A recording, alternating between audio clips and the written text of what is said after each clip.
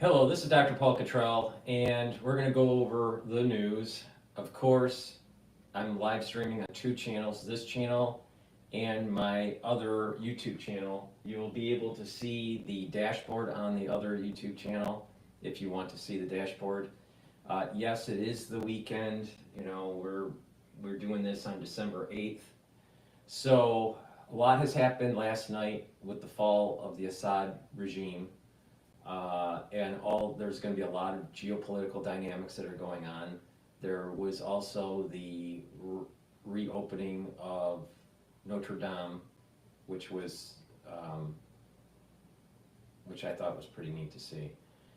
So maybe we'll go over that too. I find that event of opening up the reconstruction of Notre Dame and then the fall of the Assad regime happening on the same day was transcendental. All right, so we'll go over that. There's a lot to do. As the ones that have been following me, I'm doing more of these live streams and a lot more interaction. I have to set up the X spaces for this broadcast.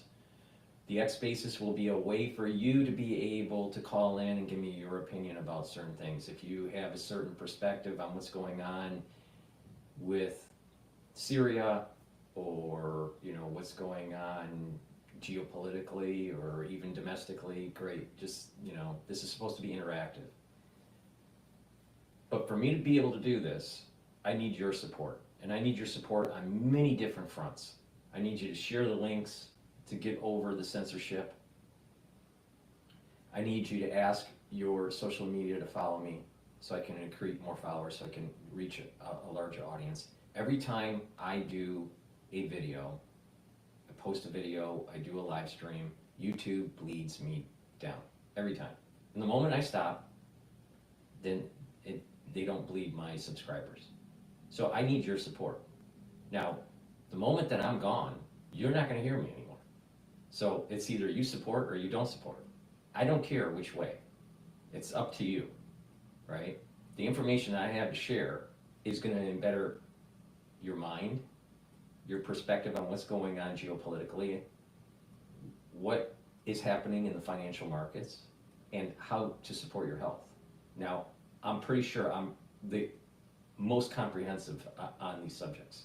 When you put them all together, I'm the most comprehensive and the most accurate with how to navigate through this. So I need your support.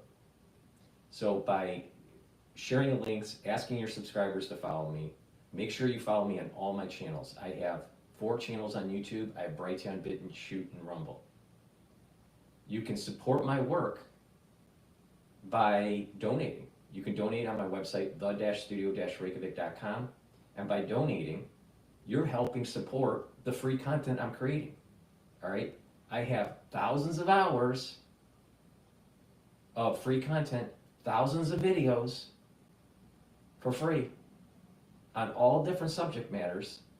You're going to need me when the shit hits the fan. Trust me on this. All right? So please help support my work and get through this YouTube censorship. I'll be doing over time other live streams on other channels as I'm building out this network. All right? But right now the live streaming is only on YouTube. I'm scheduled to be interviewing John Hogue tonight. So normally I do recording. So we're going to do something different if we do our show tonight, which we should be. So everything is scheduled to do that. If we do the show tonight, then what's going to happen is that I'm going to open up X Spaces. You'll be able to listen live on X Spaces. And you can ask a question to John Hogue. Now, I haven't made the decision yet if I'm going to live stream the video into YouTube. I don't know yet. I might not. But I'm definitely going to open up X Spaces for you to ask a question to John Hogue. I think it would be very important that you listen to our show.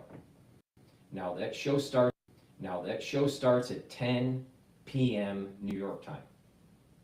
All right, 10 p.m. New York time tonight, okay? Join spaces, listen in. If I do the live stream, then you'll be able to watch the show on YouTube. I most likely will stream it on the larger channel. So this channel that you're watching, the larger channel.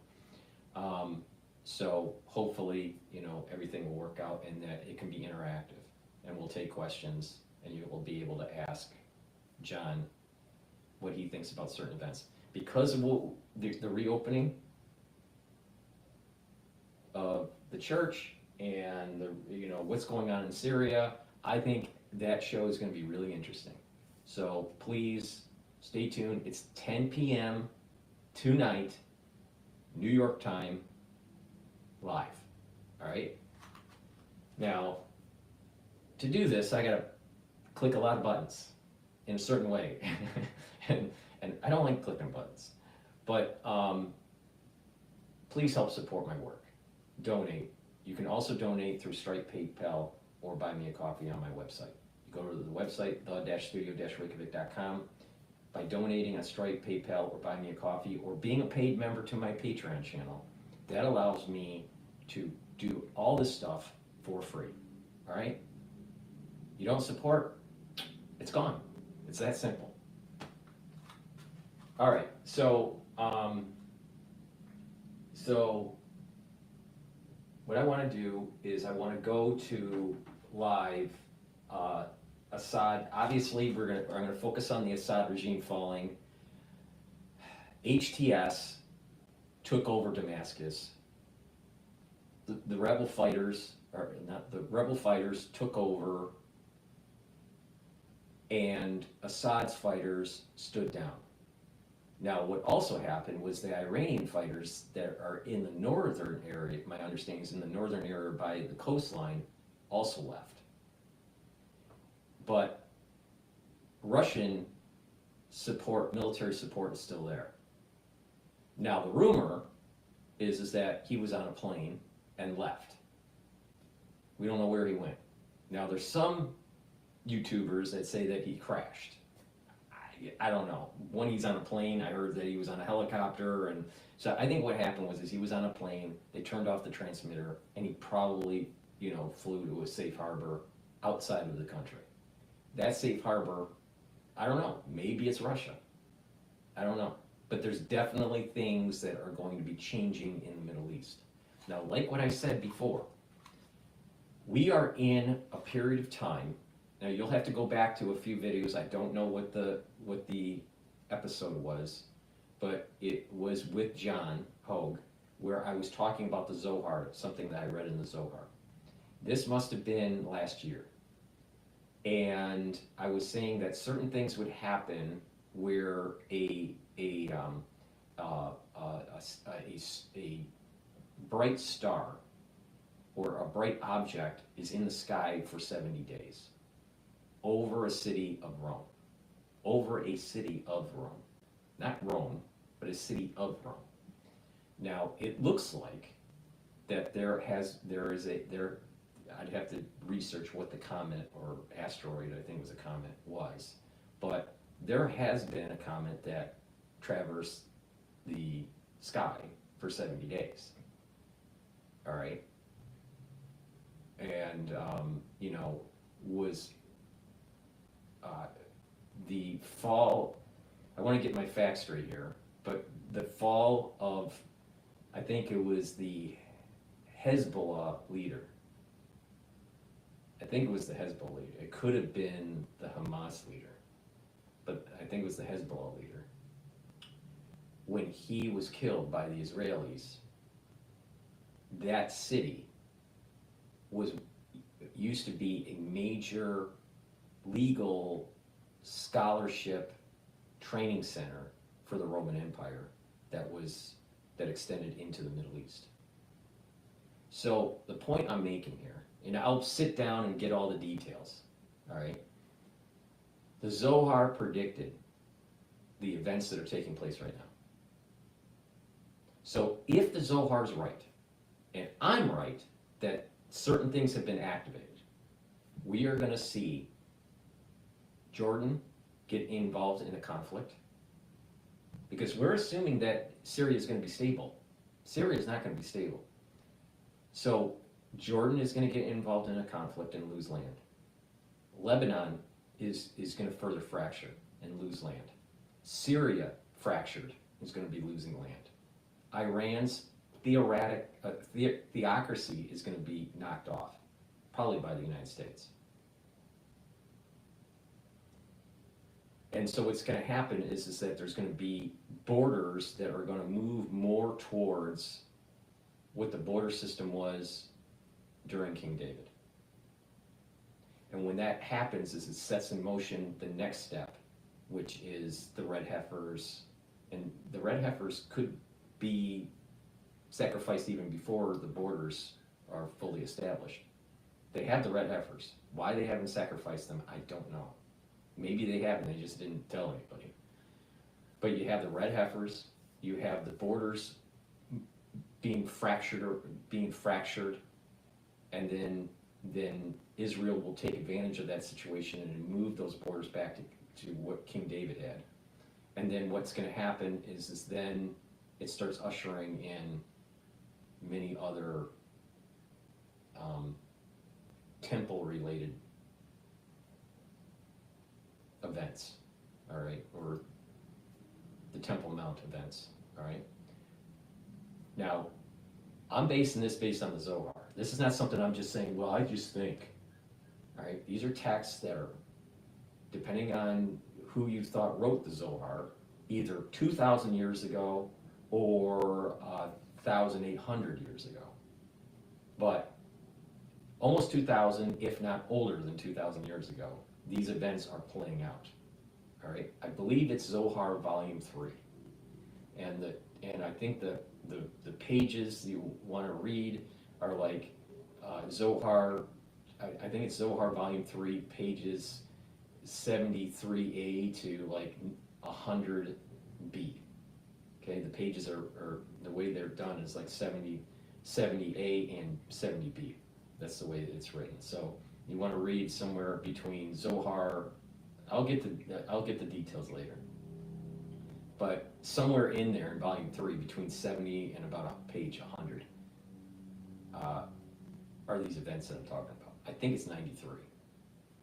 I think the page number is like 93a. But you got to read a little bit before it and a little bit after to fully understand what's going on.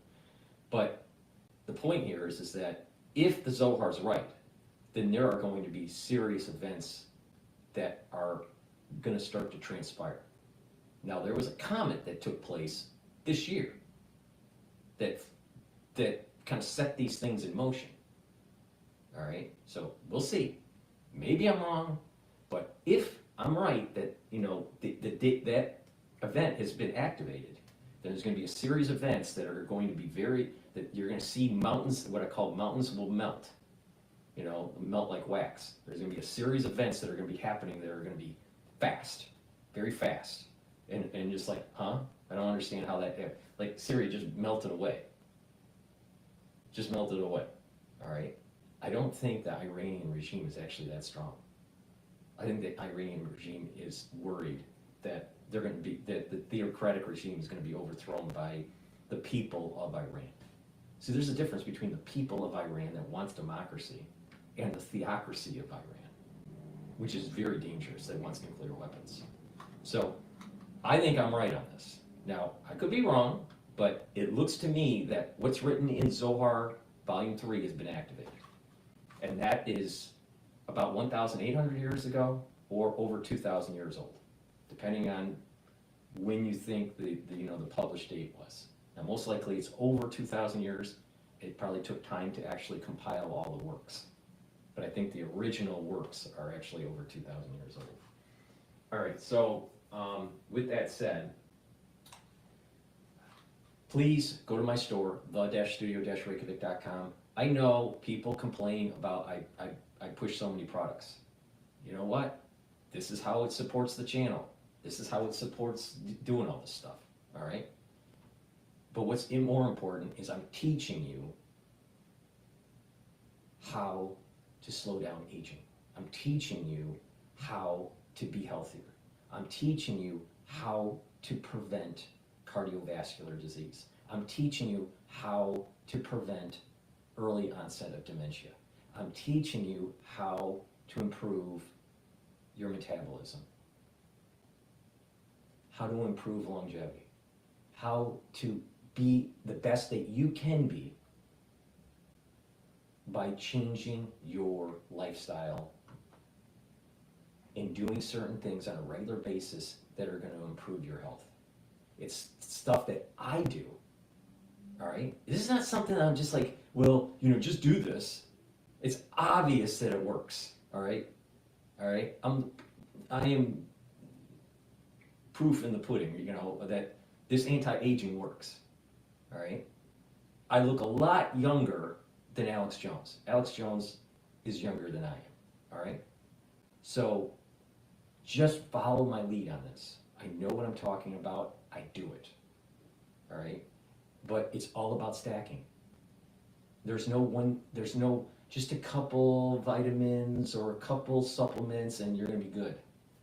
If you want to improve your endocrine system, if you want to reduce the chances of cardiovascular vascular disease, if you want to reduce the chances of neurological dysfunction, if you want to reduce atrophy, if you want to improve the health of your pancreas and your liver and your intestinal tract, you want to improve your endocrine and exocrine system, your immune system, listen to me. When you do it, you won't have to spend so much money when you're older. When you do this, you're not going to be grabbing your chest or grabbing your left arm as you're having a heart attack and seeing your life pass by you. All right? It's that simple. So pay attention to what I have to say, and I'm actually going to literally give you the path to improve your body so you have more vitality when you get older. Nothing's a silver bullet, nothing's magic about this. It's about diligence and sticking to this lifestyle. Train your brain, learn new things, read, write, talk to people in the real world. That's going to improve your mental acuity, your memory, right, and your mood. Mindfulness or spirituality is going to help a lot. Balancing exercises, stretching exercises, really important, really, really important. Especially when you get older, you need to keep on activating that cerebellum and getting that muscle coordination and stretching out your joints. Building some muscle by doing some resistance training. Most of the back problems that people have is because you don't move around enough and you're losing muscle. You're losing muscle in your core and you're losing back muscles. So if you strengthen your back muscles and you strengthen your core muscles, you reduce the chances of back problems when you're older. When you're doing a little bit of resistance training, especially with legs, you're improving the strength of your leg and the strength of your hip, reducing the chances of having problems with hip replacements and hip soreness and all this stuff when you get older. A lot of people that die that are older, they fall once, about 3 weeks later they're dead. They break their hip, 3 weeks later, boom, they're dead. Do you really want to have that kind of life? I'm willing to bet that if you ask 10 people, you'll find at least 3 family people that are tied to it within their family that they've known someone that died because they fell and broke their hip when they were elderly. At least 3, maybe even 50% of the people you ask. You strengthen your hip muscle. If you strengthen your muscles and you strengthen the density of the head of your femur, you're not going to have this problem. The neck and the head of the femur. The neck and the femur gets weak when you get older, and then when you fall, it breaks. And there's a lot of vasculature around there, so when it breaks, you can damage the vasculature too. You don't want that. You listen to me, you're not going to have that problem. So I'm telling you the path, and it's up to you to follow it. Do a little bit of resistance training, do a little bit of cardio, keep the health of that heart going, supplementation, filter your water, stop eating the crappy food. And that will take you a long way. And oh, by the way, make sure that you get good restful sleep continually, all right? Stop doing these disrupted sleep cycles. Not very good for aging, especially after you reach age 40. So with that said, please go to my store, the-studio-reykjavik.com, and get the supplements I offer. So before I start the video, I have 3 new products here that I use and I find huge benefits from. Now, Boomer Boost is a powder. There's a big scooper, use 1 scoop a day. You mix it with like yogurt or hummus or something soft. You can mix it in your food if you want. Mix it in a shake or just with milk or even with just filtered water. But what this does is it has 68 nutrients in it. And this will also help to support your heart health. And when you do a little bit of resistance training, when you're doing a little bit of cardio, right? You don't have to be a triathlete, but if you're doing a little bit of exercising, you're going to start seeing that your body is improving and you're getting the nutrients that you need. And this is like a meal, all right? So you mix this with, some food, right? What I do is I mix it with hummus, and then you can just take this, just go to my store, the-studio-reykjavik.com, and get the Boomer Boost, all right? Very high quality. It's got a lot of stuff in it. So you're just gonna go to the store and take a look at my label, and I don't have time to read all this, but this thing is top notch, all right? Top notch. To get the energy, to improve your body and get the nutrients it needs. Now, if you work out, all right, let's say you're an athlete or you're really into working out, you should be taking this to refuel your body, all right? So, it's not just for people that are older that want to go through an anti-aging. This also it's a help with your performance and recovery after a workout. So this is great stuff. So get the Boomer Boost. It's a powder. I mix it with hummus. I think it's best to just mix it with something soft like a yogurt or hummus or something like that. But you create a shake or a smoothie or something like that with it. You can also get and also take it with, if you want, because I take it with this. But some people just take the Gladiator barley. Now the Gladiator barley has superoxide dismutase, which is a strong antioxidant. So you're soaking up those free radicals, you're reducing inflammation, and what's happening with the Gladiator barley, especially when you work out, you're improving your strength, you're enhancing your strength. So by taking the Gladiator barley and mixing it with the Boomer, you're getting all the nutrients like in a meal, all right? So this is like your breakfast, all right?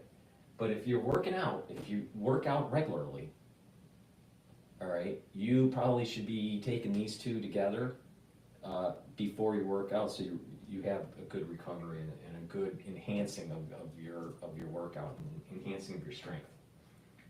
And you can also get the heirloom barley. So you use either or. Get the Gladiator, get the superoxide dismutase, reduce the inflammation, and do the strengthening. If you're not so into worrying about the strength, then the heirloom barley is great. It will bring down the inflammation, it will detoxify the body, and it also has the superoxide dismutase, strong antioxidant. You can just take the heirloom barley, you can just take the Gladiator, right? Because it's like protein, and mix it with your food, or mix it with filtered water or smoothie or something like that. Or you can take either one of those with the Boomer, the Boomer Boost, okay? So if you're into strengthening, do this combo. If you're into more of detox and you're not worried about the strengthening aspect of it, and you just want to take something that brings down inflammation and detox, this is the way to do it. So I have created a box called the Longevity.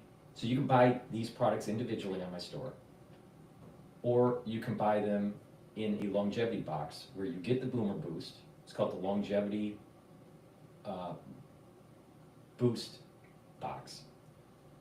You get the Boomer Boost and your choice of either heirloom barley or gladiator barley. And if you buy the box, the longevity box, the longevity boost box, it's at a discount compared to buying them separately. Plus you also use the discount 5. All caps, discount and then the number 5. And you get $5 off on top of that. So it's a great deal if you buy the longevity boost box and use the discount 5. Or you can use the discount 5 on any product, it's up to you. So you can buy these individually, or you can buy them, together in a longevity box. It's up to you.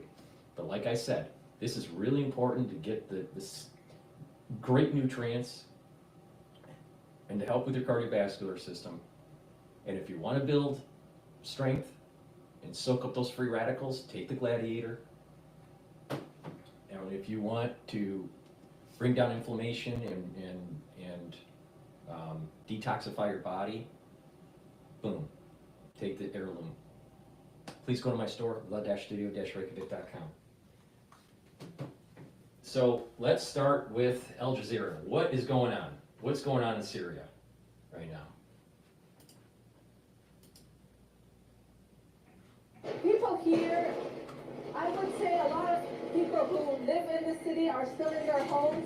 We're not seeing a lot of traffic in the streets, which is understandable because people are worried and they are concerned. This is a divided country, and in the past, people were very much worried about the opposition. They didn't know who these people are and how they intend to govern the country. We were at Syrian state television and radio, from where the Syrian opposition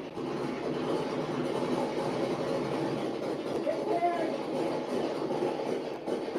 the end of Bashar al-Assad's rule. They also called on Syrians across the world to return to their country. And what we saw as we made our way from Lebanon to Damascus, we saw Syrians returning. Some people who haven't been here for years, they couldn't come back because they were wanted by the regime simply because they took to the streets in 2011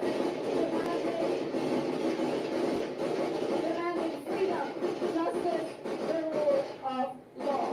This is a turning point in Syria's history. What comes next, we can only speculate, but the opposition is trying to ensure that this is going to be an orderly transition of power.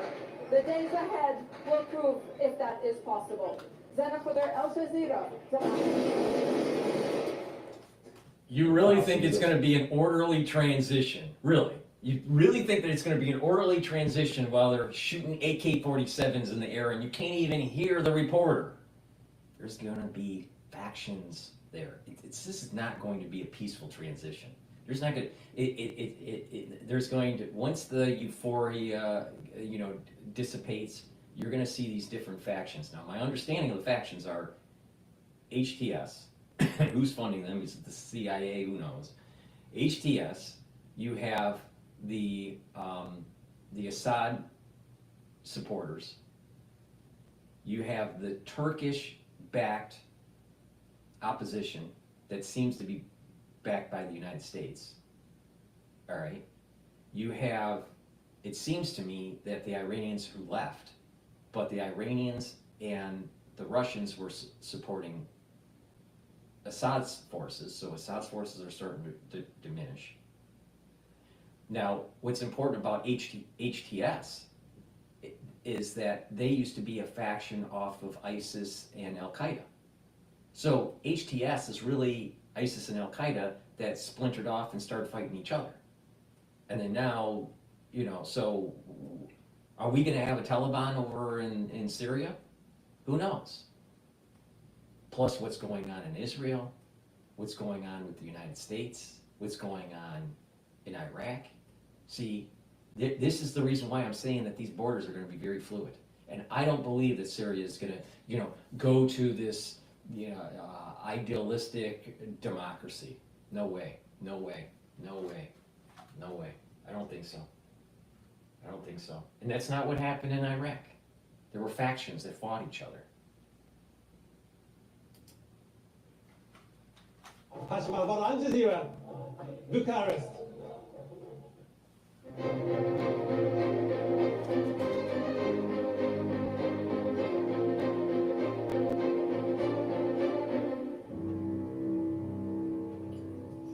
Israeli airstrikes have continued across Gaza. These are the scenes after an attack at a park in Gaza City. At least 5 people were killed and several others injured. Gaza's health ministry says Israel's war has killed more than 44,000 people. Protests in Georgia's capital, Tbilisi, are in their 11th day. Demonstrators are angry with the Prime Minister's decision to suspend talks to join the European Union until 2028.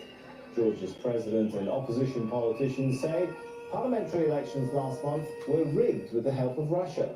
Opposition figures have been detained during the protests. All right, I want to go to To BBC Ghana now, here. where former President John Dramani Mahama has staged a political comeback, winning Saturday's presidential.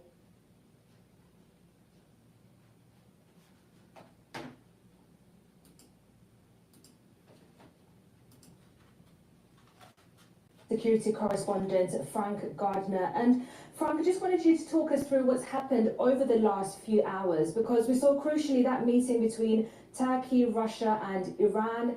And then now we're hearing from the rebel leader saying that there will be some kind of managed transition happening in Syria. How has this transition been managed by the external actors, but also within Syria at the moment? Well, I think the important stuff has happened on the ground, not at Doha, where these foreign ministers are meeting, because Turkey, the foreign ministers of Turkey, Iran, and Russia were the key players in this, but really the situation in the last 24 hours has moved so rapidly as the rebels advanced both from Daraa in the south and from Homs in the north to close in on the capital. And it's very clear that the Syrian army had no stomach for this fight. They defected, they had surrendered, they retreated, they tore off their uniforms, put down their guns and disguised themselves as civilians. This regime has crumbled very quickly indeed. Now, those foreign ministers I mentioned were part of a... Now, when the fall of the Berlin Wall happened, in the eastern satellites, the Soviet Union soldiers did take off their uniforms and try to hide within the population. In addition, certain offices like military offices were burning documents when this was all happening. So what happened with the Berlin Wall? It wasn't like, well, people just, reached a critical mass and they just wanted freedom. That's not how it works. The Soviet Union went broke. They couldn't afford keeping the people in. They couldn't afford their soldiers. They couldn't afford it. The system collapsed. The same thing happened in Syria. The system collapsed because of economics. And if the economics isn't fixed, then there's no way in hell that they're going to reach homeostasis when it comes to some sort of a democracy or a republic. These factions are going to play on that economic instability, and it's not going to reach peace. It's going to start with the economics. They need to stabilize the economy, and people start believing that the government can help them protect their civil liberties, protect their livelihood, protect, their borders, yada, yada, yada. But if the government doesn't have a good economic base, it's just going to be a failed state. It's a failed state right now. Known as the Astana process, as in the meetings that people have held in Central Asia to try and thrash out a political future for Syria. Bashar al-Assad was not interested in talking about any transition of power whatsoever, and he has now paid the price. The early signs are quite encouraging that there could be an orderly transition of power.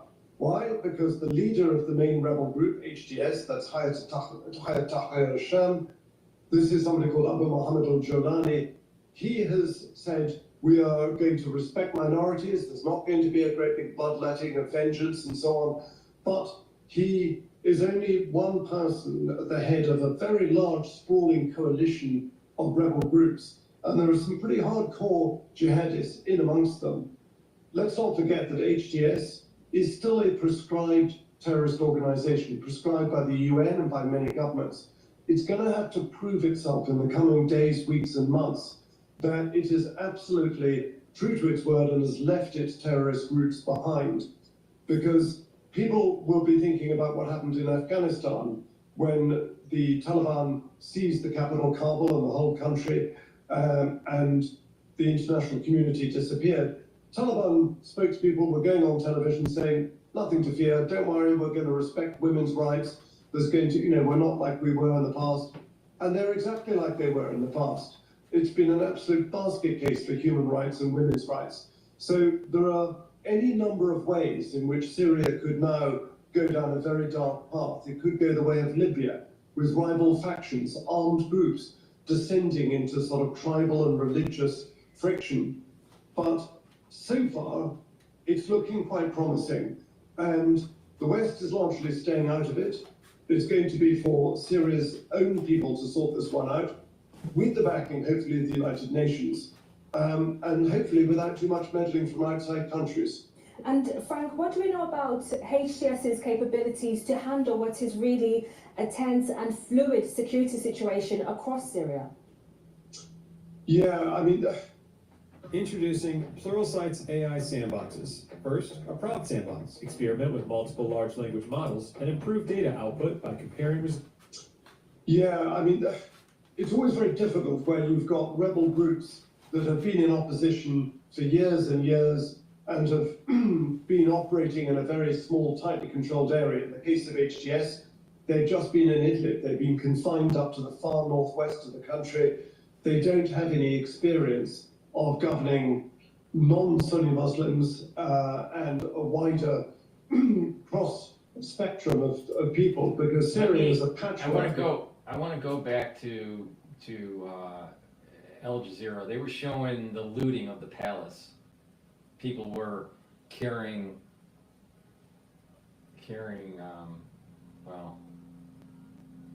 furniture here. Within this group of fighters who've taken Damascus. The Syrian army really just... This looks like Taliban type stuff. There was no money in Damascus to pay troops. People were exhausted. There had not been a peace dividend. Nobody could rebuild their lives. Life looked very grim under this regime going out into the future.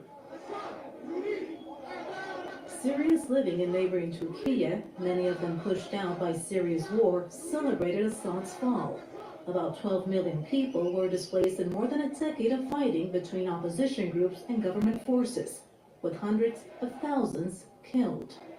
Many say the fall of Assad will help heal the scars of war.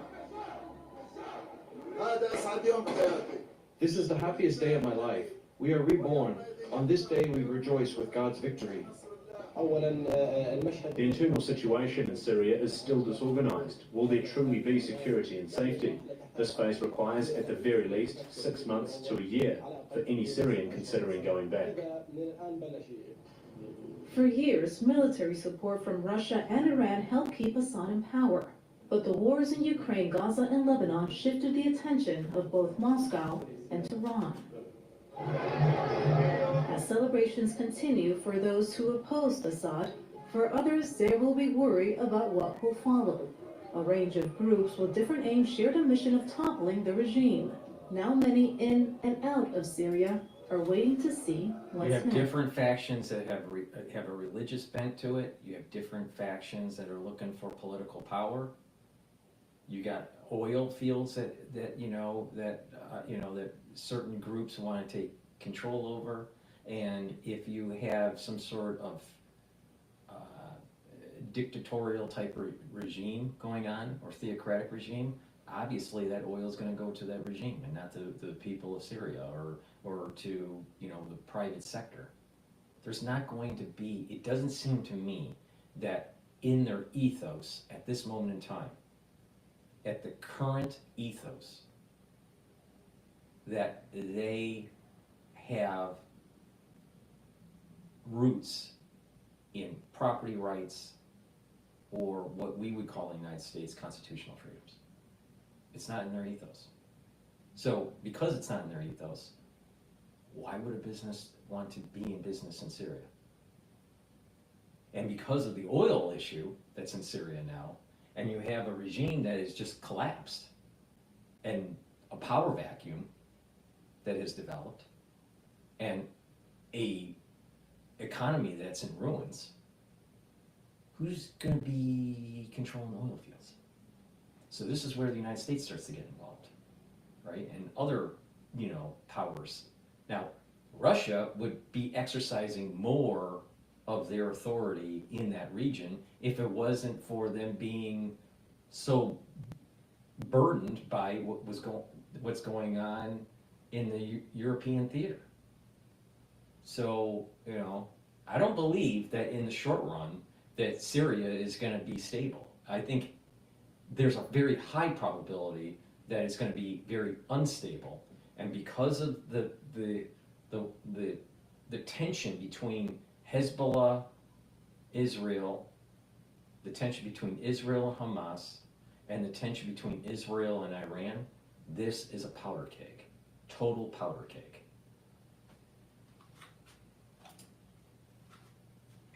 The capital, Damascus, has obviously fallen. Are you any clearer on the opposition group's intention going forward, or will it be weeks or months where the reality of the nature and the intentions of these groups will be clearer then? I think if you look at the statements shared by those groups, they are sort of all in agreement that they want joint transitioning body to control the country, at least for the short period coming before elections are able to be held there. However, there are many challenges as to who can participate in forming this transitioning body. If you look at, for example, Hayat Tahrir al-Sham, although the group and its leader, Abu Muhammad al-Jurani, has been saying that I'm willing to engage and I've changed, the international community as well as regional actors have been skeptical about the real intentions and the change that the group has been trying to project. Now, the real question is, to what extent will regional as well as local actors in Syria be willing to test the genuinity of the statements made by the group? And I think the question to that will then determine, at least in part, what might come next. Okay, Ibrahim, how much support do these opposition groups do they have internally in Syria? So I think the first part of this question is, what sort of support did the regime have in that? And so if we flip the question, and start with the regime. So we have seen in areas that the opposition have come in quite in smooth control, right? No civil resistance, no people picking up the arms and fighting, including in a lot of areas that were fully loyal to the regime and had, combatants fighting for the regime. Areas in the suburbs of Hama and the suburbs of Homs and so on. So the first thing to note is that the regime has tortured its own people, gassed its own people, and forcibly disappeared its own people, starved its own people, has kind of lost also popular legitimacy. Of course, part of the issue of living in an autocratic government is that you cannot measure in a way which party has more votes, but you can also kind of see what's happening on the ground. Whether a lot of the people are supportive of the opposition and the different factions tensions that are there. We have seen celebrations that they were reunited with their family members, that the prisons are freed. So obviously there is some support, but I think there is also some fears as to what comes next. We have seen and heard reassurances, but we've also seen for the past 10 days and actually a delivery on most of these reassurances so far, and I note so far. On the point that Hayed was just making a moment ago, past comments made by Al-Jolani, one of which was back in 2014, he had said that Christians and Alawites would not be accommodated in any Syria. I mean, is there any reason to believe that that view has changed, even though you say that publicly he is making other statements, but do you really believe that view has changed? I mean, personal belief is very subjective, but let's look at the legacy of so far since those statements. So we've seen that he has made those statements in, as you said, in 2014 and 2015, but then he has been trying to interact with also some of the minority groups. It lived long before this offensive. He used to reject the revolution flag or the Free Syria flag, which I'm wearing today, but then he changed that. So there's actually been a period of I would say at least a transformation, at least in part, for some time. So these reassurances did not start 3-4 days ago in terms of public rhetoric. But that said, we're still aware of the legacy that you mentioned. We're aware of what happened prior to 2014. We are aware of a lot of groups that suffered, and a lot of people that suffered at the hands of Jolani. But to comment on the last 10 days, so far so good in terms of reassurances. Would that stay? We don't know. And that's what we'll be very carefully interacting with and very carefully dealing with and in the period to come.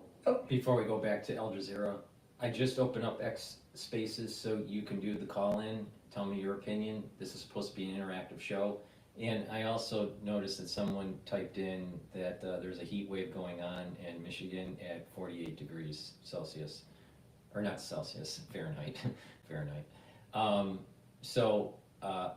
think it's around 58, it's 50, no, what is it, 53 Fahrenheit in New York.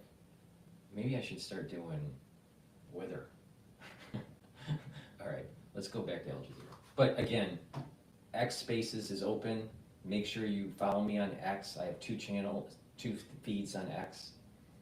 Follow me there. I also have a feed on GETTR, so follow me on GETTR and on X. But on the DrPaulCottrell feed for X, you can join the X Spaces, do the call-in. It's supposed to be interactive, so please join. Here, but also I have to say that in Idlib, for the Christian community in the past, yes, the HTS outreach to them, they try to get back to their land, to get them back their land, etc.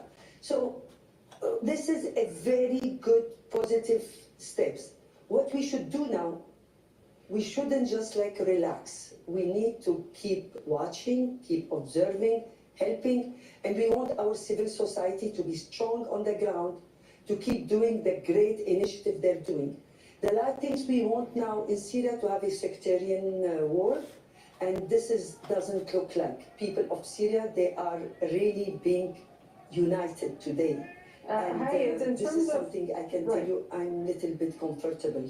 Okay, Hayed, we heard an appeal made by the Special Envoy for Syria, Garrett Peterson, who said that appealing for law and order to be maintained, as well as the preservation of public institutions. Are you confident that these opposition groups on the ground can do that? And how critical at this moment, Hayed, is the preservation of public institutions?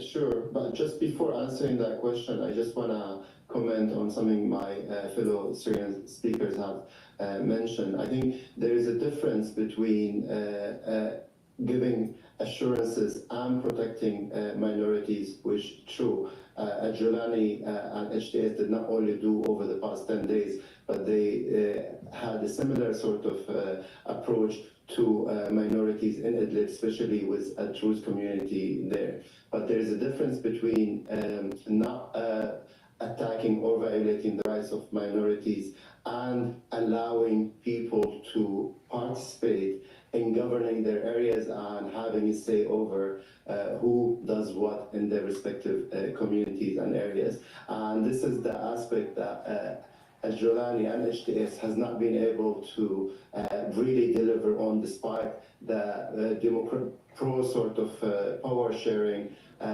sort of narrative and discourse the group has been saying, not only over the past 10 days, but over the past few years in the areas that were controlled in northwestern Syria. So I think for a real sort of shot at a genuine transition that will lead to a democratic and diverse future for the country, what's needed is more than just assurances. Now, going to the security situation and ability of different groups to sort of secure the areas, the issue right now is most of the people who talk about the situation in Syria, they're still talking about one operation that has captured the country. But if you look at what happened over the past couple of days, you have one large coalition of groups led by Tahrir Sham who have been fighting in Homs, but then you have local armed groups who started liberating their areas from regime forces and pushing them out, whether that's in Dar'a and Sweda in southern Syria or even in Damascus. And this is where we have noticed that the violations have been taking place, especially in Damascus, because there is no one unified group that has been able to provide security and prevent violations similar to what we saw in Aleppo. Right after the capture of Aleppo, the Hayat Tahrir Sham and the coalition fighting with it were able to maintain security there because there were a unified group and structure. We did not see that in Damascus, but hopefully in the next you've answered, days that will you've raised an important point, and that was going to be my next question, but I'll put it to Ibrahim. Talk to us about the different groups, Ibrahim, because it's not only Hayat Tahrir Sham. How many different groups are there right now in these opposition forces, and to what extent do you think their ideologies differ from one another, and whether they have different interests and goals, or are they all aligned? So as Haida said, building upon what Haida said, the operation that started a couple of weeks ago from Idlib to the west countryside of Aleppo and Al Hama was made by multiple armed groups, coordinated and led by HTS. But there were many people, many armed groups there that did not belong to HTS, who were trained by HTS but did not are not part of the organizational structure. But also in terms of the individual fighters, a lot of them were from Aleppo, were from Hama, were from Homs, and that's an important point not to forget. This is a kind of, it is Syrian-led in So he's basically saying that HTS led it, but then you had other factions that seemed to ally with HTS. So the question is how is there going to be some sort of coalition around HTS, or is there going, and that coalition fights, the other, the other factions? My understanding is that there is an ISIS Al-Qaeda component within Syria that's not aligned with HTS. Now, if that's true, then that seems to me that whoever has aligned with HTS is going to have to fight ISIS and Al-Qaeda. Now, maybe I'm wrong, but that's my understanding. Now, maybe ISIS and Al-Qaeda decided to align with HTS, but why would that happen if HTS was fighting ISIS? Something doesn't make sense here. We've been living in Syria since 2013. So it's not a situation that the central government fell and then all these armed groups are going to show up and start fighting each other. That's what's been going on since 2013, plus a repressive government. Okay, let's bring in Hind. Hind, what do you make of this? The equation, and the situation continues now. Okay, Hind, what do you make of the different factions and whether there could be internal power struggles within them? How much, how destabilizing could that then be for Syria and for the region as well? Listen, for us as a civil society owned group, we're watching this very carefully. And it's been lots of worry for us. We believe in the non-violence fight and everything, but today there is a reality on the ground. And the reality on the ground, we have two options, or to stay away and watch and get worried, or to be close and try to advise and try to be active on the ground. We are worried about this. And I'm not saying that it is going to be very easy, but it wasn't easy anyway. For the last 13 years, it wasn't easy. We all suffered, our Syrian people. Kurdish-led Syrian democratic forces control oil and gas reserves in the northeast. Now, the oil and gas is what's going to be feeding the coffers for government programs. The society isn't going to run if the government isn't in control of the oil and gas reserves. And this is why I keep on saying that this is not going to be a peaceful transition, because HTS and the Kurdish faction is not together. Now, my understanding is that the U.S. is supporting the Kurdish faction, probably because that's where the oil is. Because if there's oil, then obviously, America needs to be there, right?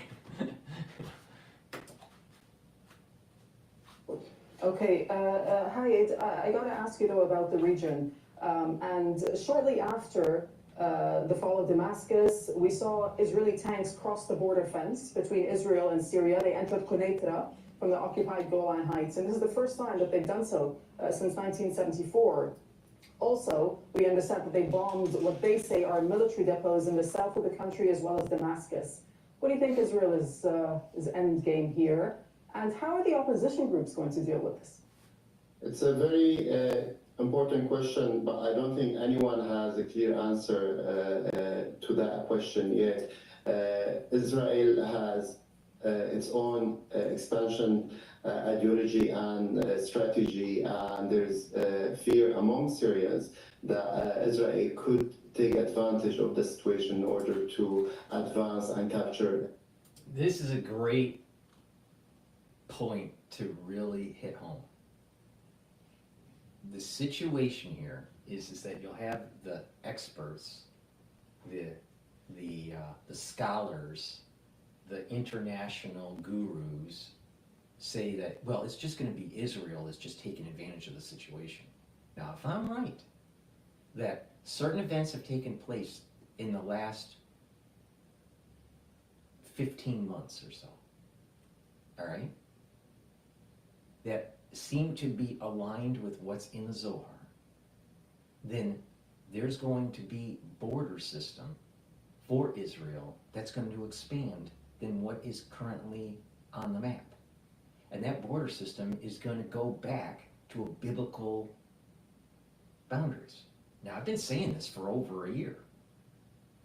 And I said that, this is going to involve Jordan, Syria, Lebanon, Iran, Iraq, Saudi Arabia, Egypt.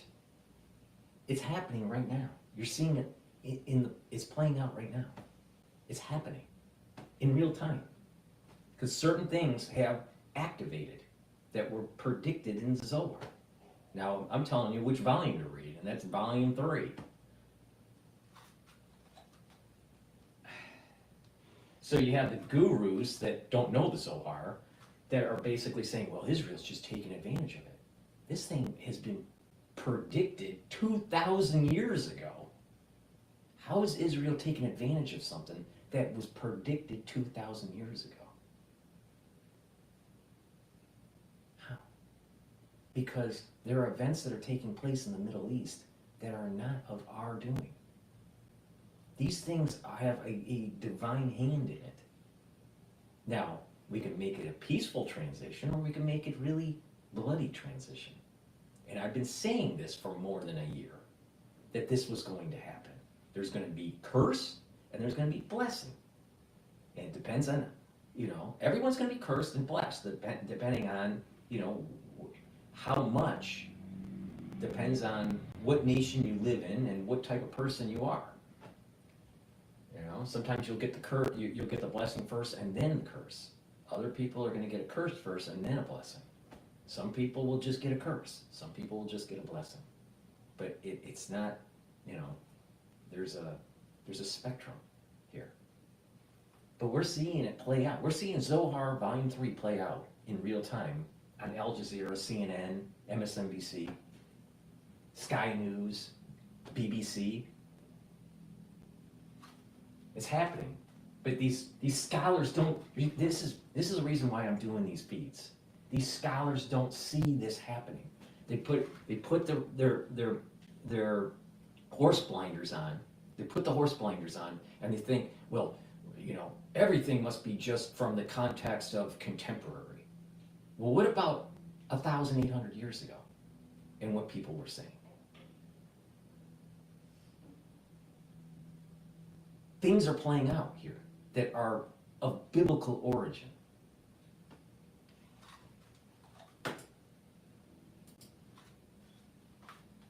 Pretext of protecting its own border. For now, they have been just signaling that anyone who will get closer to the conflicting lines and violate those lines will be dealt with harshly. Now, we don't know whether there is some sort of back channels between Israel and some of the groups to ensure that the conflicting lines will not be violated. If we go back to a couple of years ago when opposition groups controlled that area, they had some sort of, at least some of the groups there had contact with Israel and maintained some sort of understanding that did not lead to escalation between the two. So here we have the possibility of, again, reaching some sort of agreement through back channels in order to give them the assurances that they need in order not to expand and basically occupy new territories in Syria. But if that fails, we might see that happening. And I think the role of the international community as well as regional actors will be key here in order to ensure that there will be no escalation on that southern front. Okay, Ibrahim, of course, Iran and Russia are huge allies of Syria traditionally. What does this mean for that relationship going forward? Well, it's going to be kind of a nuanced, I think, complicated relationship because they have taken sides. It's not that the Syrian people have decided to, you know, take a side against them. It's them that they've decided to kind of prop up Assad. I mean, we've seen already some of the armed groups, HTS included, that give assurances to Russia that we know no one is going to kind of harm Russian interests. We've seen reassurances on Iranian and Russian consulates. We've also seen withdrawal of a lot of Iranian military advisors and a lot of Iranian presence in Damascus and another one. The same thing happened in Afghanistan, where, you know, once the United States decided to leave, they said, you know, they can't, they don't want the brain drain, and they don't want, you know, people to leave the country, and everything will be okay. And a few weeks later, a few months later, you know, there's atrocities against women and all this stuff in Afghanistan. So they'll say one thing, you know, I suspect that HTS will say, you know, we have a kindler and gentler, you know, machine gun hand, right? But a few weeks later, a few months later, then that whole theocratic regime comes into play.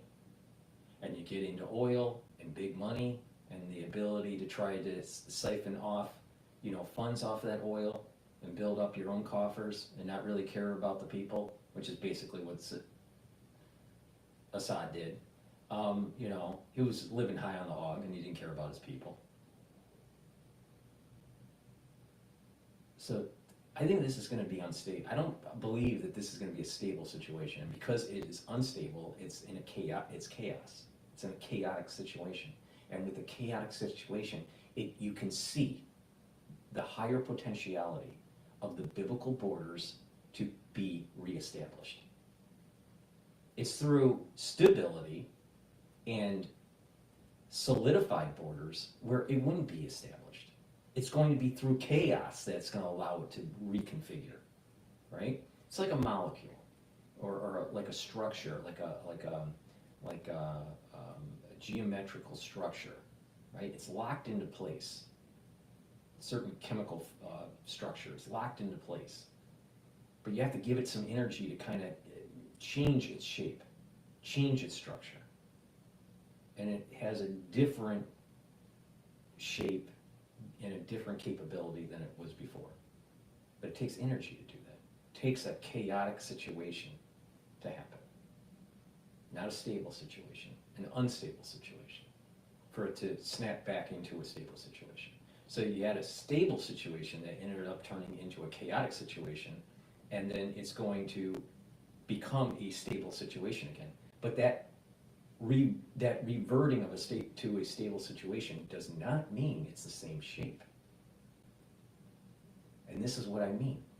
The borders, the biblical borders are going to change. The current borders are going to change to biblical boundaries through this instability that's taking place in the Middle East. It's seen it in real time. Again, I have X spaces on, so you can do a call-in. So please go to my X channel and go to Spaces, X Spaces. It's Telemetry, episode 42, live call-in. In other places. It's now the time for really kind of careful politics. I don't think anyone is in the business of antagonizing any party that could further destabilize Syria. We need to focus on what's next. We need to focus on accountability for the crimes. We need to focus on all the kind of transitional efforts, political and from a human rights perspective. And we need to now start working towards the Syria we all once dreamed of, a Syria that is free from tyranny, a lot of and a discussions Syria to that be had. represents us all. And, You're right, a lot of we close one discussions to be chapter had. today. Yeah, but these regional implications are also quite important. Kent, I'll just come over to you.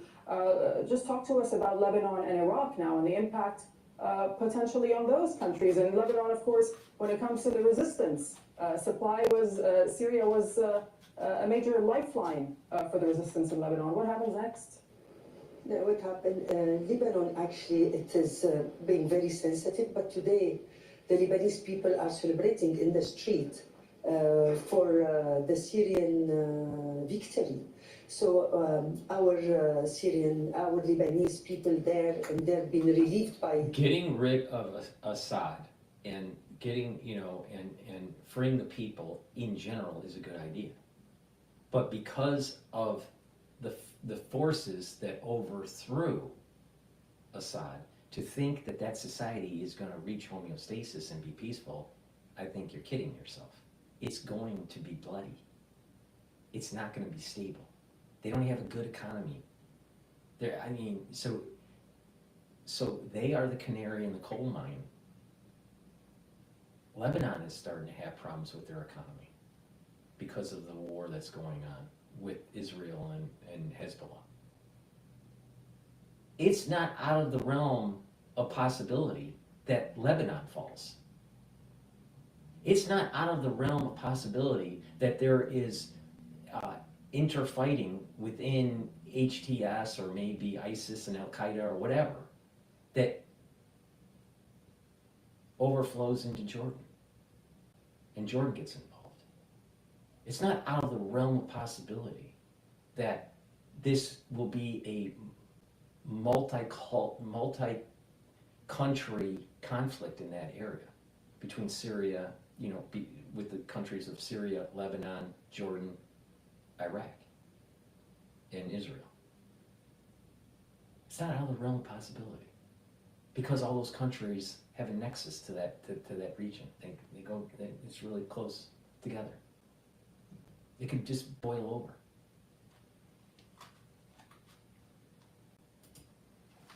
Why do we assume that these borders are by stable? all what's happening. Now we have to be careful. But I want to emphasize that we need to keep dialogue with everybody.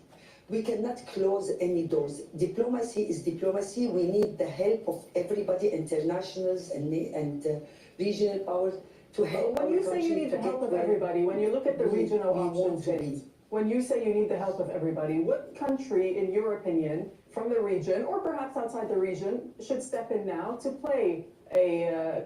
When they say help, they're talking about military and financial backing for a government because they have a terrible economy.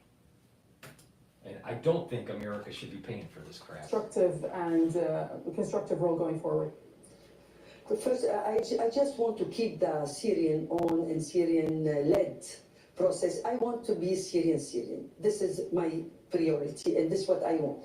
And for me, we want to never ever forget who are the countries who stood by us in the past.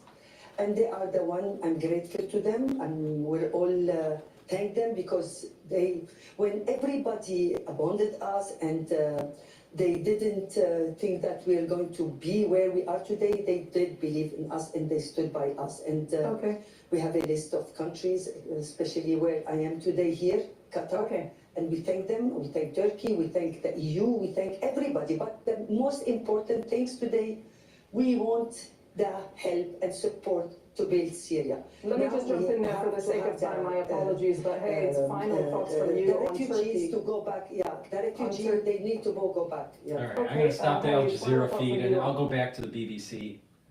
But the borders are going to be unstable, and with unstable borders, you start to have that energy flux, that energy that's needed for the biblical borders to be reestablished. It's playing out just like I said it would play out. And I've been saying that since last year. Please go to my store, the-studio-reykjavik.com, and get the collagen peptides. This has a very extensive amino acid profile. This is great. It has it's a great powder. It has a big scooper in here. You mix that powder with food, or you can create a smoothie, or you just mix it with filtered water or even milk. Some people mix it with milk. How I do it is I take the big scooper once a day and I mix it with my hummus, all right? Or a yogurt, like a little yogurt or something like that. Some people put it in a shake or a smoothie or whatever. But taking it every day is going to help with your skin, it's going to help with your hair, your nails, your bones, your joints. Now, if you follow my advice and go to the store and get the anti-aging skincare boxes that I have, it has the other supplements that you couple this with to be able to improve the topical part of your skin, the dermal layer, because collagen is needed to cross-link and create a middle layer that's healthy, and then supplements that will help with the basal layer to rejuvenate new skin cells. So go to the store and get the anti-aging beginners skincare box or the advanced box. But just taking collagen as a powder every day is going to improve your joints, improve your skin, improve your hair, improve your nails. And again, it has a great amino acid profile. So please go to my store, the-studio-reykjavik.com, and get the collagen peptides. It's a big scooper. Take it every day. This is approximately about, if you use the recommended dose, this is about a month's worth of the supply. All right, let's go to the BBC here. Kurds, of Christians, of Sunni Muslims, of Shia Muslims, and I think perhaps one of the biggest threats is friction between the Alawite minority from which Bashar al-Assad's dynasty comes. They are Shia. They're based in the northwest of the country, to the south of Idlib. There could be friction between them and the Sunni militants. And let's not Sorry, Frank, I just wanted to add that we've got some images that have come in from Damascus which show damage to the Iranian embassy in the country. What do we know about this incident, and what does it tell us about perhaps people's feelings towards Iran in Syria at the moment? Well, many Syrians felt that... Okay, so I just received a news feed from Bloomberg. Russia granted asylum to Syria's Bashar al-Assad and his family. So it looks like he went to Russia. Assad is in Moscow and has been granted political asylum, and that's the Wall Street Journal.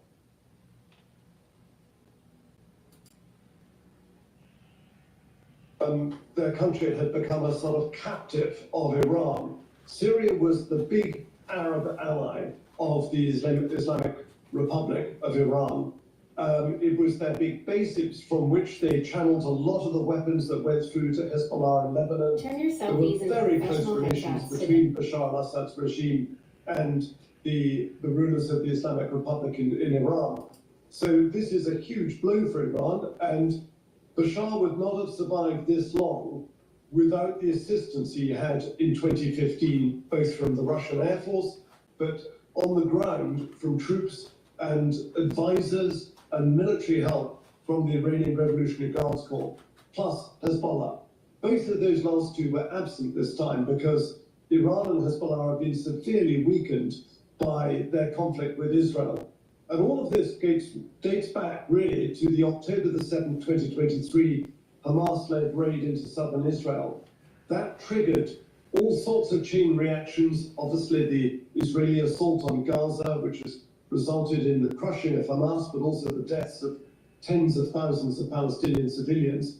But the far-reaching consequences of this have spread well beyond the borders of Gaza or of Israel. It has meant that Syria's opposition, this rebel group, was able to seize the opportunity. They could see the opportunity and they took it with both hands to do this rapid lightning advance, first to Aleppo, then to Hama, then to Homs, and finally to Damascus, knowing that Russia was preoccupied fighting a war in Ukraine, and Iran and Hezbollah were too weak to give Bashar the help he needed, because his own army wasn't up for it.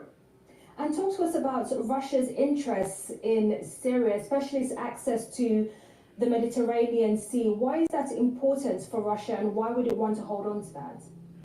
Well, this is Russia's southern flank in some ways. Russia entered the war in 2015, and lots of so-called Middle East experts, probably Hub is one of them, I don't know, a lot of people predicted this is going to be a disaster for Russia, it's going to be their Afghanistan. It really wasn't up until now. Russia's intervention in Syria was largely successful. It was a showcase for Russian weapons. It boosted their arms exports unpleasantly. But most importantly, talking about Assad in Moscow. Militarily and unify it.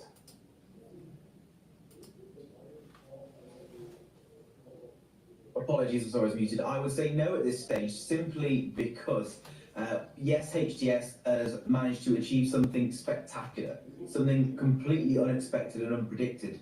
But this success mainly came because the Assad regime's forces ran away. Now, you know, President Joe Biden's going to be speaking to keep killing, to keep himself in power, but it seems like his troops decided that they weren't willing to pay the cost anymore, particularly when Hezbollah abandoned them and Russia provided air support, but that was it. So the way things are today, we know that the Kurds have coherent now the reason why, you know, another reason why I have the telemetry, and that's on the other channel for the ones that don't know, or you can watch live feed on my website, the-studio-reykjavik.com. So there's a live feed on my larger channel, a live feed on my smaller channel with the telemetry, but the telemetry tells you certain data, right? And this is why I'm doing this.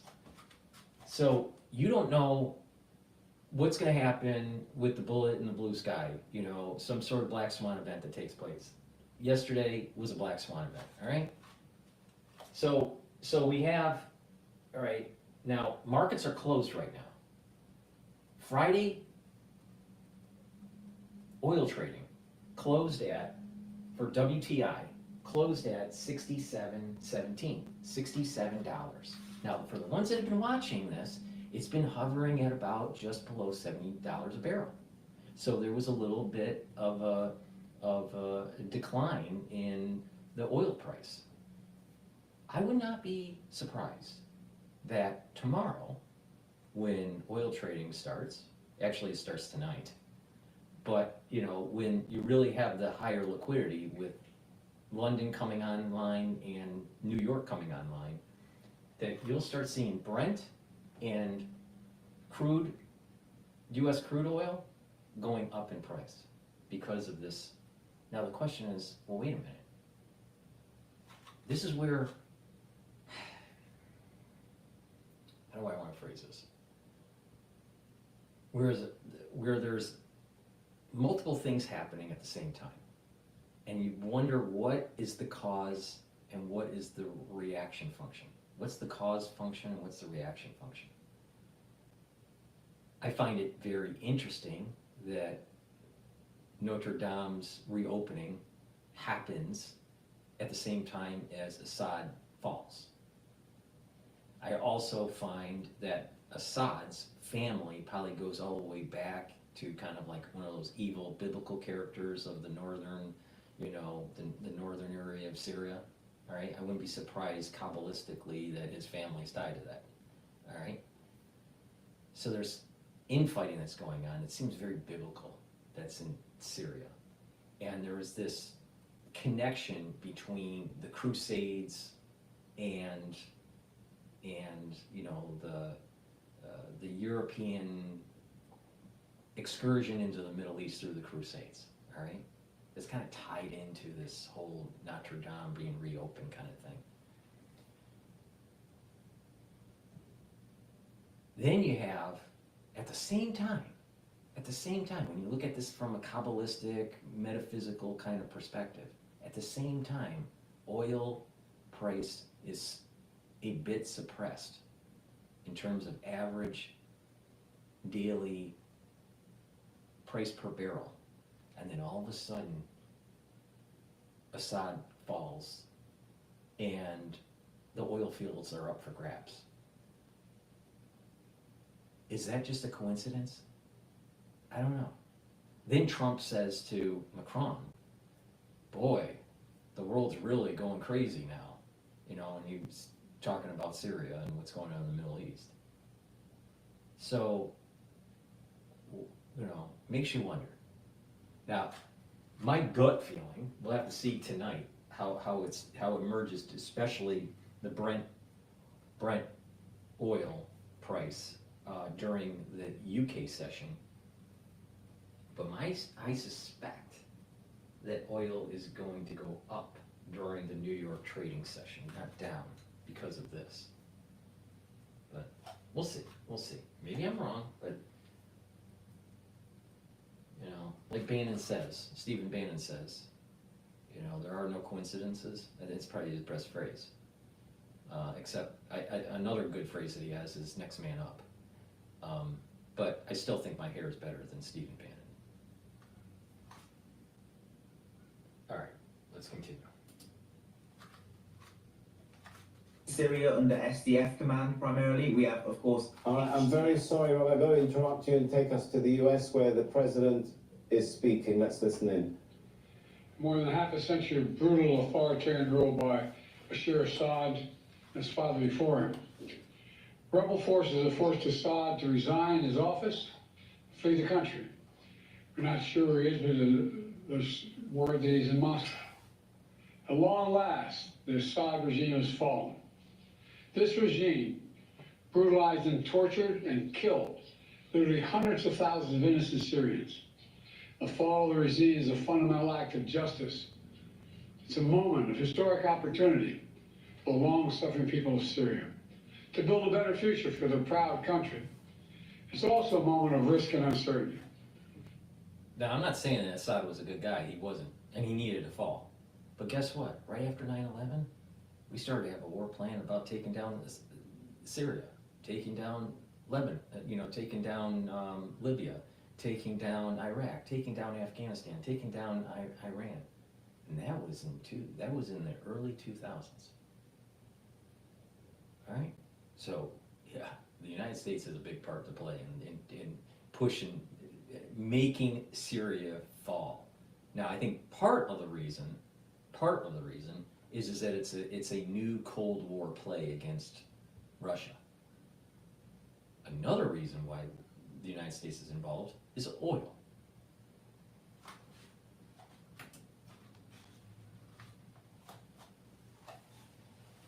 As we all turn to the question of what comes next, the United States will work with our partners and the stakeholders in Syria to help them seize an opportunity to manage the risks You know, for years, the main backers of Assad have been Iran, Hezbollah, and Russia. But over the last week, their support collapsed, all three of them. Because all three of them are far weaker today than they were when I took office. And let's remember why. After Hamas attacked Israel on October the... This is where the hubris of the Ribby said, you know, you will be victorious if you don't pay attention to the international community, don't be hubris, and don't be fearful, and you will be victorious. Don't be fearful.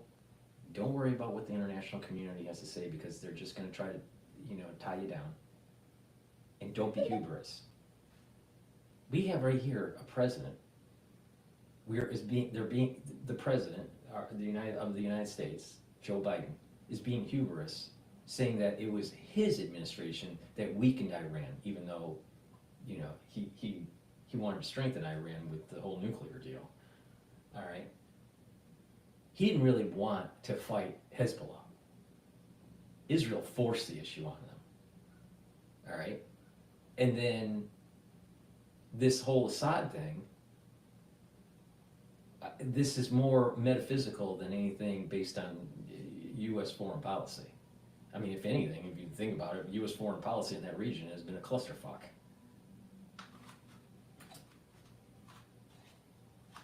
In 2023, when much of the world responded with horror, Iran and its proxies chose to launch a multi-front war against Israel. That was a historic mistake on Iran's part. Today, Iran's main territorial proxy, Hezbollah, is also on its back. And only 12 days ago, I spoke from the Rose Garden about the ceasefire deal in Lebanon. A deal that was only possible because Hezbollah has been badly degraded. Meanwhile, Hamas has been badly degraded. And Hezbollah was badly degraded because Israel did it. Not that the United States did it. Israel didn't pay attention to his administration because his administration kept on saying, don't do it. And now he's getting on a pedestal and saying that, wow, we love the results.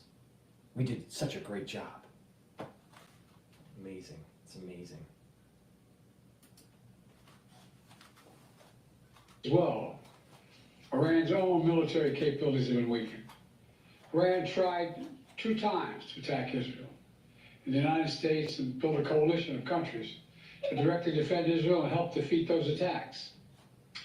All this made possible for Iran and Hezbollah to continue to prop up, impossible, I should say, for them to prop up the Assad regime. Additionally, Russia's support for Assad also failed. And that's because Ukraine, backed by our American allies, has put up a wall of resistance against the invading Russian forces, inflicting massive damage on the Russian forces. And that has left Russia unable to protect its main ally in the Middle East. Excuse my cold. The upshot for all this is, for the first time ever, neither Russia, nor Iran, nor Hezbollah could defend this abhorrent regime in Syria. This is a direct result of the blows that Ukraine, Israel have delivered upon their own self-defense with unflagging support of the United States. You know, over the past 4 years, my administration pursued a clear and principled policy towards Syria.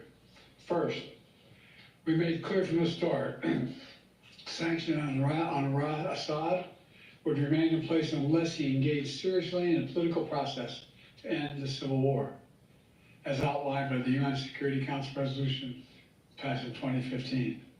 But Assad refused, so we carried out a comprehensive sanction program against him and all those responsible for atrocities against the Syrian people.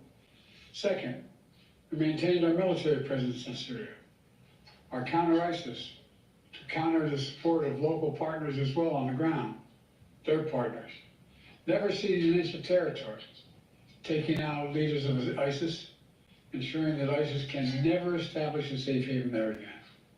Third, we've supported Israel's freedom of action against Iranian networks in Syria and against actors aligned with Iran who transported lethal aid to Lebanon.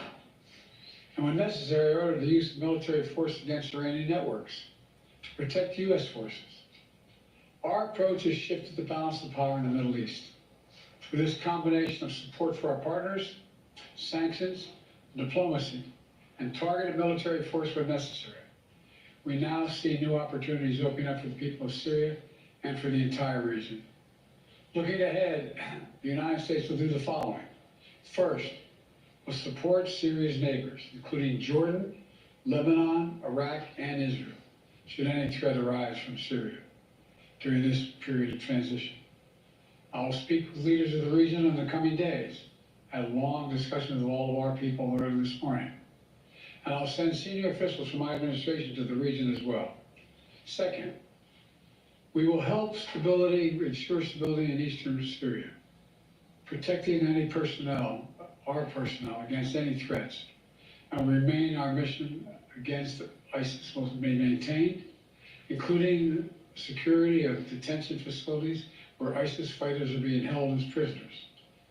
We're clear-eyed about the fact that ISIS will try to take advantage of any vacuum to reestablish its capabilities, to create a safe haven.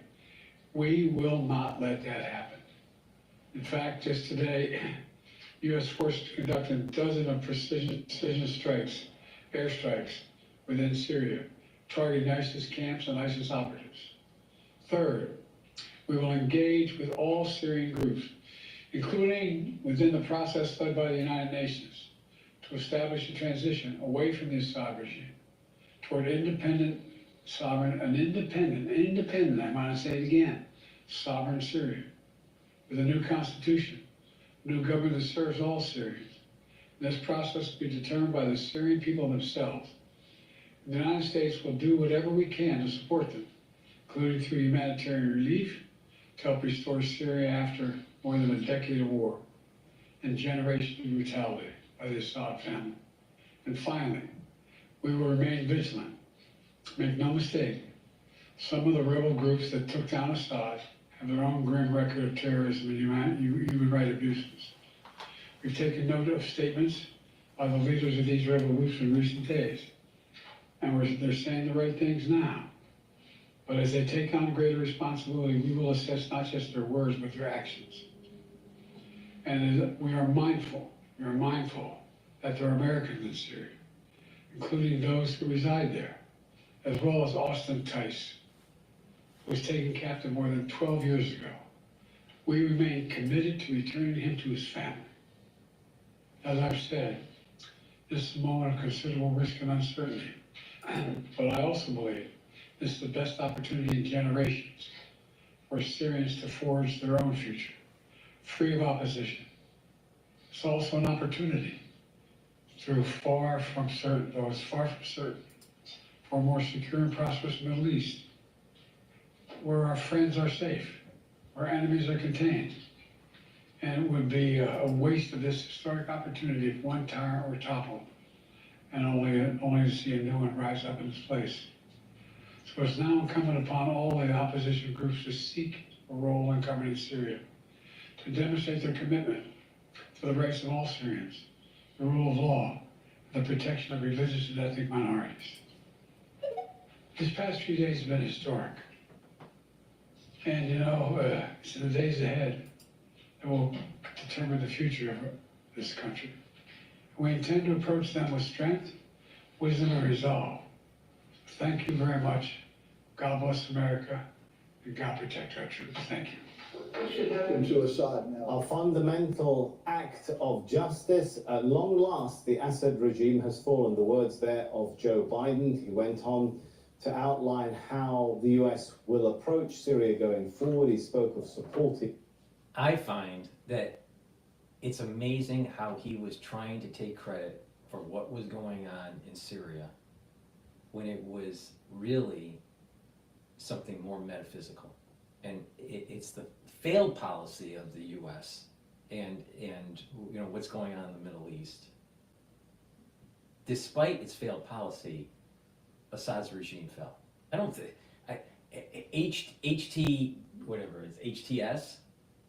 HTS isn't aligned with the United States. They're a splinter group from ISIS and Al-Qaeda. The United States didn't fund HTS. The United States was funding the Kurdish, ones in the north, who have the oil, to my understanding, all right? So he's trying to take credit for something. He told the Israelis don't fight Hezbollah. And it was so bad that the United States had to intervene and help because of what was going on, with Iran. Because Biden at the time was afraid of escalating the whole region because of the politics involved with the election, the general election in the United States. So he's going to take the credit that this happened? Please go to my store, the-studio-reykjavik.com. Help support my work by getting the supplements and the products on my store and help support your health. These are very high quality products that I offer, and if you follow what I do, you're going to be able to improve your health, slow down the aging process, bring down inflammation, boost up your different systems like your immune system and your endocrine system. A great product that I have is the deodorants that Rainbow Herbals produces, and it's citrus and peppermint, lavender, and tea tree. This is something that we've developed, I think, over 3 years ago. We developed these bars here, and they're made from essential oils from the Himalayas. Very high quality ingredients in this, all right? And it's a dual purpose product. It's for males and females. It's a deodorant, but also it helps to detoxify the body. So please go to the store, get either the citrus or the peppermint, lavender, and tea tree. Get a couple bars for your household. Very important to use as a deodorant, but it also helps to detoxify your body. It has no aluminum, has no baking soda, made from natural ingredients, essential oils from the Himalayas. You're not going to be able to buy a better deodorant bar. So please go to my store, the-studio-reykjavik.com, and get a couple bars for your household. Now, we're in the cold season, and it's really important to do a few things, all right? First thing you should do is make sure that you're taking a multivitamin. The multivitamin that I offer on my store, the-studio-reykjavik.com, is an easy to digest multivitamin, all right? Multivitamins are cofactors for enzymatic activity. You're gonna need these to be able to have a good immune system. You're gonna need these so your cellular processes are performing the way they should be. So please go to my store and get the multivitamin.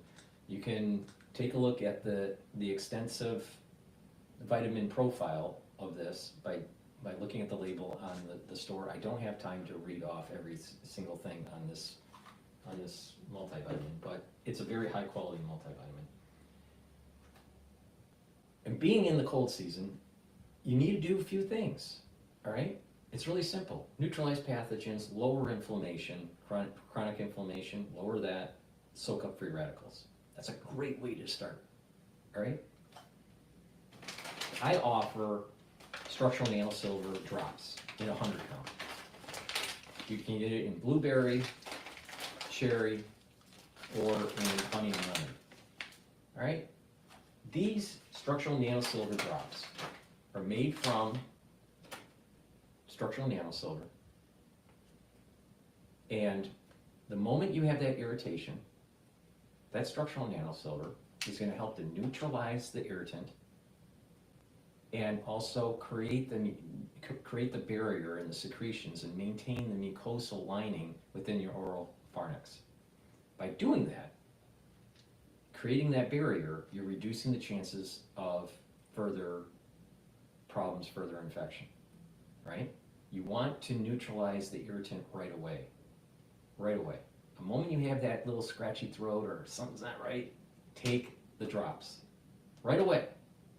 That means that you have to get a couple bags and make sure that they're in your house, because you might have someone, in your house that's sick, or you might have someone at work that's sick, or someone at school or wherever, right? So have some in your bag or in your backpack, or take it with you, or have it at your desk. So the moment you have that irritant, you neutralize it. Really important. Get a couple bags. I have it in honey and lemon, in cherry, and in blueberry. All right, and it'll help to neutralize the irritant during the cold season. You're gonna need that because guess what? Cases are going up in December, and I suspect that also in January. So you need to be prepared and take my advice. Now, if you don't take my advice, that's up to you. But this stuff works, all right? Another thing that you need to do on a daily basis is take the max 35 or the max 14, okay? Max 14 is 14 parts per million. Max 35 is 35 parts per million. Take a teaspoon a day, swish in your mouth, gargle 20 seconds or so, and then swallow it. What it's doing is it's improving your oral hygiene, maintaining that mucosal barrier, neutralizing pathogens, all right? When you're doing that on a regular basis, you don't have that inflammation, and you're protecting that barrier, that mucosal barrier, so you're mitigating, problems during the cold season, all right? Take a teaspoon a day, either the max 35 or the max 14. If you're not feeling well, take a tablespoon or 2 a day. Please go to my store, get the max 35 or the max 14.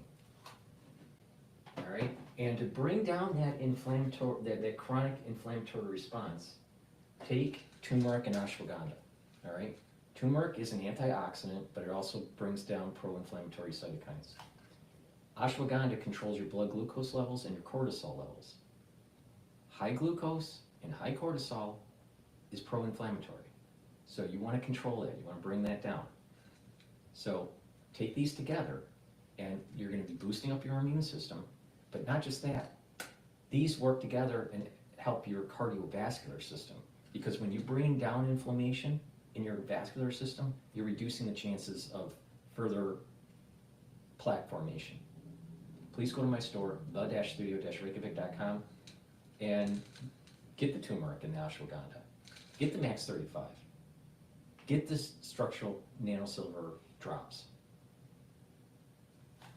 So please go to my store, the-studio-reykjavik.com. All right, what's going on? Iran is extending its hands to the next Trump administration to say, we are interested in nuclear deal. We are interested in better relationship with our, Arab and Middle East environment and so on and so forth. None of that required war. It only required rise of diplomacy. But certainly Biden had none of it. Zero. Right, Marwan, the way this is being framed when you listen to US and Israeli leaders, is there a framing here that says the problem is Iran and its allies and the complete overlooking of the fact that Israel occupies Palestinian land, it occupies the Golan Heights of Syria, there is occupation of the Shabbat farms. All that is somehow not there present in the rhetoric.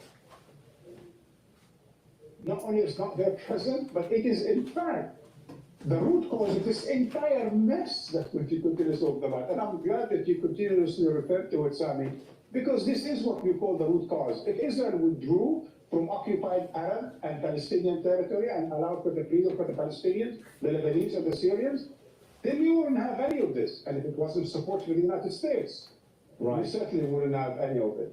All right, Marwan Bishara there, thanks so much.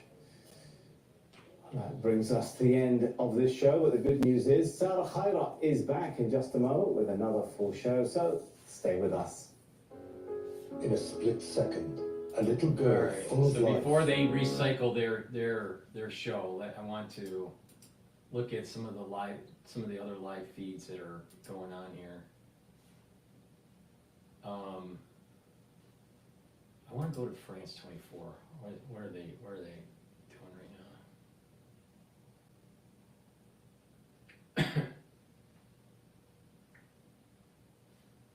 No, they're on commercial. They're on commercial break. Let's see here. I thought that, while we're waiting here, I thought that the reopening of Notre Dame was pretty cool. That whole thing here. Okay, this is France 24. I wanna jump in here. Are Syrian, and Jolani is going to ask for them back. Now, it's true that America is protecting the Kurds and fighting against ISIS possible recrudescence, but that doesn't mean that America has to keep the oil wells. America can allow for Jolani and the new government in Damascus to exploit the oil. And so that's going to be a very important feature, a tug of war between these two. Also, all those prisoners, the ISIS prisoners, that are being held in these big camps controlled by the Kurds and America are Syrian prisoners. And they belong to the Syrian judicial system. They don't belong to the Kurds. The Kurds and this entity that America has created in northeastern Syria is illegal by all intents and purposes. It's there because America is fighting the war on terrorism, and it fought against ISIS and had a UN permission to be there. So it gets very complicated legally, and it's quite clear that this new government is going to say, this is my property, these are my people, and I should have jurisdiction over them. And the UN will, of course, back up the central government in Damascus, or it should, legally, because America is there to fight against terrorism, but not to have the oil. Let's turn now to Catherine Norris-Trent, who joins us in the studio. Actually, I wanted to ask a question, if possible, to Joshua Landis there, because of his expertise on that. Joshua, you talked a little bit about Jolani and HTS's record in Idlib province in northeastern Syria, where they had de facto control already. I mean, what do you think we can learn from their time in office and what it's likely to tell us about how they may rule Syria if indeed they do form this government? Well, that's the big question. And will they do something like Iran, which has a hybrid government where there is a guardian, a chief Islamic officer, if you will, who really controls things in Iran, but it does have elections. They have a parliament. They have a form of democracy, which is important. And he could do something like that, keeping a Islamic council. I mean, that would make sure. I need to intervene. The guy that's running the HTS, right? The guy that's the leader of HTS, he's like this cross between, this hybrid between Zelensky and Osama bin Laden, the way he looks. This is why I keep on thinking, it's like, is HTS CIA? I know the US was involved with, the Kurdish-backed kind of faction in the northern area of Syria, or northeastern area, but something's weird. I mean, when I look at this guy, I'm like, I get the feeling of Afghanistan. I get the feeling, I'm getting the feeling of like two things. The 1980s of Afghanistan and the fall of Gaddafi in Libya. All at the same time. I get this kind of like feel. And, that seemed, all written CIA all over it, right? It's just weird, very weird. Is run according to some sort of Islamic principles and Sharia law, but at the same time keep the parliament and have elections. And Syria has a long tradition of having a parliament. Now, of course, Bashar al-Assad controlled that parliament absolutely, but there were still elections, and that's a tradition that goes back well before the Ba'athist regime, and there were fairly free elections in Syria in the 1950s. So it's not something that he's going to be able to jettison. We'll have to see how he forms that government, but he's promised a greater degree of Islamic governance as well. And of course, in Idlib province, as you said earlier, there weren't elections, they didn't hold them. It was, by all accounts, pretty authoritarian, criticism wasn't allowed. So do you think the fears of some of the minorities, especially religious minorities in Syria, are justified in what they may face in the future? Well, of course they're justified. He has behaved, and his troops have behaved quite well in Aleppo. Christians were not attacked. Yes, there were occasional videos of ransacking liquor stores and overturning a few Christmas trees, but that kind of sloppiness and messiness is going to be expected. The real question is how are the Alawites treated? And today the rebels have yet to march into Latakia. And I was saying earlier, in Latakia, there's widespread looting now. I hear this from friends and family in Latakia. And not looting by rebels, looting by people who are hungry or who are thieves, and they're busting into people's houses and taking whatever they want. And the banks have been looted. This sounds like New York City. And there's no government control in big areas of Syria.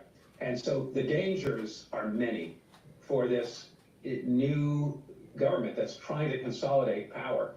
Trying to keep order is going to be very difficult. And especially in a country which economy has been largely run into the ground by the Assad regime, which had basically turned Syria into a bit of a narco state, a hub for production of captagon and trafficking that to the rest of the world. And as you say, with the US controlling its oil fields, which accounted for much of its income before the 2011 civil war. I mean, economically, how is it possible, do you think, to rebuild Syria now? Can't. Well, that's going to be the major task of Jolani, is to revive and rebuild Syria. That's what all Syrians want. They need to have jobs so that the refugees who want to come home can come home to some kind of an economy. And that's going to require the United States to really pivot 360 degrees and give up this oil and gas and lift sanctions. Because without lifting sanctions, no Saudi firm or Emirati firm or other local firms that are big and have business with America and the EU are going to invest in Syria. And that's what... I have a hard time believing that big oil is going to give up oil. That's like the Federal Reserve giving up currency production. It needs more than anything else is foreign investment and foreign aid on a big scale to rebuild.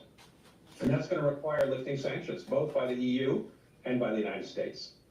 Joshua Landis, Director for Middle East Studies at a center in the University of Oklahoma. Do stay with us. Thanks so much for your analysis so far. All right, I'm going to go to Al Jazeera talking about Assad going to Moscow here.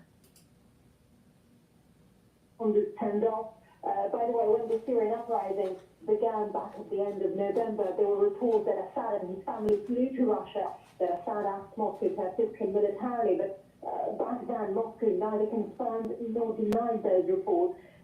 Right now, a Syrian flag, has been removed from the Syrian embassy in Moscow. The flagpole at the building is now empty. Some allege that probably a new Syrian flag with 3 stars will appear there. And not only the flag, but also the plaque, a plate with the name of the Syrian diplomatic mission was removed from the building of the Syrian embassy in Russia. Right now, Russian officials are in contact with representatives of the armed Syrian opposition, according to the Kremlin source. And the Syrian opposition leaders have guaranteed the security of Russian military bases. Yeah, I'll take the X Spaces question just in a few minutes here. Let me just get a little bit more out of this feed from Al Jazeera. In Syria under the UN supervision, so there's still a lot of uncertainty in all this situation. Yeah, and you were just mentioning there, with these Russia bases in Syria, can you just go through once again what this potential agreement is? Do we know any more on that? Well, actually, during Bashar al-Assad's rule, Syria was Russia's strongest ally in the Middle East, and he allowed Russia to have a naval base, one in Tartus, the naval one, and an air base in Khmeimim near Qatar, in exchange for Moscow's political and military support. So they say that Russia used its naval base in Tartus for transferring its mercenaries to Africa, Sudan, Mali, and Central African Republic. Right now, we had a Russian foreign ministry statement. According to that statement, the military personnel at the Russian bases in Syria are on high alert, and there is no serious threat to their safety, and there is no panic at the bases right now. But that could allegedly mean an element of agreement between Russia and Turkey, but we can only allege that. But still, we can't say anything for sure right now, so basically it remains to be seen what's going to happen next. Okay, thank you very much for that latest update, Yulia, from Russia. Well, in the US, the president has hailed the fall of Assad's regime, saying the Syrian president must... All right, before I take a question or comment from X Spaces, I just want to remind the audience, this is supposed to be interactive, so if you want, please go to X Spaces while you're watching the feed and raise your hand and, you know, request, and then you can ask your question or give me your comments. So it's really important that, you know, this is interactive. You know, we're literally watching, you know, major events happen in the last more than a year as I've been covering this in the Middle East and in, you know, Europe. And we're watching this together. But the key is to make this more interactive.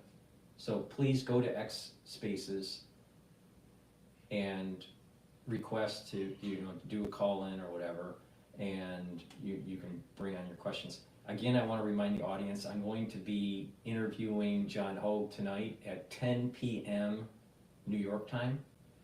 That show I'm going to have on Spaces in addition to either a recording or a live feed on YouTube. So I'm not really sure yet with if I'm going to just do a recording with a live stream on just X Spaces, or if we're going to do a live stream on YouTube and a live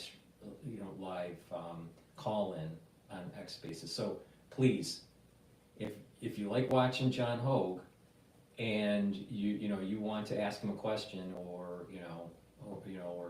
give your opinion on what's going on, because some big things are happening in the last several months. I think tonight would be a really good night. Again, you know, you had Notre Dame being reopened, and you know, the fall of the Syrian regime falling. I feel that there's some Kabbalistic thing going on here, and I'm really interested in hopefully, you know, getting John's perspective tonight at 10 p.m. New York time. So make sure that you follow on X Spaces tonight, 10 p.m. New York time, if you want to ask John a question in real time. So let me take this request. Wait, before I do that, I gotta do a plug of supplements here. You know, it's what turns the world, right? Quickly here. Vitamin K2, MK7 helps with bone health and cardiovascular health. It is synergistic with vitamin D3. D3 helps to absorb calcium. It is a gene expression cofactor and helps cells to go into apoptosis. When you couple vitamin K2 and vitamin D3 together, it helps with your cardiovascular system, and it will help with your bone health. So please, go to my store, stack the vitamin K2 and the vitamin D3. It's a dual purpose stack. Helps with your cardiovascular and helps with your bone health. And lastly, nattokinase, which is also stackable with D3 and vitamin K2. Nattokinase will help with your cardiovascular health. It's fibrinolytic, so it'll break up clots. In addition, nattokinase will help to bring down your LDL levels and increase your HDL levels. So it's lowering bad cholesterol and increasing good cholesterol. Really important as you get older. So please go to my store and get the nattokinase. All right, with that said, let's let me get this request going here on X Spaces.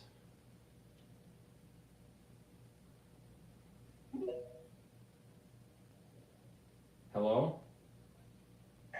Hey, Paul. Hi, how you doing? Doing Good good? to talk. Sorry, I changed my name back to the original one, so. It's all right. So, yeah. You've been paying attention to what's going on in Syria, I'm assuming. Oh, yeah, and What's your take? well, could we start with the fun part for a second, Notre Dame? Yeah, go ahead. That was beautiful, just beautiful. So I found the YouTube channel for Notre Dame, so I got the original video without any commentary on it. Mm-hmm. And it's really interesting. So they had 3 different sessions, 3 different multi-hour things. The first was the Trump one that we all saw, but then the next one was where they like, it looked like they consecrated the church, you know, with like oil and incense. It was really interesting. Right. And then the last one was, I think, like the first communion. So, but as somebody who grew up Chabad, it was pretty interesting to watch. And I always, if you don't mind, then we'll get to Syria, but this is really interesting. So when I was in DC on Christmas Eve, I went to like, you know, the big Catholic church, not because I believed in it or to take part, but just to watch the pomp and circumstance. It's like a show, you know? And it's entertaining, and not in any disrespectful way, but, and this was similar. It's just really interesting. You got to see this part where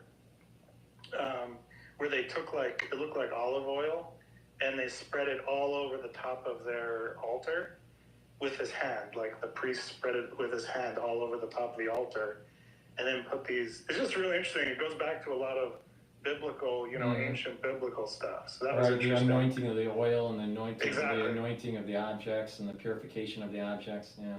Exactly. Now, some interesting points about that trip. You know, it was pretty interesting to see Trump with Prince William. That was, you know, with a few different people. Prince William, I don't know if you got to see that one. I mean, there wasn't like much video or pictures. I saw a picture of it, and I saw him. I saw them shaking hands. You know what's interesting with Prince William? He seemed, you know, to be ear to ear grinning when he was with Trump, but when he was sitting by himself, he looked sad. There was a sadness that I saw in his face. I think there's something going on between him and Kate. Him and his sister-in-law? No, that's Merkel. Him and Kate. With the cancer thing. I think there's. He looks sad or depressed. A little broken. Yeah. Yeah, that is really sad. I mean, he's my age. You know, I don't know. He's like a millennial. He's our age. You know what I mean? Like he's one of us. Right. Well, I mean, I'm a little older, but yeah. Yeah, but I remember his birth, so. Okay. But I guess what I mean is he's not like King Philip or whatever his father is. Right. Yeah. He's not like detached from. I would hope that he would be. He just seems more in line, you know, like Prince Harry. It's King Charles. It's King Charles. King Charles. There you go. Thank you. It's like Prince Harry is super disrespectful, you know. It's like when he took that picture with Melania, he put his hands in like the devil sign in his jacket. I don't know if you saw that. I saw that. Yeah. I didn't know if that was the meaning of the symbol. Well, I don't know for sure, but it sure looks like the devil symbol. I don't know what the meaning is. Well, you know when they put their hand and they lift their too. So it looks similar. It's true. I don't know what the meaning is, but so there was the Prince William one, and then of course with Macron, he was super. How do you call it? He treated Trump really well, Macron. That was nice to see. Well, I mean, he needs to because he's afraid that the taxes are. He's going to get slapped with some major tariffs. But it's smart of him to approach it that way. I mean, rather than Biden. I think there were two things that were going on. Or three things with Macron. Because, you know, he's in turmoil with his government. Oh, that's true. You know, that he wanted to align with someone that seems a little bit more macho and a little bit more in command of what's going on. And could give him credibility. Yeah, you know, and then trying to give him a little bit of pomp and circumstance would maybe smooth the whole tariff issue. Exactly. Now, plus he wants to also be a little bit more macho. You know, if you notice that he was trying to out-arm and out-handshake Trump. And there's no way he could. I mean, no, but I'll tell you. You know what's interesting with Trump? Yeah, I said this on multiple. Well, he's a strong guy, but you know, the thing is, he's a big guy. But the thing is that he has these mixture of soul roots between George Washington, JFK, and Ronald Reagan. Yeah. So when he was sitting down next to Jill, they were kind of talking, but the turn of his face, and because he was wearing a long overcoat, dark overcoat, and with that, I thought his tie was pretty good. He picked a good tie, but just the color scheme that he had, and the way his hair was in the angle, there's just a little bit of hint of George Washington. You could kind of see that if you did a quick take at it, you might say George Washington was actually sitting there. So I feel positive about Trump's second term, but it's not going to be easy. It's not going to be easy. It's going to, there's going to be people trying to try to have his administration stumble. Yeah. Now you said, and let's get to that too. But he said Washington, Reagan, and the third one was JFK. JFK, right? Of course, yeah. It's so interesting. Okay, so let's see whether there was anything else interesting with that trip. Well, anyway, then let's move to. Was there something else before Syria? Well, let's talk about some of his picks, if you don't mind. Yeah, go ahead.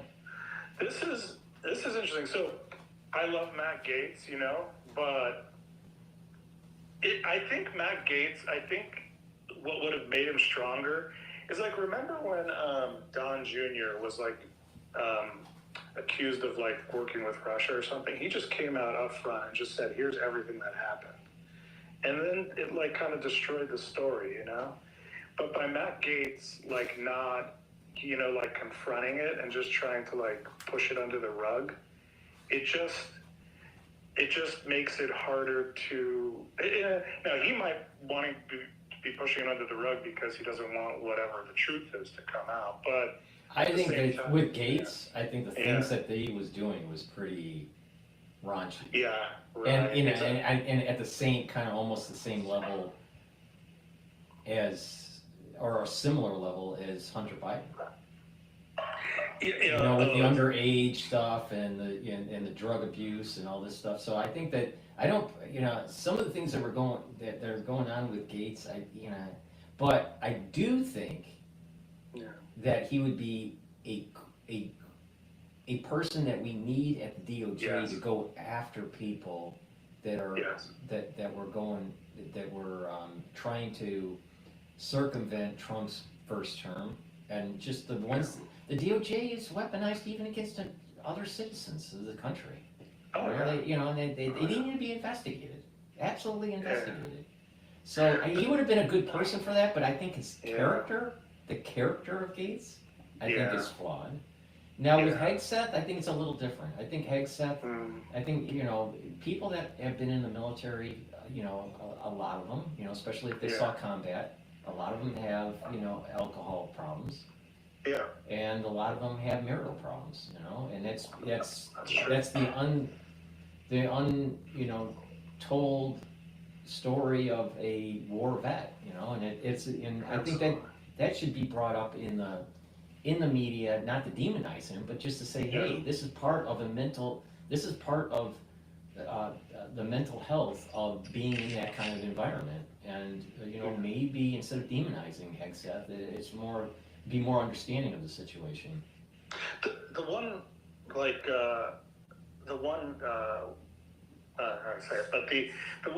thing about Hegseth that catches me is,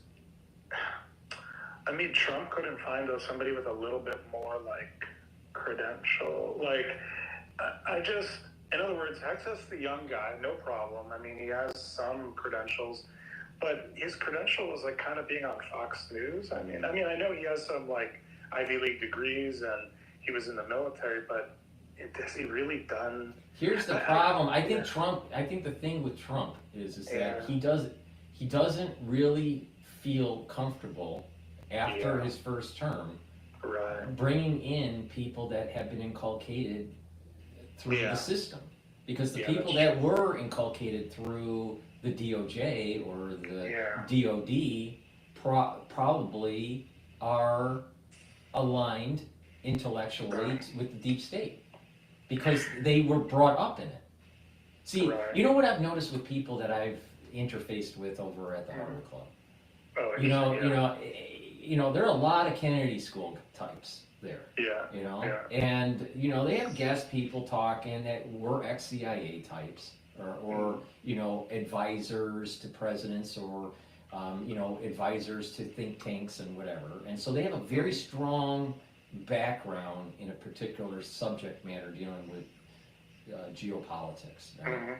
Or international affairs. Very strong, right? But what I have noticed is that if they are brought up in a certain department, they will be more protective of that department. So if you're trying to restructure the DoD, do you really want an insider or do you want an outsider? Because it's the same thing with corporate America. Sometimes you want to hire from within, but sometimes it's better to hire from outside. And I think we're at a situation when it comes to the DoD or the DOJ that you want to hire someone from the outside, not the inside. And I think that's that's where he went. He went with the strategy, try to hire someone from outside the department. Yeah, and I don't like have an issue like with him on a personal level. I don't have an issue with him becoming, you know, SecDef. But I will compare him with like Kash Patel. So Kash Patel is probably around the same age as he is. Yeah. But the difference, so Kash Patel, you could also say is it doesn't really have a lot of experience, but in truth, in the last administration, Trump moved Kash around in a bunch of important positions, and there was no, I think, and you know, so it gives him like, and there wasn't any scandal or anything, you know, so like, you know, now he could come around, so now Kash has a lot of support, and they're saying he's going to be, you know, for sure approved. So, but have you heard this rumor that they're saying that maybe if SecDef, you know, doesn't last, then the Florida governor, DeSantis, Yeah, my take on that, is that I don't trust DeSantis for multiple reasons. I agree with you on that. You know, one, he's a Yelly, you know, and I would not be surprised. I can't prove it, but I would not be surprised he's skull and bones. Because you look at his resume, he looks like he was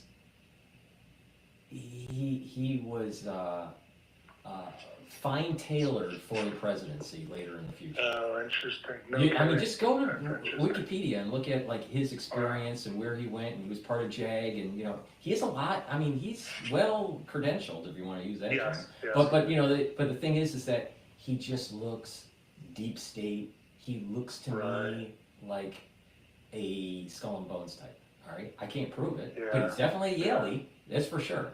All right. Now, the thing that, all right, so you got the Yaley issue, that potentially he's a deep stater. All right, but let's just say he's not. The way he conducted himself, it was about him trying to elevate himself in the political theater. If you remember, there was those earthquakes during Trump's first, was it Trump during his, no, was it his first term? I'm trying to remember now. No. So DeSantis was positioning himself during the Biden administration to run against Trump in 2024. Absolutely. All right? And I felt that DeSantis should have aligned himself with the Trump movement or the MAGA movement as a VP, not to go head on with him. And so from my perspective, it seems as though DeSantis is a little bit more like Nikki Haley, self-centered, deep stater, not really a MAGA type person. Right. So I don't know. I don't trust him. I feel that if he brings on DeSantis, I don't trust him. you know that Trump's making the same mistake that he made in the first term and bringing on people that are going to slow walk his policies. I don't trust Nikki Haley or DeSantis. Don't trust him. Nikki Haley is just disgusting. The problem with DeSantis is he did that advertisement where he like had his kids building a wall and he was, you know, like making as if he was supporting Trump. And then when he fought against Trump, they asked him like, how about that wall you were like, you know, making as if, and so he's like, oh no, that was just like politics or something. That's not a guy that you really, I mean, the good things, I think when I think about if DeSantis was in charge of the military, I assume he would do a lot of work to rid it of like DEI. And if we got into a third world war, which looks like, I don't know, maybe we'll get to that, but maybe we're heading to that. If, maybe a guy like that could lead the military, I don't know. But yeah, the problem is, and I'd like to hear if you what you think about that. But the problem is, yeah, I mean, he's totally not trustworthy at all. Like, I was already thinking in my head, if they tried to, like, they have that 22nd Amendment or whatever it is where they could remove the president. It's like, he'd be the first guy on that list. They could remove a president for, like, mental issues, and I just, yeah, he's totally not trustworthy. What they're talking about in the media, what they're saying is, first of all, there was this story like saying, oh, DeSantis something is being considered. And it's like, you wonder, okay, was that story planted by DeSantis or his people? I wouldn't be surprised that it was, just to test the water or to try to or force the hand of Trump. I don't trust DeSantis. Yeah. I really believe that the deep state is very concerned of the restructuring of the DOD and the DOJ. And also the other agencies like the FBI. Yeah. So and because that restructuring would mean investigations of nefarious activities that were going on during the 2016 election and the 2020 election, and the lawfare and all this stuff. It starts shining a light on mismanagement of funds at the DOD. The deep state knows that Trump is going to be a lion, right? And that he needs people to promote his policies within these agencies.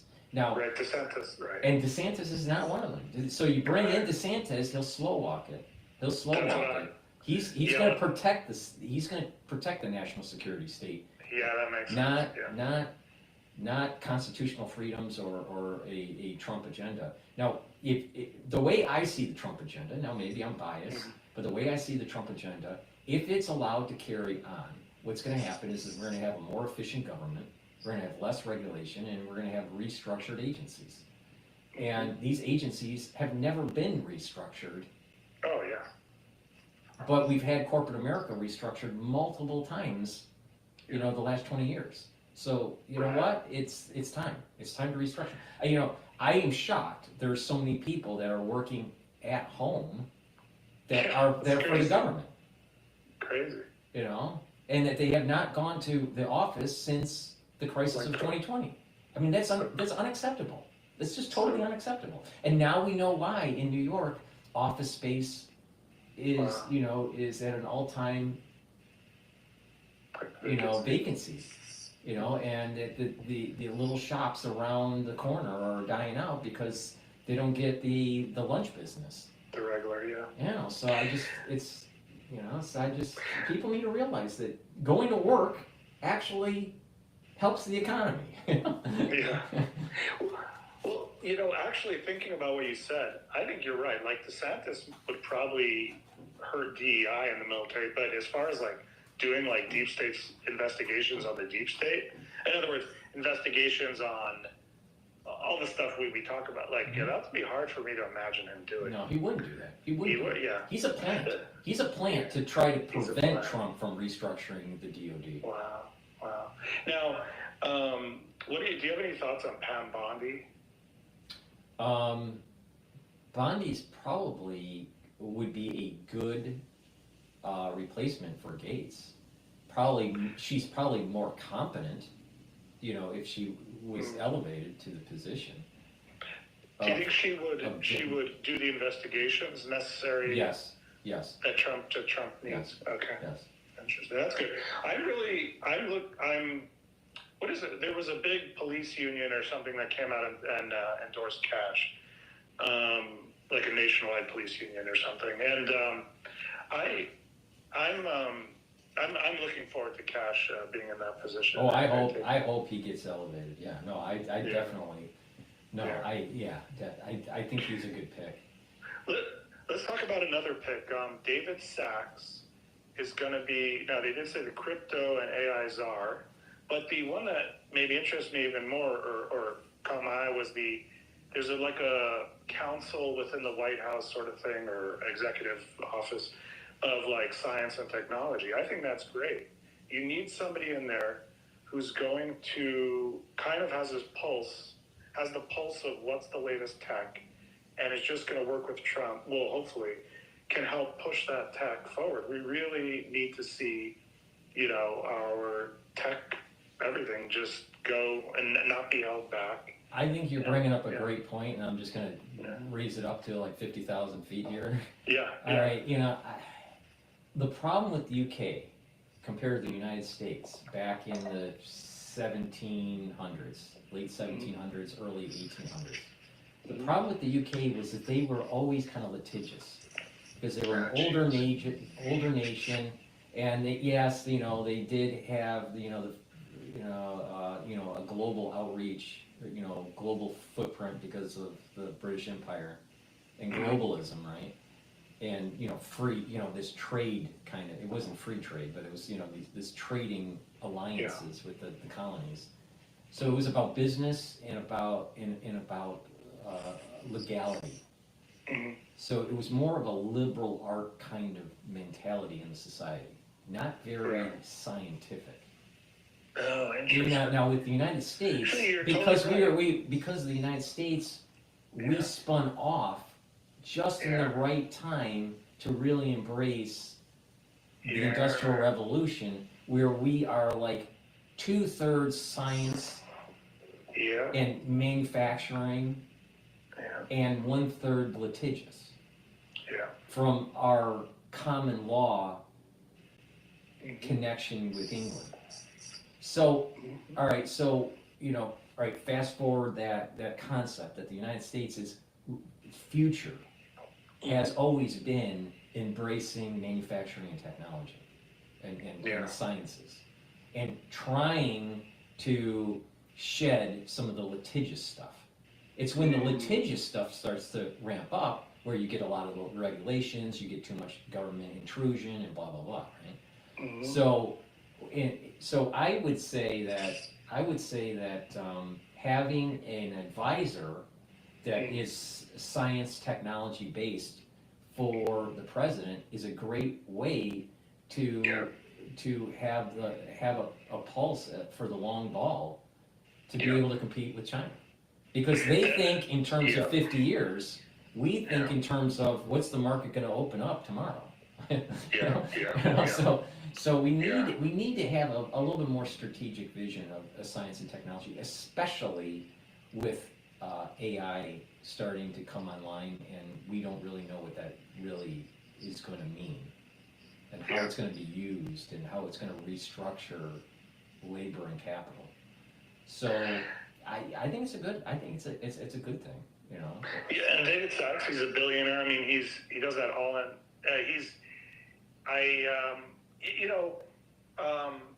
Actually, to confirm, to put another point on the board of what you're saying about UK versus us, tech versus more litigious, that confirms. I have a book on sort of the history of universities back to like the medieval times, and even back to like Plato and stuff. And I've been reading some stuff on this, and it's really interesting. The first science and the first science university was like in Germany, and then the first one in the United States was what's that one in Maryland? The big medical Mayo Clinic, whatever that university is.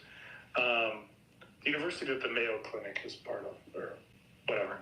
Anyway, so the point is that we were the ones that really, it had its start in Germany, but that was a new idea. This idea of like a university being a research university. Before that, it used to be, like you said, much more like liberal arts. The research thing started in Germany. When I'm saying research, we're talking about science and technology. And then, that really boomed. And then in the United States, that became very much the norm. And then Harvard, which used to be, for example, or Yale, which used to be, liberal art universities, became then also science and technology. Right, they had to. Because what was happening in, let's say, so like with Harvard, it was, 1630s, right? And then Yale, I think, starts in 1701 or something around there.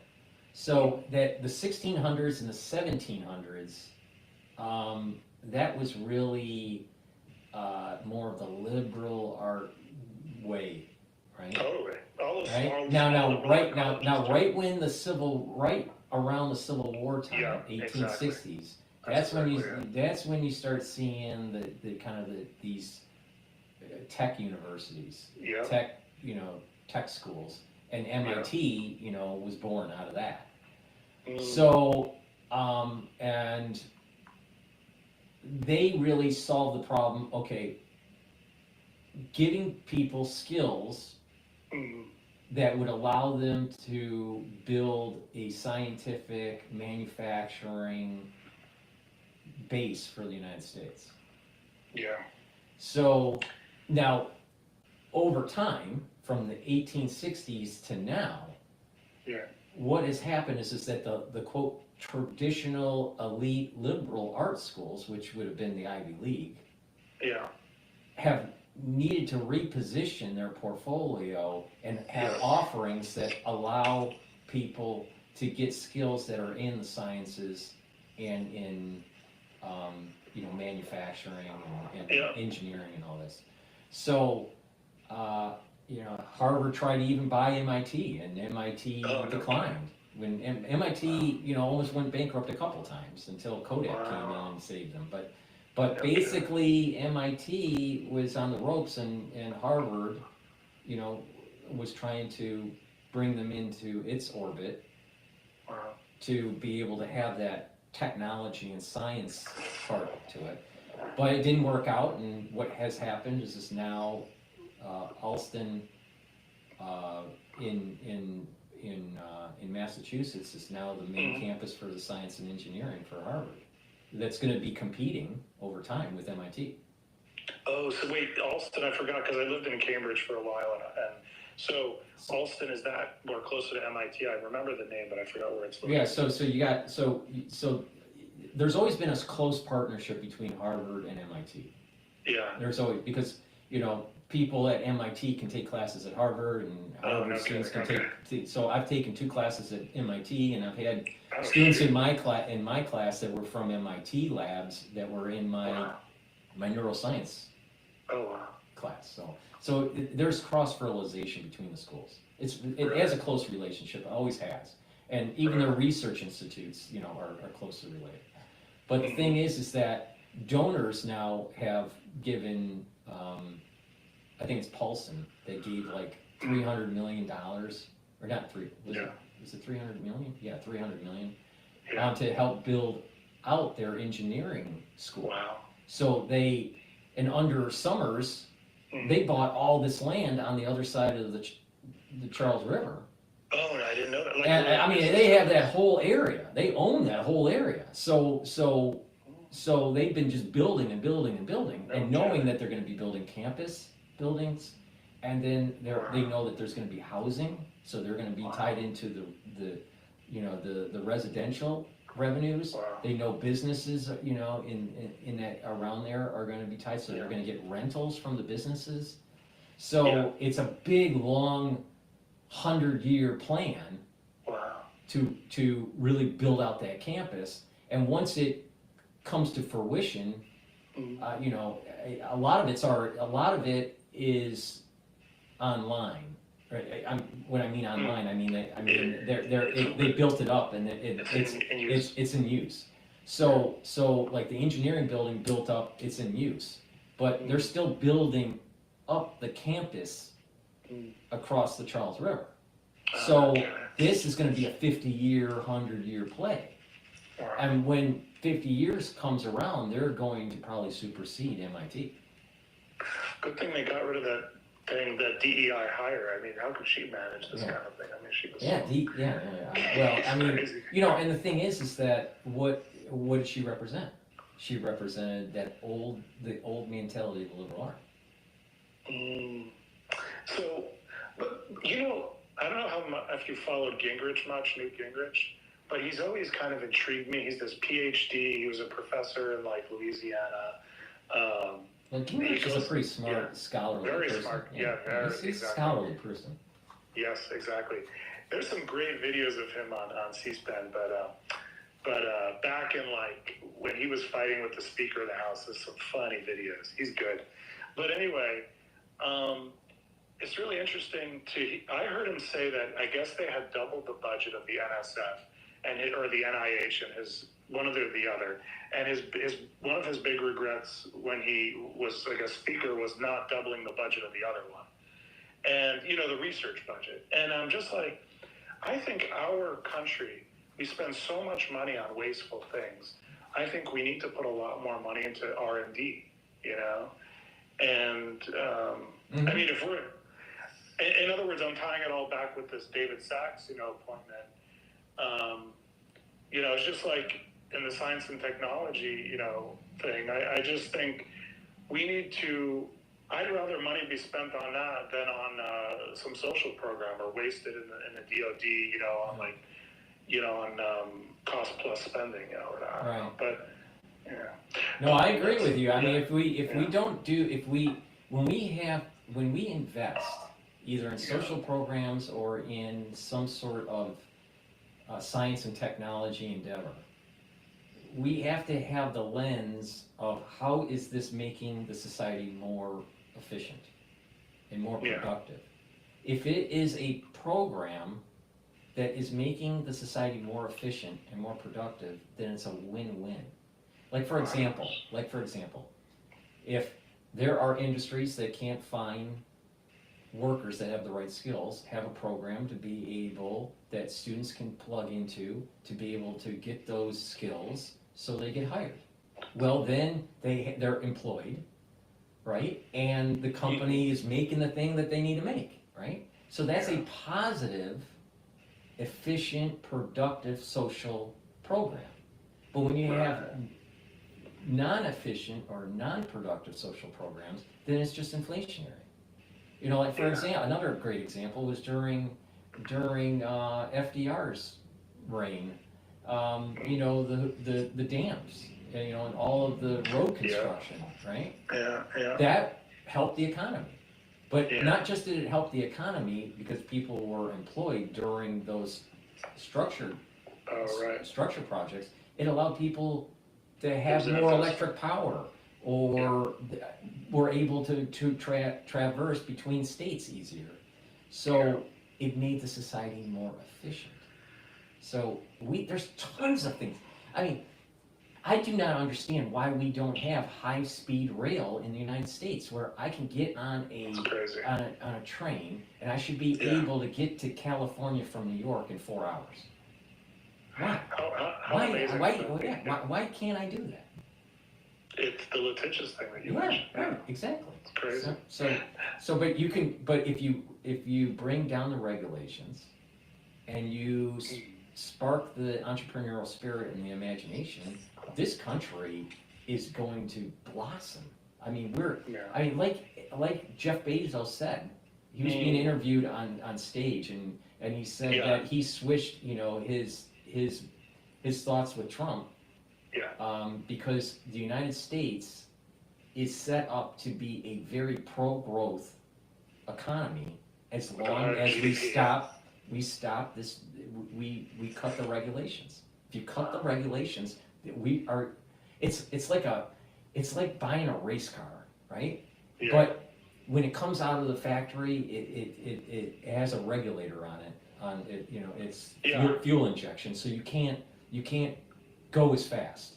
But if you take the regulator off, the thing goes 0 to 60 in a second, right? Right. So that's the way our economy is. We have been regulated to death, where we can't grow as fast. And then let's talk for a second about Doge. Yeah. Which is, I mean, first of all, how great is it to have somebody like Elon Musk, helping, well, many things. First of all, he's, first of all, I love seeing him travel with Trump, or around with Trump, because he's a guy that has a lot of knowledge in a lot of areas, knows a lot of people. In other words, if we said, could we get Elon Musk as the VP, everybody would have said, The problem is that he wasn't born an American citizen. Yeah, yeah. But I mean, to have him as the second best or whatever is to have. Yeah. I think that I think that two things are happening with his advice with Trump. One is that Elon wants to make the government more efficient and has the skill set to do it. Yes. But he also is a futurist. But isn't like a fiction futurist. He's more of an engineer futurist. How do I have a thought in my mind of way I want the future to be. How do I build it to get there? He has that mindset. So I think that his conversations with Trump about science, technology, and where the country's going led to the need for an advisor that talks about science and technology, because Elon is going to be focused on the efficiency side, but he has these other companies like SpaceX and Tesla that he has to run. Yeah. Right. So. Yeah. But I think that I'm very bullish on America, as long as Trump doesn't get assassinated, and as long as he's able to get many of his nominees into those offices to be able to restructure government, because it needs to happen. I mean, the mainstream media is demonizing RFK Jr.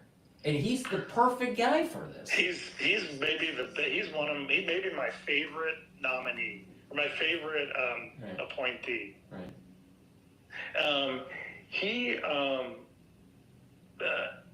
Okay. First about RFK. I mean, it's so great to have him, in on the administration, because Gingrich talked about how back in Lincoln's cabinet or whatever, that he brought this group in of his rivals. It was I forgot the name of it, some kind of rival committee, and to have people like RFK and Tulsi and David Sachs, all these, Elon Musk, all these people, it's like gathering all the sort of the outcasts, and bringing them in. And the other thing is, just to go back for a second to Elon Musk. I do like to also see Elon Musk advising. Apparently, Trump is sometimes involving him with Iran and Russia, or different phone calls, and I think that's good, And but to the point that I really wanted to get to more was the Doge itself. So Doge, they have this account on Twitter, and they have their DMs open, and they said, if you're interested in Doge, send your resume. Well, I sent in a resume. Okay, I'm not really interested in Doge particularly, but more in that last time I talked to you about that direct democracy, constitutional amendment. Right. But anyway, what's interesting is I heard Vivek talk about all the resumes they've got in. He said he's way surprised about how good the quality is of people that are applying. That he's just he's just totally astonished, Well, just take it one step further. Yeah. Forget about the Doge idea. Yeah. Just look at how many people that want to participate in our democracy that have a lot of different skill sets to move the country forward, and that wants that brighter future. But we've been held back. See, I had this a long time ago, maybe about 10 years ago. I had this phrase: the people that I knew at work were many of them were liberal, very liberal, right? Mm-hmm. In New York, of course, right? And I said, the problem with with liberal mindset is you're looking down. You look down onto the ground. But people that have a more conservative, more entrepreneurial mindset, they're always looking up. They're looking up because they're looking at the future. They're looking at how can they improve the situation. How can they do things bigger, right? But when you have people that are just looking down, it's always they're all depressed, and they're very. For example, here's a perfect example of what's going on contemporary. In the media, they're always trying to demonize Elon Musk if, let's say, a rocket isn't working right. But the whole idea is that he needs to blow stuff up to find out how to get it to work. You know? This is the mindset that the liberal doesn't understand. You have to fail forward. You have to fail and fail and fail, and then eventually you fix it, and you move forward, and and eventually it gets better and better, and then bam, all of a sudden, you know, you built the thing that you originally wanted to build. So I just find it the liberal mindset is always afraid to take chances. Wow. And they're always looking down, and I think that there's a big. I think the ones that are applying to Doge, they're the ones that are looking up. They're the ones that are saying, "Hey, we have skill sets. We want to contribute. We want to, just give me the chance, or just, they got all this potential energy within the society to unleash, a major economic revolution." Now, Bezos is saying this on stage too. He's saying, it's the regulation that's holding us back. So we may actually see in the 21st century us building the 23rd century, and we skip the 22nd century. Jeez. Now, and what I think might be happening with this Doge thing is, because him and Vivek and Elon are, not, I don't know that they're going to be official government employees, because then they have to there's all kinds of ethical things and disclosures and. My thought was that they're just being advisors to the president. They're going to say, this is what we think. We've done a bunch of spreadsheets. We've got all these people crunching the numbers. This is where the savings are. This is how you restructure. Now he delegates that to the different appointed congressional, how should I say it? He delegates the authority to the ones that are running the departments that were the nominees that were accepted by the Senate. Yeah. So he's kind of like Vivek and Elon. They're like kind of a brain trust for Trump. Right. Crunch the numbers, give me a plan, and then delegate it out to the different agencies and to Congress, saying this is the plan forward. And it's very similar to what is going on in corporate. You have financial guys, you have operational guys coming up with a budget, a 5-year plan, and then it goes through a committee process to get fine-tuned. And that committee process could be, in the Congress to get buy-in and all this. It's not going to be perfect because, that's the way the sausage is made in Washington. But the thing is that I think Vivek and Elon is the brain trust, and they don't need to be approved by Congress, by the Senate. There's no need for it. But it's the product. The product they create is going to be gold, because what it's going to show is the analytics of why the policy is the way forward. Yeah, and they also so 2 things. One is so when I heard Vivek talking about this, what sounds like he's going to do is, if I heard him right, he kind of didn't say it totally clearly, but when the president comes in, he gets to appoint 3,000 people within the administration, and so.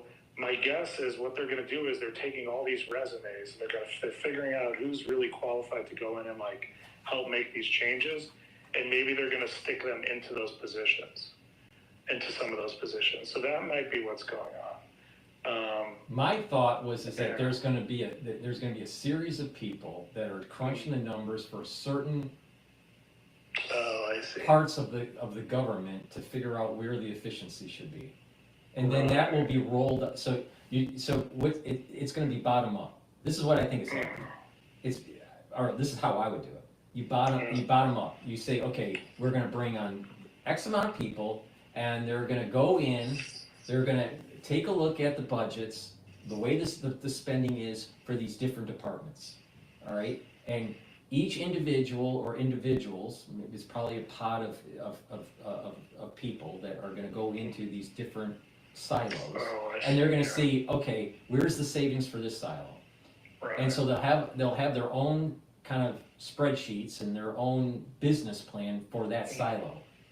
Yeah, that makes sense. And then you'll have that roll up into a consolidated form where you just have department line item. But a department line item for the savings that's more at the Elon Vivek level to present it to the president. But everything is backed up with detail at the individual department silo that's rolled up into the consolidation. So when someone says, how are you going to save 500 million, $500 million, let's just say, in the Department of Transportation, right? Well, it's hyperlinked. It goes to that Excel sheet and it shows line item of everything for the 500 million savings. So instead of just doing napkin, back of the napkin kind of calculations, it's all bottom up. That actually might make more sense than what I was saying, because any of these people that are confirmed by the Senate, they have the statutory authority to hire extra people if they want, I assume. So all they have to do is just right. So you have this. So you have the people that know the detail at the silo level that are feeding the consolidation, and then it's given to it's given to be implemented, and the people within that silo, because they know the details, will be brought into that department as a special investigator or special consultant or whatever to push it through. Yeah, let's talk for a second about Tulsi Gabbard, if you don't mind. So again, Tulsi Gabbard is young. She's not really experienced. I mean, to be the head of the ODNI, that's basically the person who's overseeing all intelligence, all 17 intelligence agencies. Now, they have a staff of, maybe the ODNI, I heard, maybe has a staff of 3,000 people. So. And they don't have line item, what is it called? Monetary, they don't have money control over the intelligence agencies within the DOD, which includes the NSA and others, the NRO, National Reconnaissance Office and others. So DIA. So it's questionable how much power they actually have. They're the ones that produce those long range reports on the national strategy. They produce anyway. So I don't know if if you really have to be that, knowledgeable on this. I think where they're going after with Tulsi is not so much her experience. What they're going after is that she's made comments that seem to be against the grain of the national security state, especially with Russia and Syria. So they're going to say, so when she gets, she rolls up to the Senate hearing, right? They're going to say, why were you a bit, it seemed that you were pro-Assad, right? That's crazy. Because she was basically saying that our national, our national security state is getting too involved in the Syrian conflict. Right? So what happened in Syria may actually hurt Tulsi, because she was saying, maybe we should not, have so much intrusion in the region. So it's fighting against that whole Cold War 2.0 mentality that's at the national security state. That's what they're trying to chip away. They don't want her there because they don't want the restructuring, because they just want status quo. They want to maintain their post 9/11 power. Yeah, absolutely. And I think that if she was brought in, that she would chip away at that post 9/11 power. Right. Do you think she would, do you think Trump appointed her kind of as a payback for supporting him during the election? Or do you think he's appointing her because he has, trust in her that she'll, deal with some of the corruption in the intel agencies? Or both? I think it's both. Right. And I think it's also a little bit of a ding against Nikki Haley. Oh, God. Nikki Haley is one of the worst. She's such a loser. She's with Trump, after he It's so obvious that she's all about herself. It's so obvious. She makes it too obvious. It's like even DeSantis doesn't. I mean, it's not that bad because at least he fakes it so much. She just literally now all she got has is some stupid radio show, I think, and I mean, she's trying to demonize. What is she doing on that podcast on Sirius Radio? She, what she's doing is she's trying to demonize Tulsi. Yeah, she's sick. Let's move to RFK for a second. First of all, when they brought him out, there was a speech he gave right before he endorsed Trump. He did a little press conference. Yeah. And it was I didn't see any notes or anything. He just talked, and it was just beautiful to talk about. He's hard to beat logically, and talking to him. And then he came out and he gave his endorsement to Trump. That was some great staging, with the firework kind of stuff in the background. This is beautiful. Mm-hmm. I watched that thing a bunch of times because it was just really beautiful watching him give his speech and to the Trump supporters, and that was beautiful. And I think it's apropos. It's perfect that he came in and it's Trump didn't listen to him when he was warning Trump about freaking. Well, I'm not going to say the word. We can't. Certain things we can't talk about. I don't want to this time I remember pokes. So he was warning before the whole thing came around in 2020 or whatever. He was warning, and Trump was dissuaded, I think, from bringing him or involving him because of some, You want to hear? You want to hear an interesting tidbit? Yeah. I think it's this coming week. Mm-hmm. I'll be on a Zoom meeting. Mm-hmm. All right, but I can't participate. I only can listen. Yeah. That Fauci's going to be on promoting his book. Yeah. He's promoting his book On Call. So I'm going to be actually in a Zoom call with Fauci, but I can't. I can type in a question, but I can't. Yeah. They won't let the audience. Yeah. And they pick which questions to ask. So but the thing is that that's a little tidbit for the audience to hear. But I think it's Wednesday. But but it'd be interesting to have a real good discussion about why certain things were happening and why didn't we do what, I'd really, really drill them on the nefarious activities that were going on with the gain of function. But I don't want to go any further with this because of the censorship. Of course. But now,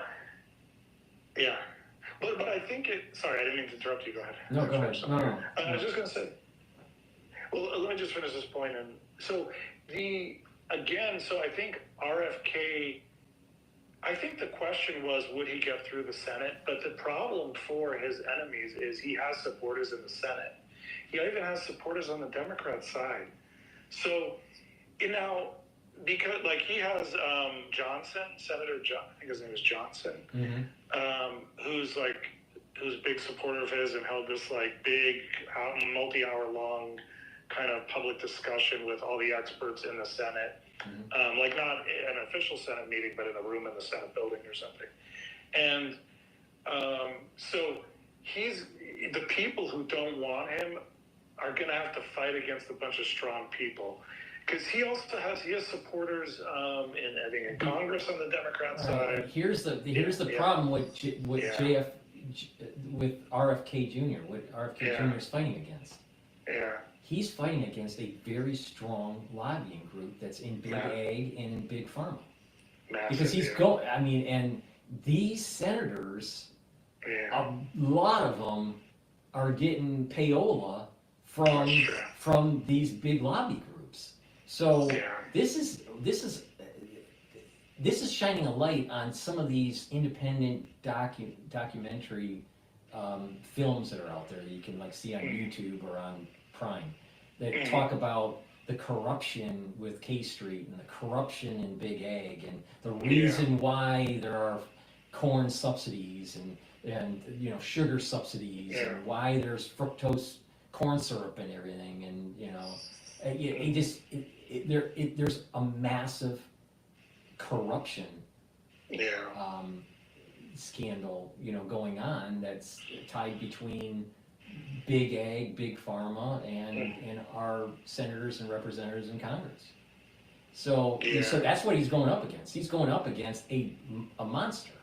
A monster. You know, and so they're going to say, well, he's crazy. He's a conspiracy theorist. He's a this. He's a that.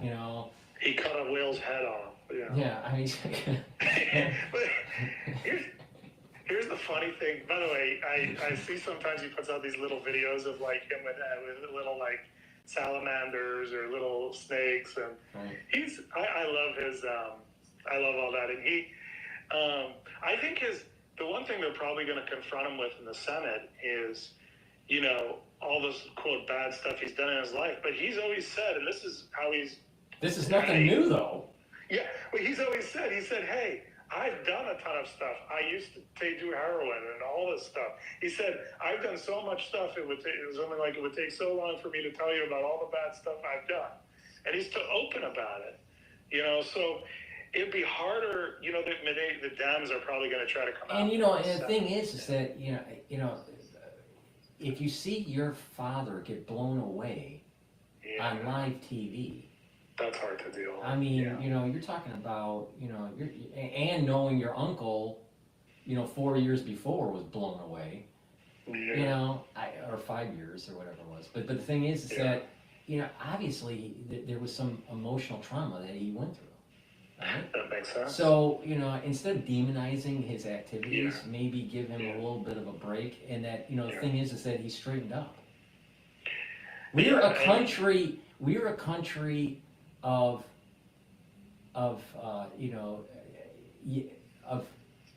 redeemers, second chance. The idea that, okay, we fail, there was a failing, and and that you dust off and you pull up your bootstraps and you just start again. That's a major ethos of the American spirit.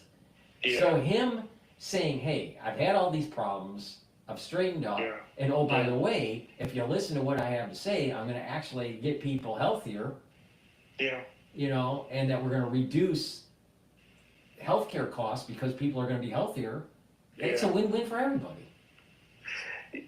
What was beautiful was hearing him choke up, and I think he choked up in talking about how basically years and years ago, he had these parents coming to him, or mothers coming to him, and basically like crying or whatever, just pouring out talking about the issues that they were having with their kids. Now at that time, he wasn't, I don't think, involved with that stuff. He was involved more with the environmental defense, like probably like clean rivers, clean water, clean air. Right. My understanding was that a big part of his practice was dealing with mercury poisoning because of industrial mercury poisoning. Interesting. I know he said I think he was the one, because of him, that cleaned up that river that runs through New York or something like that. I don't know. But anyway, so I forgot the name of it. So years ago, it's this beautiful story he says. It's what I love about RFK is a lot of times he speaks just straight from the heart, or all the time. And he had this beautiful story how he said he's prayed for 16 years straight every single day to please God put him in a position where he could help those kids, those mothers that came crying to him. And he said that, like Trump is the answer, and it's just beautiful. There's some of these stories that I've heard him say, but one thing that I thought about is, okay, so I just assumed, okay, he's going to have a hard time getting through the Senate. This is before Trump announced him, and so I said, oh, Trump will just probably have him in the White House as a kind of advisor. But I was trying to think about why he wanted to be the actual HHS head, why Trump put him there versus putting him in as an advisor. I guess the reason I'm thinking, but I want to know what you think, is that I guess now that I think about it, if he was just an advisor, but they put just some typical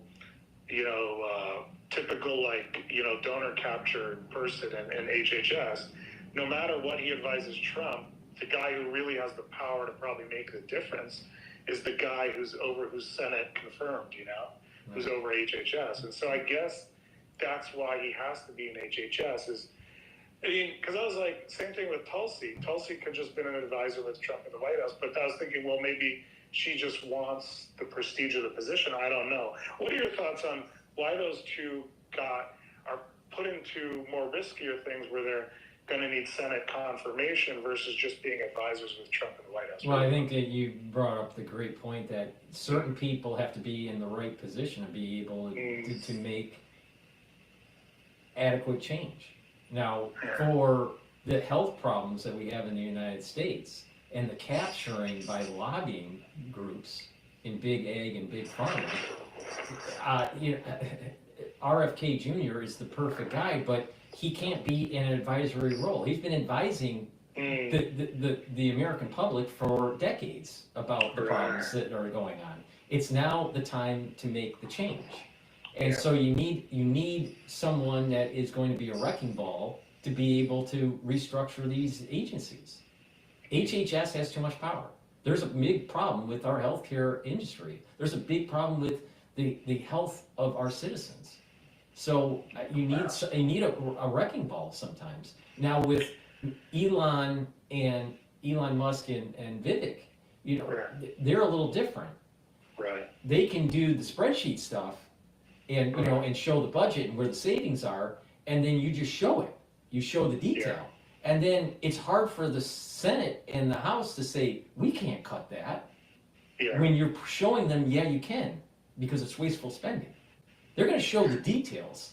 They're going to show the receipts. They're not going to just say, this department could, cut 5% or 10%. They're going to show the details on why. And it's going to, I would not be surprised if there's literally $2 trillion of waste in government. I would not be surprised.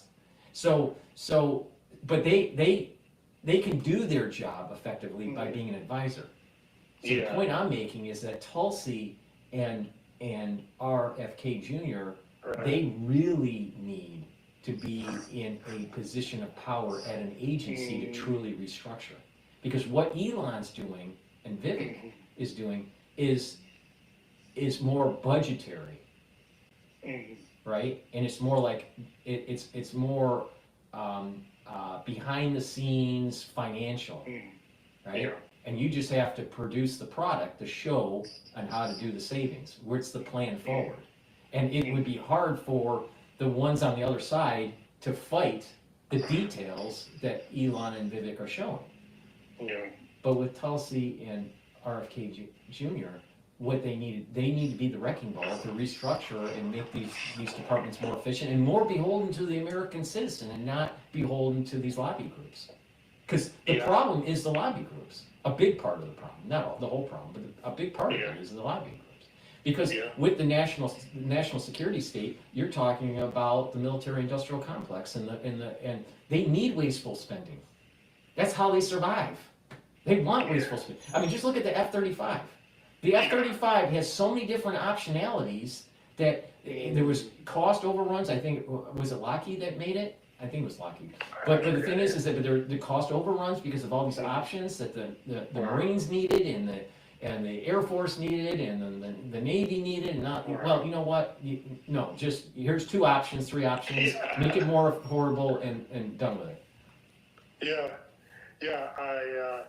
Actually, what's interesting is one thing that's interesting with Trump as far as his appointments go is I like how he's bringing in all these people who are like, they're kind of known, but they lost their elections. Like that guy in New York who ran for governor, Collins, I think, Doug Collins. He was a congressman, I think.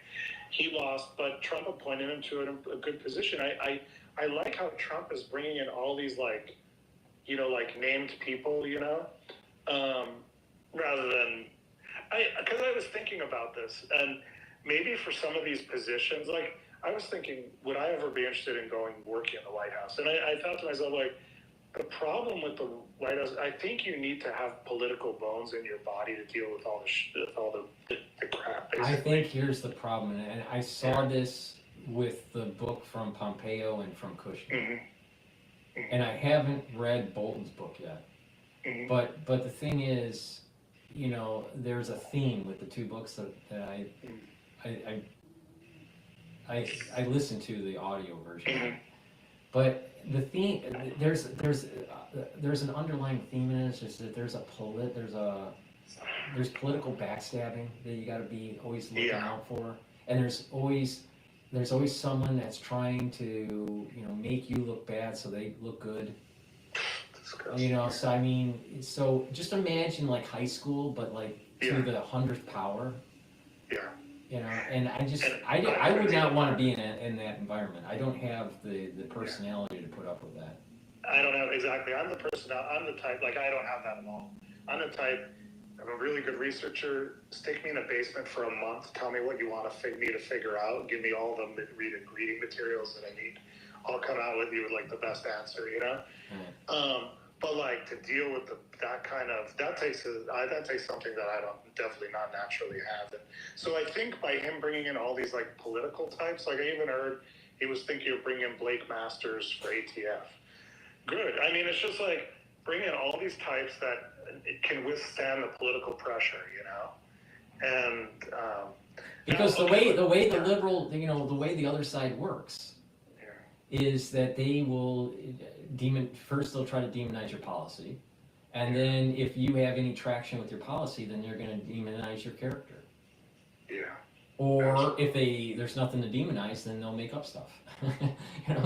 So they're always going to get you. I mean, just imagine the stress. Just the Supreme Court justices they have to go through, and just all the demonization of their past, truthful or not truthful. I mean, there has to be a certain type to be able to. They literally, the other side literally wants to destroy you and your family. Literally.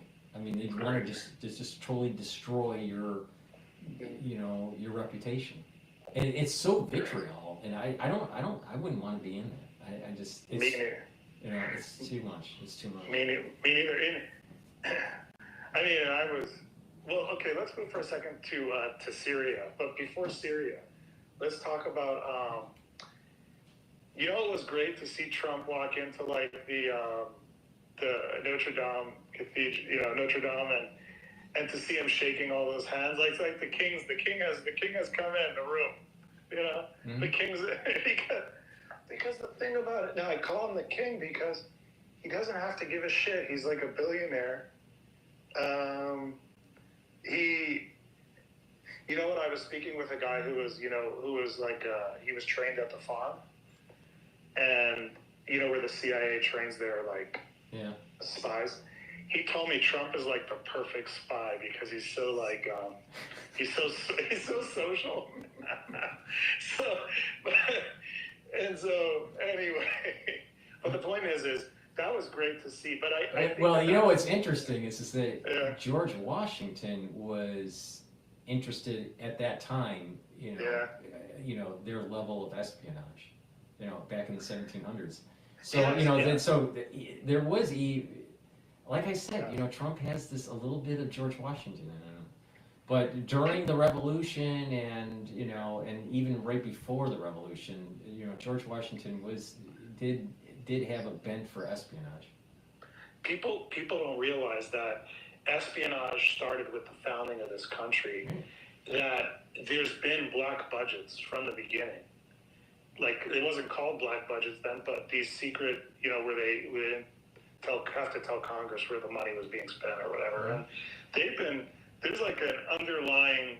You want to hear something even weirder? Yeah. Because the whole, because our founding of our country is very Masonic, right? Yeah.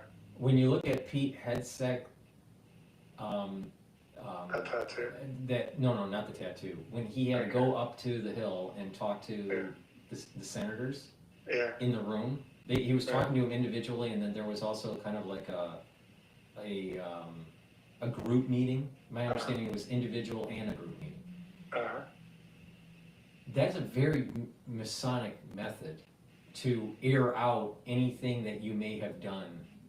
You air it out to the group, and as long as you say everything, you're good. If something else comes out, you're bad. Interesting. So I really believe that what we saw with Pete Hegseth with Congress is a Masonic actually a Masonic method of understanding what the thing is. Same thing happened with Hamilton, because Hamilton was not a Mason, but Hamilton was being investigated, or someone was complaining about misappropriation of funds, and he cheated on his wife. I don't remember her name. Elizabeth, maybe it was her name. And yeah, Elizabeth, because Elizabeth, I think, is also a city in New Jersey that she's named after. So so they were questioning him in this manner. Usually it's like it has to be 3 or more people that question. Wow. So I would not be surprised that what Pete Hegseth was going through was a Masonic method of questioning. That's so interesting. 2 things. One is, it's interesting because when you do a polygraph, which I've never done, but if somebody polygraph, then what they always say is your biggest sin is if you don't tell us something, then you're for sure not going to get the job. You won't pass the poly. Like, if they find out that you've lied. Now, if you did something bad, then it's questionable, like whether that thing will disqualify you or not. But if you lie, even on a small thing, then that's for sure disqualifying. So that's interesting. The other thing I heard was that, but I have to look into this more. I have like 15 Masonic books in front of me, and I haven't really read them. But I heard that somewhat that the American government is somewhat set up a little bit like somewhat the governance of Masonry is found in our government somewhat. I don't know if that's true. Well, I think our institutions are heavily influenced by Masonic principles and the Masonic Lodge. Amazing. So, and just about that Notre Dame thing for a second, and then we'll go to Syria. But I just think that the way Trump walked in to that meeting, or to the thing at Notre Dame, is how he's going to be received across the world now. In other words, the king has arrived, the king is back, everybody's going to treat him well. He was treated really well when... the first time I saw this feeling that you're talking about, the first time was when he was escorted down the aisle during Bush Sr.'s funeral. Oh, yes. And it's just like you could tell that with the past presidents there, and Hillary Clinton and the Obamas and all this, that he literally was the lion. He was the lion in the room. Yeah, he is a lion. But remember that thing where they did the sword dance with him in Saudi Arabia? There was a lot of respect there in the meeting. And was it somebody had said that? Was it you? Somebody had said that the reason why all that killing happened in Saudi Arabia, they say, oh, he's a bad guy, the prince. No, what happened was, I forgot where I heard this, pretty recent, but they were saying that what actually happened there was that the prince was getting rid of all these terrorists, of all these people that were like supporting Al-Qaeda and stuff, giving money and stuff. But anyway, let's move to Syria for a second. First of all, super interesting. It happened so quick, but the timing is perfect, right? You do it before Trump gets in, and then there could be no blame on Trump, he should get involved, he shouldn't get involved. The Dems saying he should get involved, the Republicans, the conservatives saying stay out. But it's like, but here's what I've heard, and I want to know what you think about this, is if you think about what Israel has done, where are we headed? What have been the steps and where are we gone? They did the beeper attack, the beeper and the walkie-talkie attack, which was, amazing. They devastated them, if not at least just morale. Devastated. They dealt a massive blow to Hamas in Gaza. And then they went and they bombed. I think they bombed the those radar things that would detect airplanes coming in or something in Iran. So the Russian radars or something. And so, I mean, and now with Assad gone, and I mean, what do you think about how quick that happened? I mean, I literally think that what we're seeing is that how do I want to phrase this? I feel that we're seeing the beginnings of a phase transition in the region that allows for the Messianic era to take place. Yeah, but and now, but also, do you think? I don't disagree with you about any of that. Growing up Chabad, I learned about a lot of that stuff. But here's a question. It almost seems like there was a hidden hand of whether it was Israel, the United States, Turkey, maybe all of them involved in this. Those guys moved so quickly in. And it almost seems like in Russia, I don't know, it's like maybe Israel pre-bombed, for months. I think I've heard sporadic reports of like Israel goes in and will like shoot some bombs into Syria. Well, you know what, I think that does the United States have a hand in conflict in Syria? Yes. Does Israel do things to try to, cause conflict in Syria? Yes. Is there an ISIS, Islamic Jihad kind of component to the opposition against Assad? Yes. So there are many factions. I think what has happened is that at least from the United States and the Israeli intervention or involvement, I think it's not there. They did things, but I don't believe that what the toppling of Assad was because of their doing. The toppling of Assad happened because of kind of like an unknown that emerged. There was an emergent property. There was an emergent thing that happened. I'm trying to sound this scientific, and then I'll put the religious spin on it. So there was an emergent thing that took place in Syria, irrespective of the involvement of the U.S. or Israel.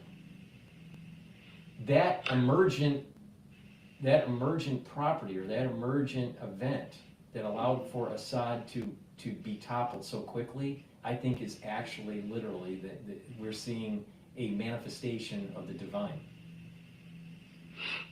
We're seeing how easy the mountains will melt like wax.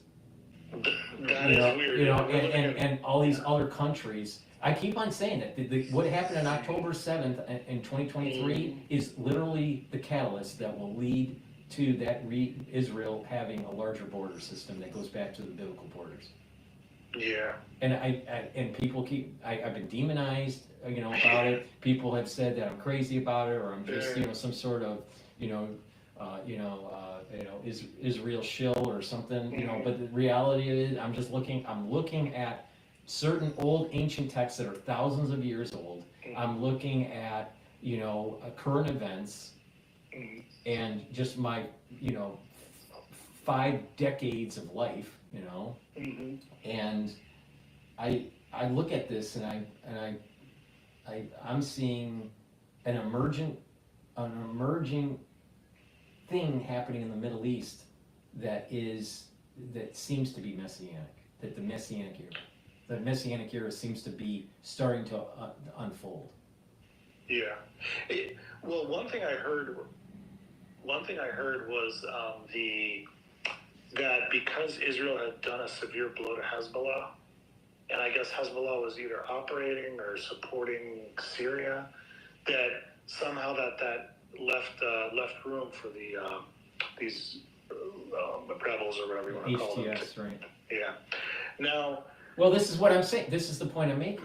Is that there's an emergent behavior because there are certain countries that were aligning themselves against Israel, where there's a curse that takes place in the country that allows for further chaos and disruption that will help Israel in the long run. Now, the non-spiritual people out there will start to just, they'll try to convince themselves that these are human events that are only caused by humans. And it's our actions with a certain divine hand that is allowing this to happen. And so if you listen to HTS,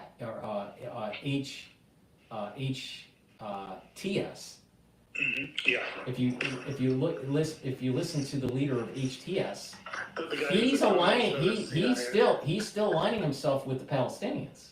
So what's going to happen is that there's going to be a curse on Syria because of the further involvement of HTS with the border system that's going on in Israel. So, and there's a lot of people who will disagree with me. A lot of people will get upset, and some people, just de-click, and some people leave, and all this stuff. But the thing is that there's some sort of divine thing that's going on that seems to me to set in motion the ability to have the Israel's borders to biblical times. So that basically means this: West Bank is going to Israel. Now think about what that really means. That all of those Palestinians that are in the West Bank that's all going to be uprooted. Now, where are they going? Yeah. So this means that there's probably going to be some instability in Jordan. There's no way there could ever be a two-state solution. That's kind of baloney.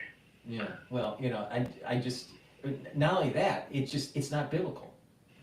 Yeah. But the whole thing is it's just not biblical. You can't have a two-state solution. Yeah. Yeah. And it's some sort of modern UN construct that just doesn't match. Doesn't match what has been told down the ages. Yeah, and I mean, I've been to like the Dome of the Rock, not up there because they wouldn't allow Jews up there, but I was, wearing a yarmulke and stuff. They wouldn't allow me up there, but the Israeli soldiers wouldn't allow. But they claim they literally put the Dome of the Rock right on top of where the temple stood. I mean, give me a break. Give me a break. That's. Well, it's that whole battle between Jacob and Esau, and Esau wants, the ownership of Jacob. But the thing is the story of Esau is that he lived by the sword and he died by the sword. And you were literally seeing that Esau is dying by the sword. We see it in real time on Al Jazeera. Interesting. I forgot about that. Yeah. Forgot about that from the Bible. Yeah. Yeah. So his head's chopped off. I think it's Benjamin that chops his head off, isn't it Benjamin? But it says I forgot who chops his head, but his head's chopped off, and the head's buried in the cave. Wow. And then his body is not buried in the cave. I think it's the story. No kidding. So, and the idea is that it's the intellect of Esau was allowed to because Esau Esau repents. So what happens is the intellect of Esau is allowed to have some sort of elevation into heaven, but the body is not. The actions were so animalistic that there was a part of him that's not allowed to be buried in the cave. Interesting. I heard there was a guy in the first Trump administration named Ezra Cohen Watnick, and he was in some pretty important positions. And I just went and watched his 30-minute interview he did at an Israeli TV station. He was in Israel, I guess, the day of the election or something, or the day before. As he did this great interview, seems super on key. I guess what's going on now is so. What they're doing is Israel or whoever's, they're knocking out all the people that could stand in their way of going after Iran.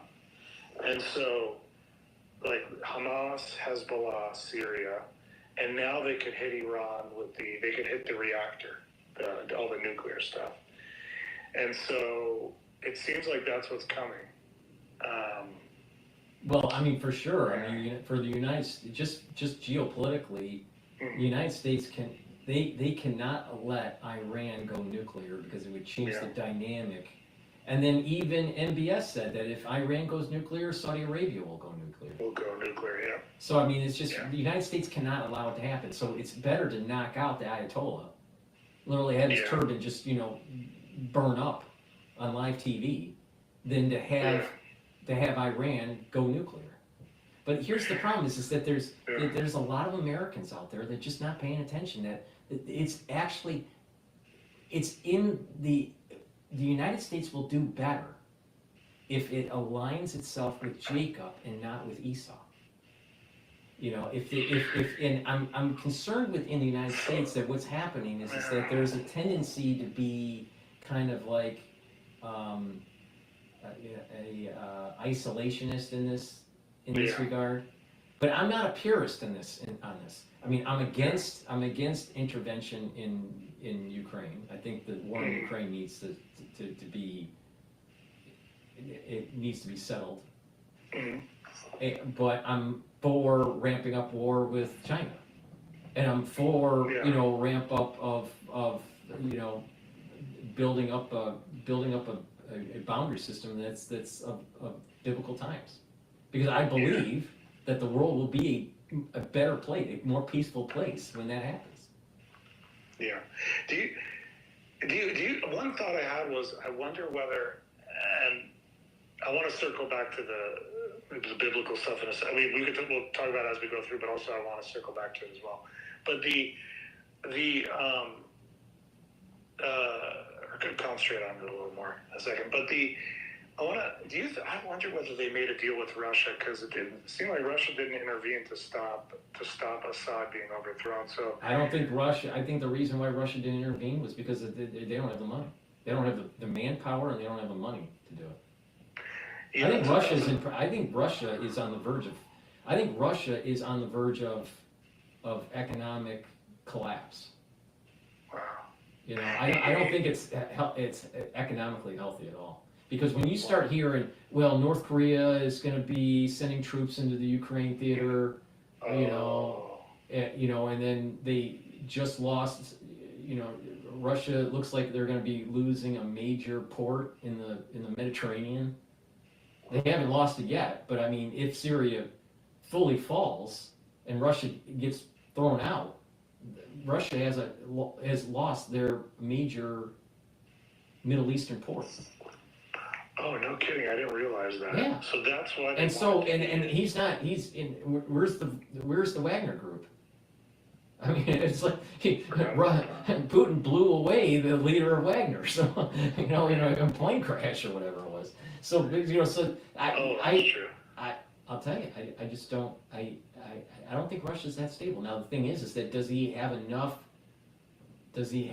time that he can buy with Trump to close a deal where Putin doesn't have to worry about the Ukrainian front anymore? If they close that deal in January, February, which Trump wants to do, then he probably has given a lifeline to Russia where that country won't fully collapse economically. Because I wonder whether through back channels or whatever, maybe they worked out some deal where they told Russia, you stay out of Syria, let us handle it, and then we'll make a deal with you on Ukraine that's more favorable to you. It could have. I mean, it's plausible. It's very logical. It's a good game theory play. That might be. I mean, I would say that's very, very, very plausible idea. I just don't think that Russia, though, is as economically viable to be able to even sustain some sort of war front in Syria. Yeah, that's what they were saying. That's what I read or heard. But because Syria is on the Mediterranean, so is there a land bridge that goes through somehow from Russia all the way to Syria? Not directly. Like through some favorable country or something? Not directly, I don't think. I mean, I looked at the map. I didn't really see. I think they're connected to Turkey. Let's see, Syria. They're connected to Iraq, Turkey. I don't know how they would get to. Let's see. Ukraine's not anywhere close, George. Yeah, I don't think, no, because Syria, no, Turkey, it's blocked by Turkey. It's blocked by Turkey and Iran and Armenia. I think I know what I think I maybe understand what you're saying. What you're saying is the Russian Navy has a port that they could dock in in the Mediterranean. Right, now I get it. Okay, they don't need a road. They don't need a land bridge. Right. But if they lose that, they're done. Where are they going to like? And if he didn't, and it doesn't look like it doesn't look like he's really supporting. I mean, he is supporting Assad if Assad is in Moscow now, but but the thing is that we're literally seeing the cracks of Russia's ports. The fall of that port is a major blow to the military for Russia. It's a major blow. And that's part of the reason why I think the United States loves what's going on. But, but again, I feel as though there is a little bit of a divine hand in this. Yeah. So. Well, now, do you think, moving towards World War III, okay, which we're already in, I guess, but do you think that, I mean, what I like about the Syria thing is, even if the United States is involved, it's not visible, And it's like, oh, you've got these radicals running around and took over the country, And in other words, I don't like it when we've got this gigantic army goes into Iraq, goes into Afghanistan, and just gets road bombed all the time and sniped at. I don't like that idea, It's like better to use special forces, CIA, than do these massive military I think that there's some wisdom with the simplicity of Trump's tweet the other day. Yes. It's not our war. We got two enemies, fighting each other. Why do we want to get involved? Yeah. I mean, I think there's a lot of wisdom in what he's saying. Let them duke it out. Let them duke it out, and both sides are going to be weakened. And then if we need to, come in and clean it up, then we come in and clean it up. I mean, it's better not to be a first mover in this, and maybe and just be a fast follower, and just let this implode on itself. I think there's some wisdom in what he's saying. I thought his tweet was well crafted, and I mean, Turkey is one of the largest militaries in the world. They're right on the border. They could handle things better. Israel could handle things. I mean, we're far away, do you think if they hit, with just like they did with, apparently the bunker was like 100 in the one they hit Nasrallah with, his bunker was 150 feet underground, 50 meters underground. So do you think that, like what I'm trying to think through is, okay, let's say they hit Iran, Israel goes in, hits Iran's nuclear stuff with a ton of missiles and just blows up all their nuclear stuff. What happens to the regime? Does a draft come in the United States? What do you think where do you think we're going with that? Wait. What's the question again? Sorry. The question is do you think, because Iran probably has operatives in the United States, so they could, start doing terrorist attacks as in the United States as like a counter to, if their nuclear gets blown up. Like, do you think that their administration is going to be toppled as well, Iran's? I think we are seeing I think that what happened in Syria is a potential prelude to what's going to happen in Iran. I feel as though that because think about it, there is a large contingency within Iran that wants a democracy. Women want freedoms. They don't want to be, pushed down by some sort of theocratic rule, and they want to overthrow the Ayatollah. Well, for that to happen, there needs to be more instability. That's created, and that instability could be created by the United States and by Israel. And then what will happen is that faction within Iran overthrows the Ayatollah. and you reduce the chances of Iran going nuclear. Then. So, and Syria, you look at Syria, Assad, was toppled pretty quickly. Well, if you get enough people, if the CIA got their act together and did the right thing and actually overthrew the Ayatollah, then maybe I'd be a little bit more pro-CIA. But the thing is that they have a tendency to always screw up. Yeah, they're more concentrated. I mean, even some of these directors at the CIA that write their books, they do mention that it's like, about 60 or 70% of the time they do an operation, it's a cluster. It's a clusterfuck. It's just like it does the opposite of what they wanted. Crazy. I read a book by a CIA whistleblower. He was an operative. I think he was a non-official cover, like a real operative, and for the CIA. And he was there before 9/11, after 9/11. His whole book, and CIA tried to crush him and tried to stop him from buy up his book or tried to stop him from being able to publish it. It was the whole thing. But I read the book. There was nothing bad in it. All he was saying was CIA's corrupt and basically incompetent. I think it's a combination of a certain amount of ingredients, not necessarily all equally weighted, but there is a heavy dose of incompetence within the agency that causes these problems. I mean, Iran today is a CIA cause. The CIA caused Iran. Our problems in Iran that we have today. Now, it was decades ago, but the thing is that we still are trying to clean up the mess. CIA was Vietnam. CIA was Cuba. CIA is, Cold War 2.0. So, I went to a couple of recruiting events where the CIA was, and all I saw was a bunch of woke idiots. I mean, I'm not kidding. I'm literally, Paul. The reason why I'm not saying much more is because I don't want to be that. Say things that are. It just was.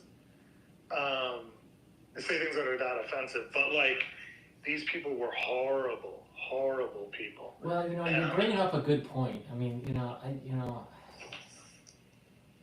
I just think that there's just a shift in just the youth today, where they just. I think it's the food, and there's this endocrine disruption that's going on, and just what they're being taught in school. There's a combination. There's two things going on. It's intellectual wokeness, but also there's actually a physiological wokeness that's happening with their endocrine disruption. So they're looking androgynous. Because of the food, they all look like they're David Bowie. So there's an androgynous look to them, and then there's this some sort of woke mentality. And the thing is it does, when people start talking about what was written in Scripture, independent of the religion perspective, but just in different books of Scripture, right? That there's a certain thought process that certain things are going to happen in the future during the Messianic age. But when you start talking to these ultra libs that are been eating the Fruit Loops and they have all this endocrine disruption and and they have the super wokeism. They when you start talking about things that were written thousands of years ago, their head spins but these are things that are, the people that wrote this stuff and studied this stuff are super intelligent. They're not bumpkins. But my observation in New York is that a lot of this youth is just there's something physically and emotionally wrong with these people. Yeah, well, it's it reminds me of they say so a lot of girls these days are on that birth control, but but it's like a pill. So that messes with their system. Just as an example of how they could mess them up. It messes with their internal system where they want more beta guys because because They're less. They have less. Yeah. Yeah.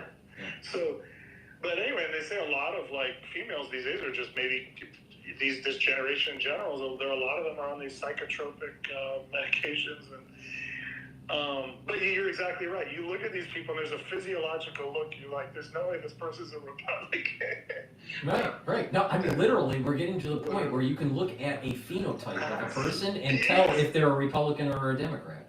Yeah, but here's one hope I'll give you. Is I've been around on a campus, recently, and I'm going to say this. I was surprised how many people walk around with Trump hats on. Really surprised. It's this contingent of they look more like frat guys and girls, like sorority girls.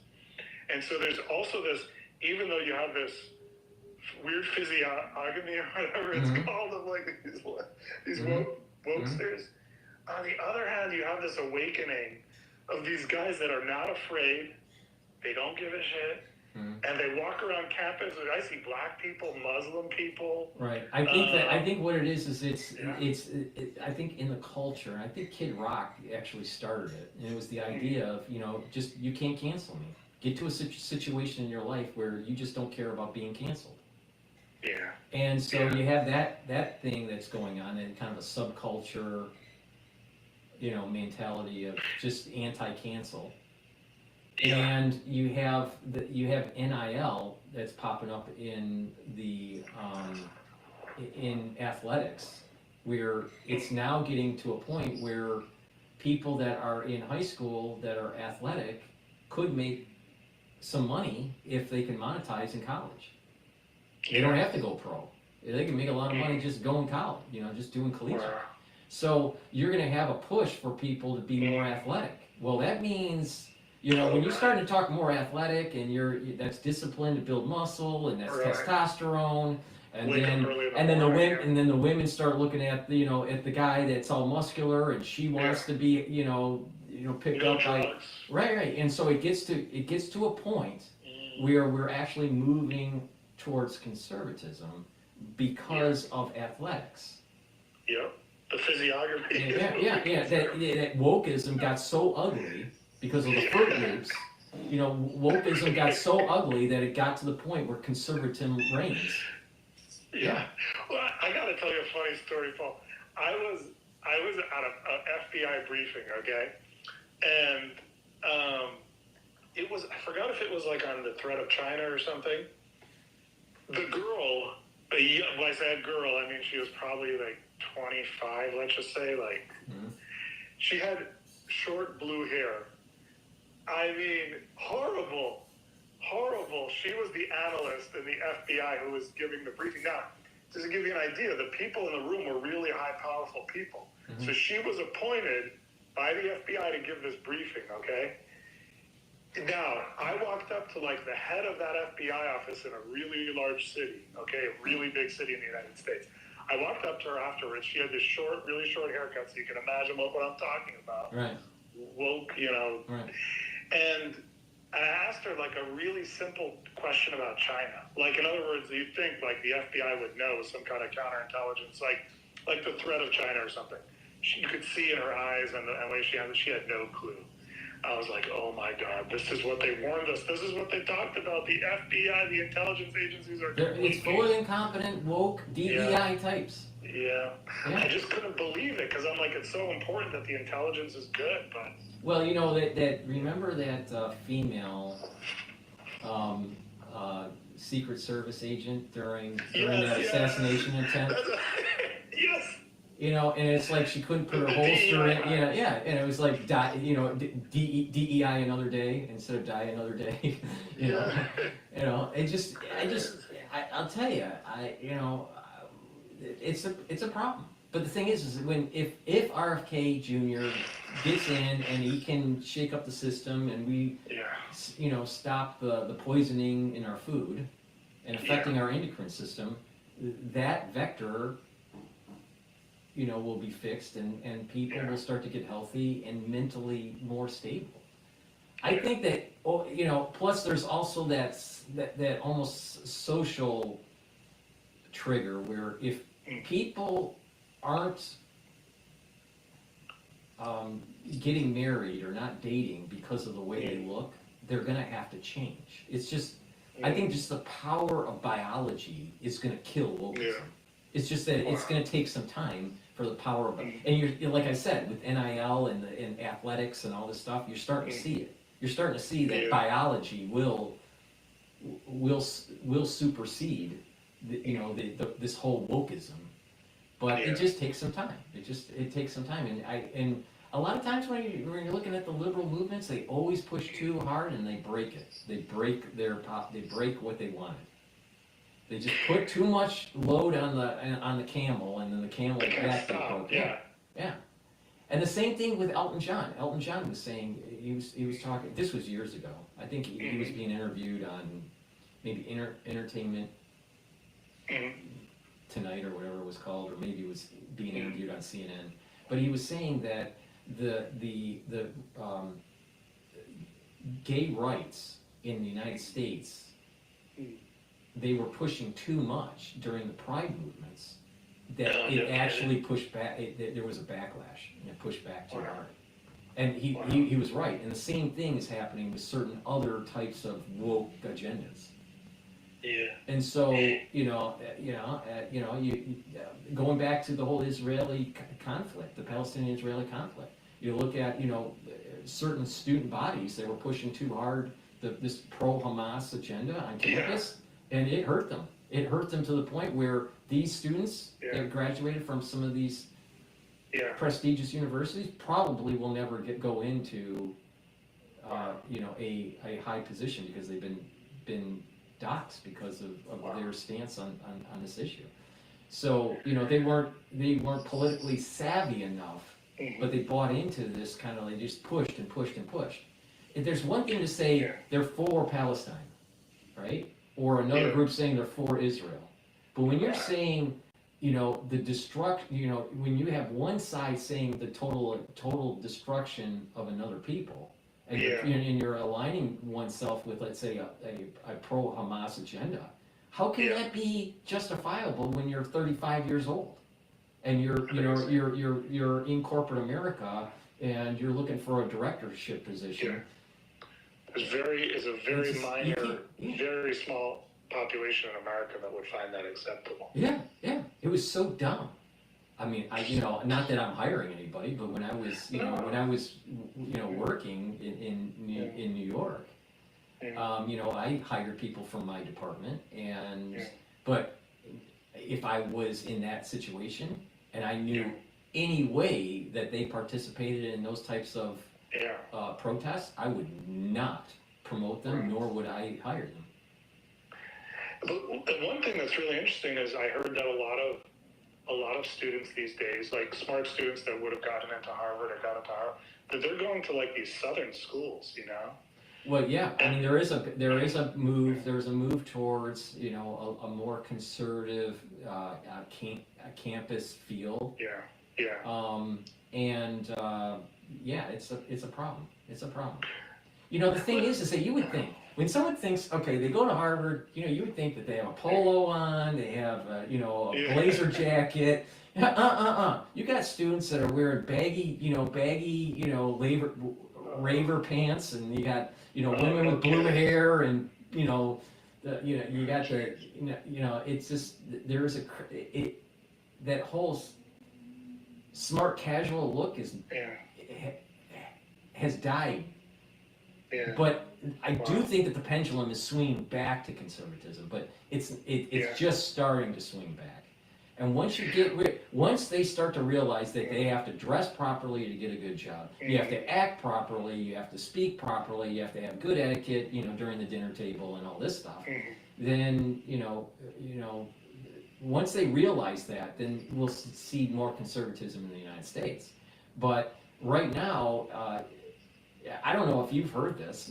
I was talking to my brother the other day, and he was listening to a podcast, and he said that the CIA there were psyop operations through rap music to try to degrade the society in the United States. That the promotion of rap is part of a CIA psyop. Well, and to degrade the inner city. Yeah, I definitely have heard lots of stuff about the CIA's involvement with music, and I mean, if you just listen to those lyrics and the right. And what do? They're demonizing the woman. They're denigrating the woman. They're denigrating proper family creation. They're denigrating the country. They're promoting kind of like this gangster, this whole gangster lifestyle. Yeah. It's funny you mentioned wearing the clothing. When I was visiting University of Virginia in Charlottesville a bunch of years ago, it was so cool. I walked into this little, I don't know, it was a food spot or a bar.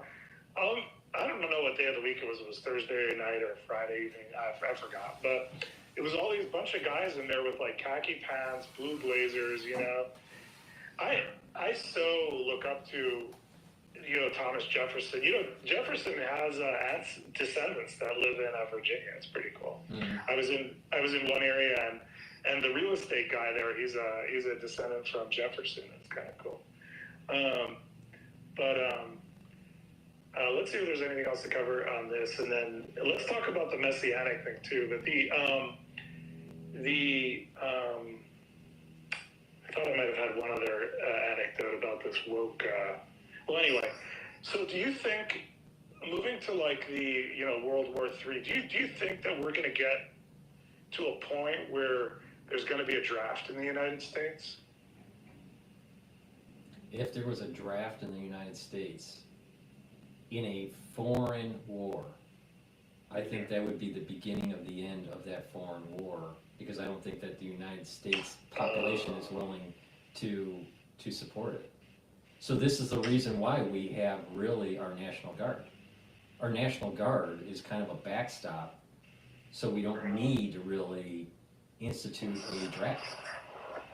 But if it was a war in our country where a nation invaded our borders, I think that there would be many Americans that would support a draft. I don't think you would even need a draft. I think there would be so many Americans that would enlist voluntary enlistment. So I think it depends on the situation.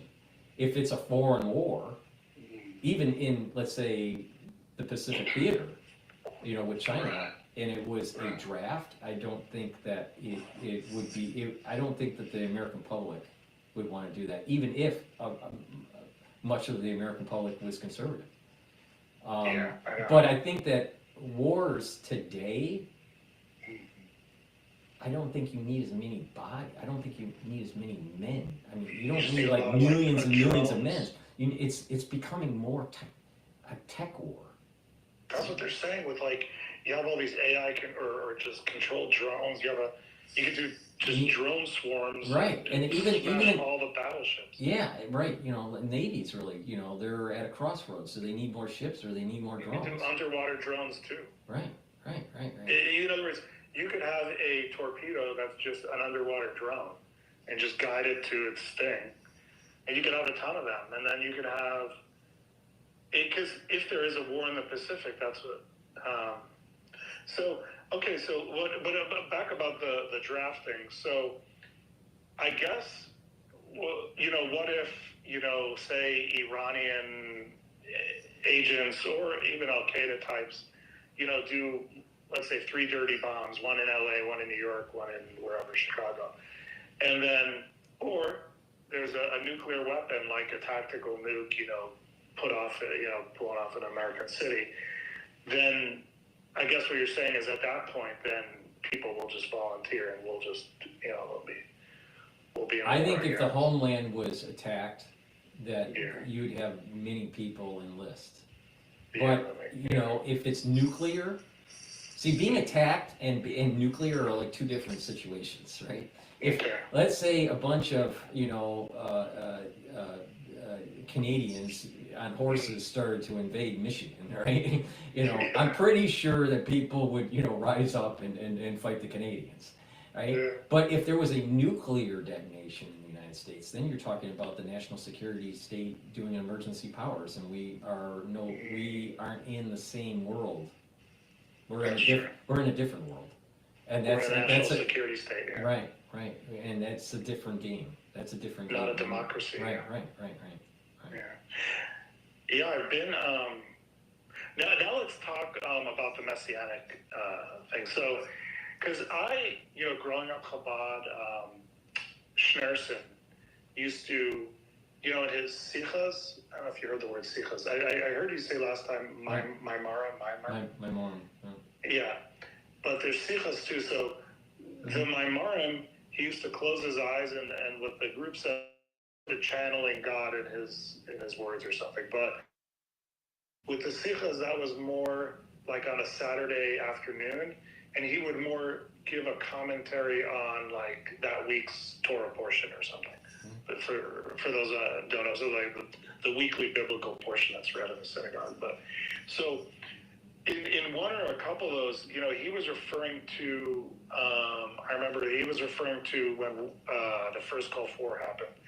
He referred to what we were seeing there as like the birth pangs of the Messianic era, And actually, if you were to draw that line to today, that would make sense. Now, so weird, but I never studied like the New Testament stuff or the books that you had mentioned last time, which were like the ones that aren't part of the New Testament but are still sort of there. They're part of the Apocrypha, right? There's an Apocrypha set of books that's not part of the canon, the 24 book canon. But that the two books that I was talking about was the Book of Enoch and the Book of Jubilee. Enoch and Jubilee. Okay, I'm just writing them down. Now, so I haven't studied that stuff. I've only studied, the Jewish kind of perspective, the Orthodox kind of Jewish perspective on. But the Book of Enoch and the Book of Jubilee is Judaic. Interesting. But it's not part of the canon, the Jewish canon. Right. Yeah. It's like it's a cryptic book, right? It's a cryptic book. Yeah. But the so I'm not that familiar with. I just wrote down the names you said because I'm like, okay, I got to read this stuff. But yeah, so I'm not that familiar with the Messianic thing. Only to say that when you talk about this stuff, it fits in with everything that I learned and been taught. Well, I mean, we're literally in the Messianic era. People think that the Messianic era, is when the Messiah comes down or wherever is born or whatever. Yeah. It's the Messianic era can be decades before that happens. There's certain things that have to happen spiritually and physically with governments for it to be birthed, right? And so we're already in this Messianic era. But so for example, 1,000 years ago, they were not in the Messianic era for the promissory 6,000th year, right? The Messianic era is officially commences, right, in the 6,000th year. And right now we're 57. Right. But the thing is that everything's a fractal, and there's 7 days in the creation, right? And the 7th day is Shabbos, right? But everything's fractal. So you have 7 of 7 of 7 of 7, right? So we're living in 5,785, is it 86, 85? Right, so we're already living in. We're getting close. We're getting close to that 6,000th year, but it started the Messianic age era. The Messianic age to be prepared for it started in 5,000. So we're already 750 years into it. Wow. Now, if you look back on human history, 750 years, you'd be surprised, and a lot of things are happening that you can kind of see that these trajectories are leading to the Messianic age and the rebuilding of the temple. But it started 750 years ago. or 785 years ago. All right, but that's the beginning of the Messianic era. Wow. Now but it doesn't fully get. We're going through the birth pains. Right now we're in the birth pains. Hundreds of years ago, it was like the conception. Right. Like the Enlightenment, the Renaissance. Right. Now you get it. That makes now you get it. Yeah. Right. Yeah. So, Okay. I actually, for people that don't understand, why would it start at this? If the Sabbath is the seventh day, why would it start at the 6,000th? Because the 6,000th day, the 6,000th year, is the beginning of the seventh. Right. That's like the seventh century. Right. Because it's 0 to 1 is the first century. Is the first era. 1 to 2 is the second era. Right. And then 6 to 7 is the We're already in the Messianic era, and people don't even realize it. Wow. And then you add in AI and fast pace and planetary exploration and probing into the cosmos and being able to manipulate DNA and all this stuff. I mean, when people say, well, the resurrection, well, you know what? It may be DNA manipulation. Yeah. Well, and it's like, here's a question, which is, do you think that the Messianic age is God caused, or is man planned and man being? Well, we're told that we can usher in the Messianic era if we do three things. One of three things. Okay. All right. But the thing is that the probability of all Jews doing one of those three things is so low that it will be defaulted to the 6,000th year. And that is like, if all Jews observed Shabbos 2 in a row without desecrating it. Well, what's the chance of all the Jews in the world doing it? 0. Yeah. All Jews learning Mishnah. Right? What's the chances of that happening? Like 0, right? 0. And then what was the other one? The other one was all Jews not speaking Lashon Hara. 0. Right. So it's going to be default to the 6. But it is in our power to usher it in. Oh. Wow. Interesting. Now, do you? Yeah, this is. Now, the thing I was thinking about, like, yesterday, just caught me. I think as I was kept watching, there's this beautiful, it's called Pater, which is like father in Latin, Noster, I don't know that means. Sounds familiar. Dear Father, I don't know. But it's I think the Catholic prayer, I don't know. I kept watching it on that Notre Dame, the video, just so beautiful. It just sounds so beautiful. It's the Lord's Prayer. The Lord's Prayer, yeah. So beautiful. And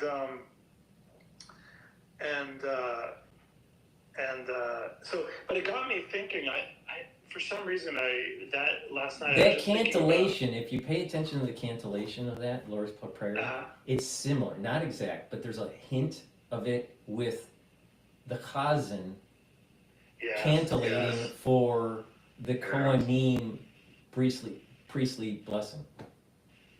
Well, do you see, as part of the thing, he lifted up his hands, like to give that, I think he gave a blessing. Yeah. And that cantillation, you know what I'm talking about. That cantillation, the back and forth between the Kohens and the Chazan. Whatever. Yeah.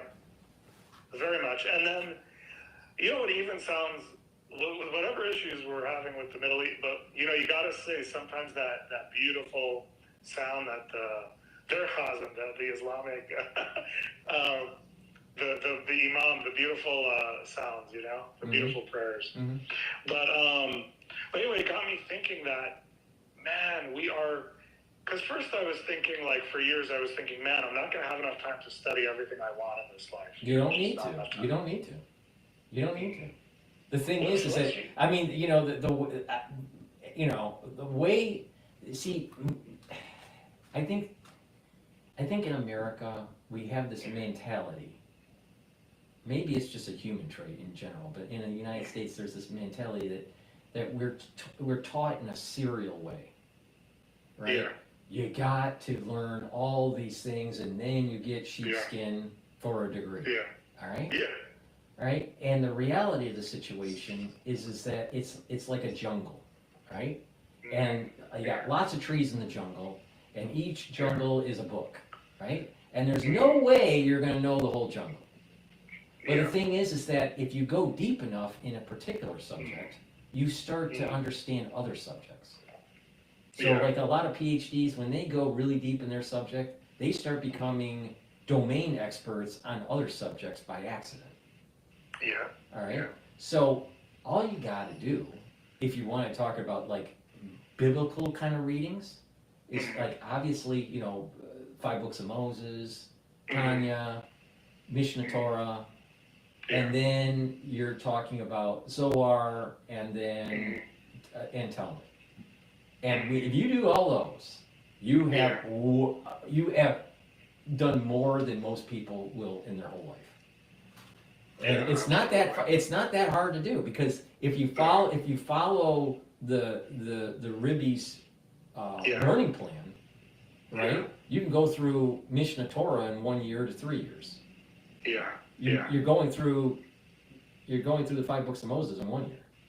Yeah, Tanya 1 year. Right, Tanya in 1 year, and you can do, if you do the daf, then it's in 7.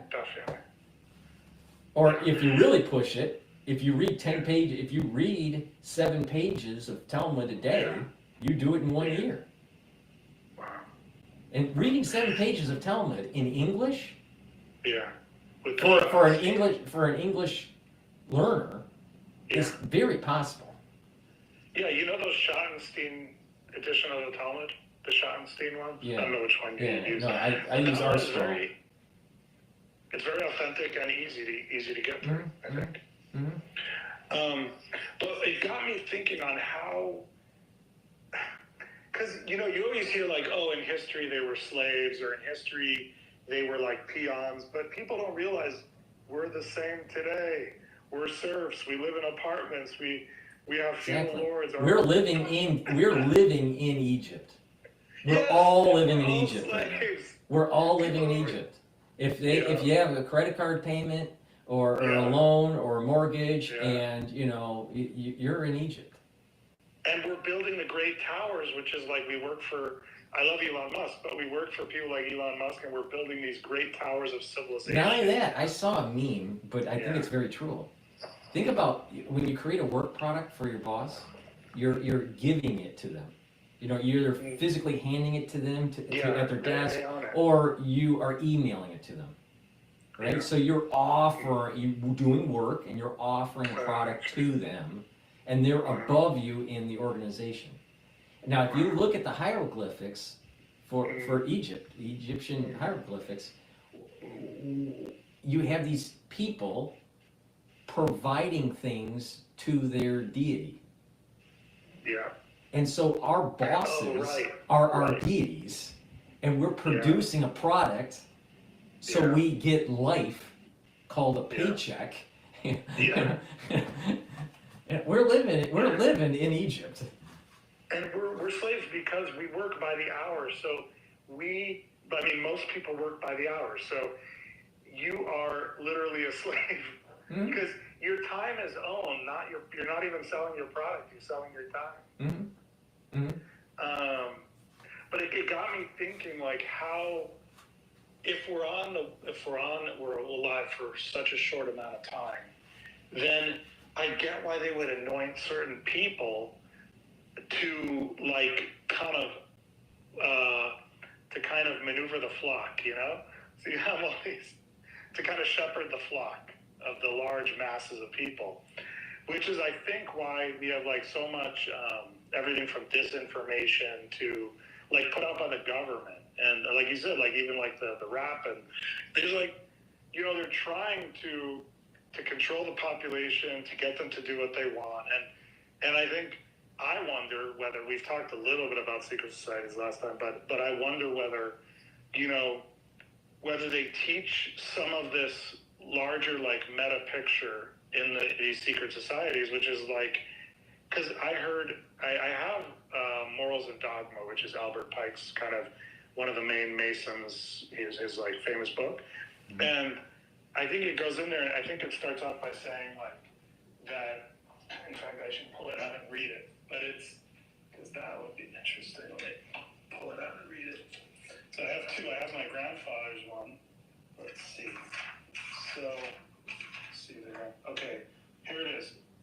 Force, this is literally the first words of this book, other than the preface. Force, unregulated or ill-regulated, is not only wasted in the void, like that of gunpowder burned in the open air, and steam unconfined by science, but striking in the dark, and its blows beating only thin air, they recoil and bruise itself. It is destruction and ruin. It is the volcano, the earthquake, the cyclone, not growth and progress. It is polyphemus, whatever, is blinded, striking at random and falling headlong along the sharp rocks by the impetus of his own blows. The blind, here's the point that I want to get to. The blind force of the people is a force that must be economized and also managed, as the blind force of steam, lifting the ponderous iron arms and turning the large wheels, is made to bore and rifle the cannon and to weave the most delicate lace. It must be regulated by intellect. Intellect is to the people and the people's force what the slender needle of the compass is to the ship, its soul always counseling the huge mass of wood and iron, and always pointing to the north. Anyway, the point of this, it goes on, but let me see, there's maybe a little bit more actually. To attack the citadels built up on all sides against the human race by superstitions, despotisms, and prejudices, the force must have a brain and a law. Then its deeds of daring produce permanent results, and there is real progress. Then there are sublime conquests. Thought is a force, philosophy. Anyway, the point of this is to me, when I read that, I say, okay, he's telling the newly initiated Masons that, hey, one of our jobs is to sort of shepherd the force of the people. The force of the people, meaning the work of the people. And so, anyway, so I got thinking about, it's like somehow I feel like Trump has been initiated, you know, and well, I wouldn't be surprised that Trump is a Freemason, but I can't prove it. But he has Freemason manners. Yeah. You know, so maybe he's, you know, he just knew a lot of people, and he just kind of, if you hang around with those types of people, you may absorb some of their rituals or may absorb some of their mannerisms, and he's just, you know, but you know what I always thought was really weird? Remember when there was that, I think it was a hurricane down in Florida? I think it was Florida.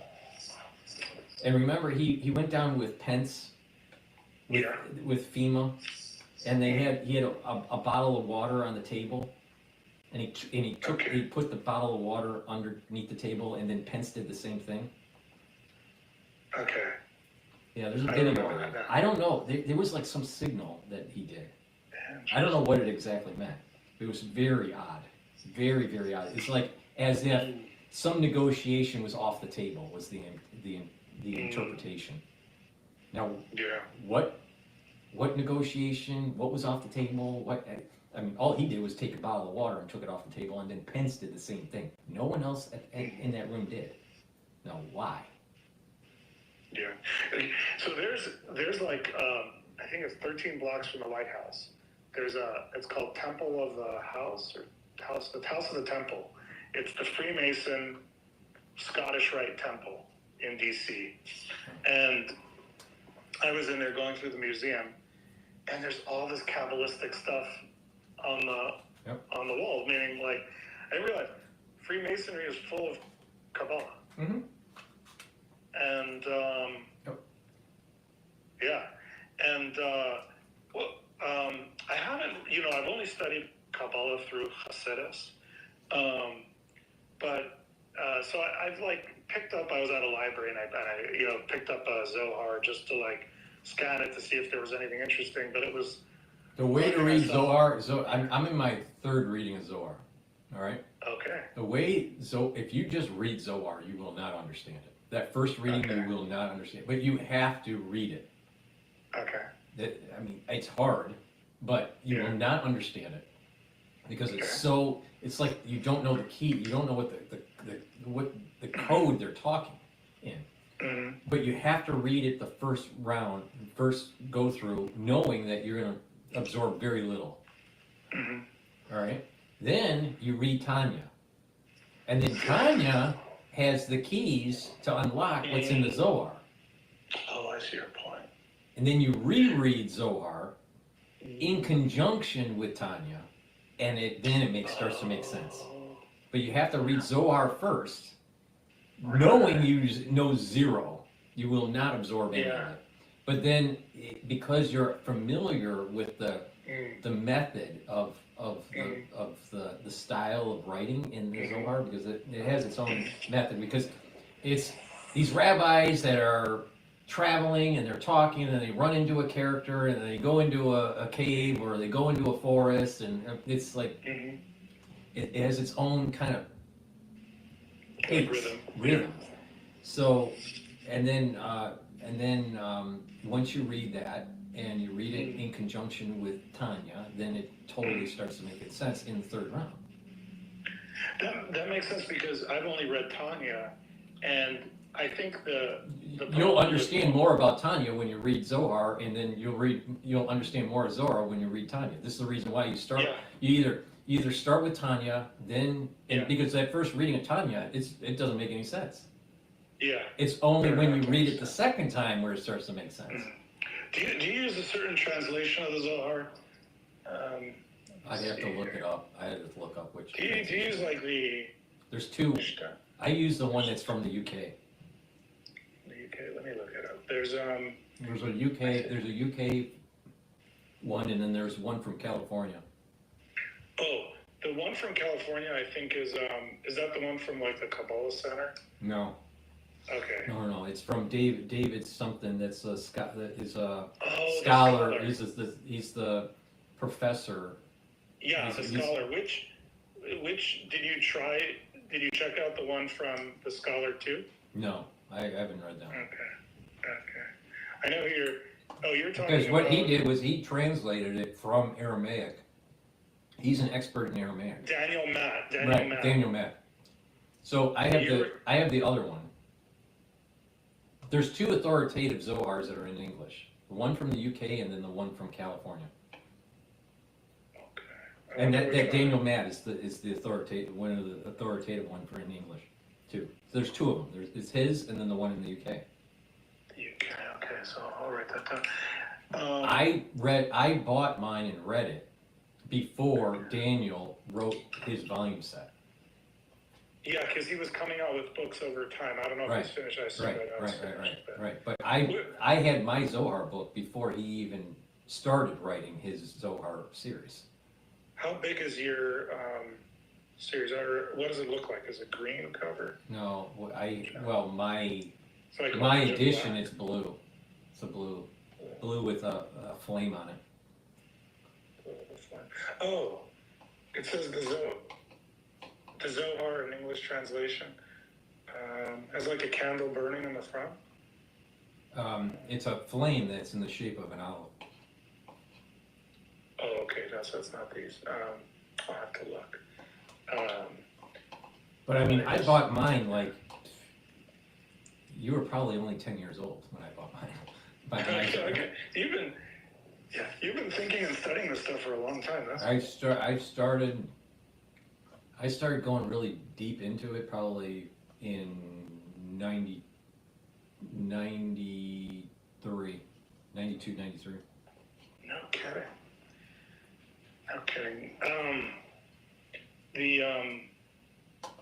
It's almost like, do you think that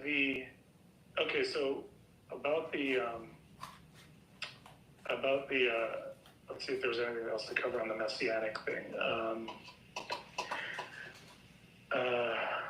Well, first, do you think that the books of the Old Testament, the New Testament, the Apocrypha,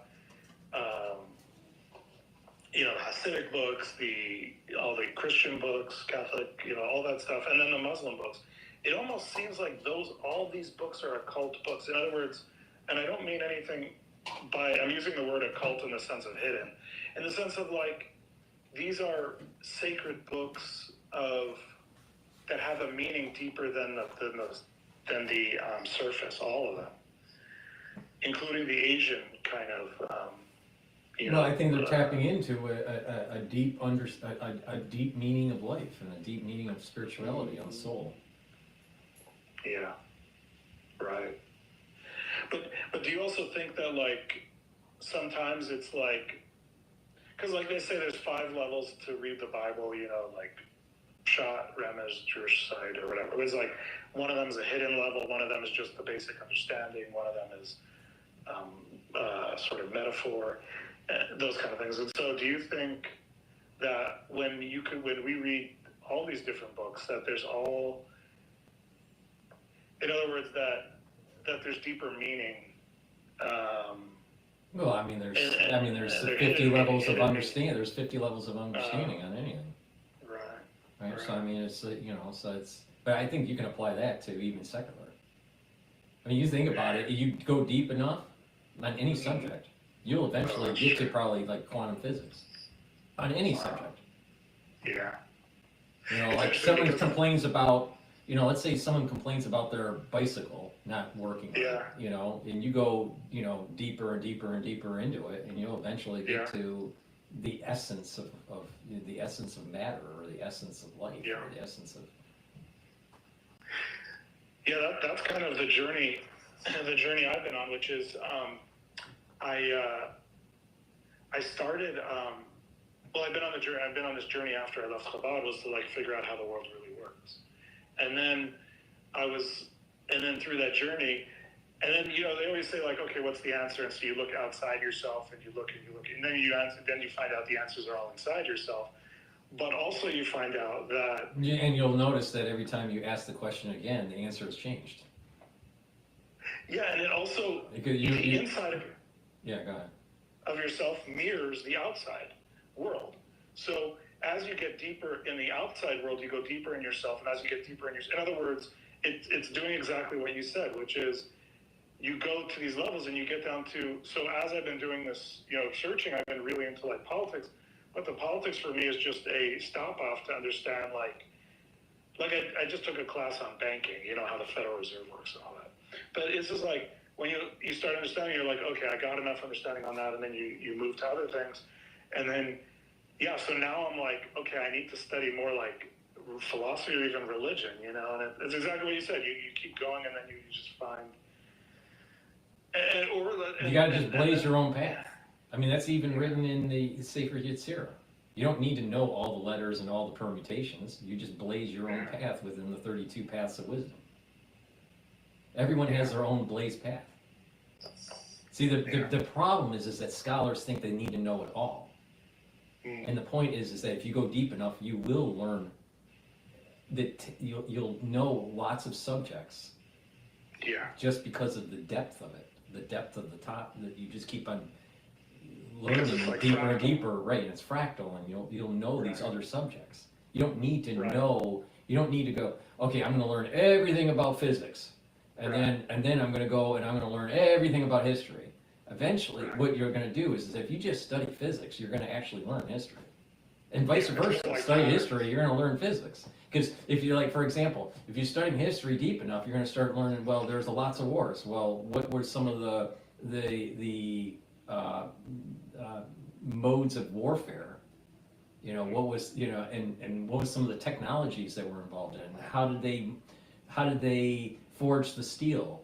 And then you go into metallurgy, and then you start to get into chemistry, and then you see. So you go deep enough on any subject, you'll learn almost everything.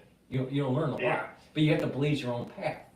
This is what I mean. Is there's this forest out there. You don't need to see every tree. You just need to blaze your own path through the forest. Because you just need to get like the pattern, and like you said, like, and I think philosophy or like it crosses over with like you said, like quantum physics and things like that. Mm-hmm.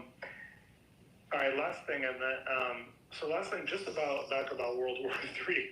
Well, before, just so you know that I do have to have dinner, and I do have to prepare for my show with John Hope today. Oh, shoot. And that show is long and late, New York time, so. Shoot. All right, so how about we end this within, I won't talk for more than a minute. Okay. And then we'll end it. Okay, and then you could. Because I still have to wrap up this show before I can have my dinner. But yeah, go All ahead. right. So last question is do you think, so where do we end up? I think in my mind, I'm wondering, let's just say they knock out the Iranian reactor and then nuclear stuff, and then the regime gets overthrown or whatever. So we're still left with, Russia's pretty weakened, but I guess we still have China left. So do you think we're actually going to get, within the next few years while Trump is in office, do you think we're going to get into some big kinetic thing, whether it involves Russia, China, Iran, North Korea, or all of them? I would say that the Russian-Ukrainian conflict is probably going to be de-escalated in Trump's administration in his first quarter. In terms of the Middle East, I think it's going to be chaotic. It's going to be chaotic, and there's going to be a lot of suffering there. I think the United States needs to get involved and overthrow the Ayatollah. Now, in terms of China, if China, especially President Xi, if President Xi feels as though he has to push forward and take Taiwan before 2028, then you're talking about a conflict between the United States military and the PLA.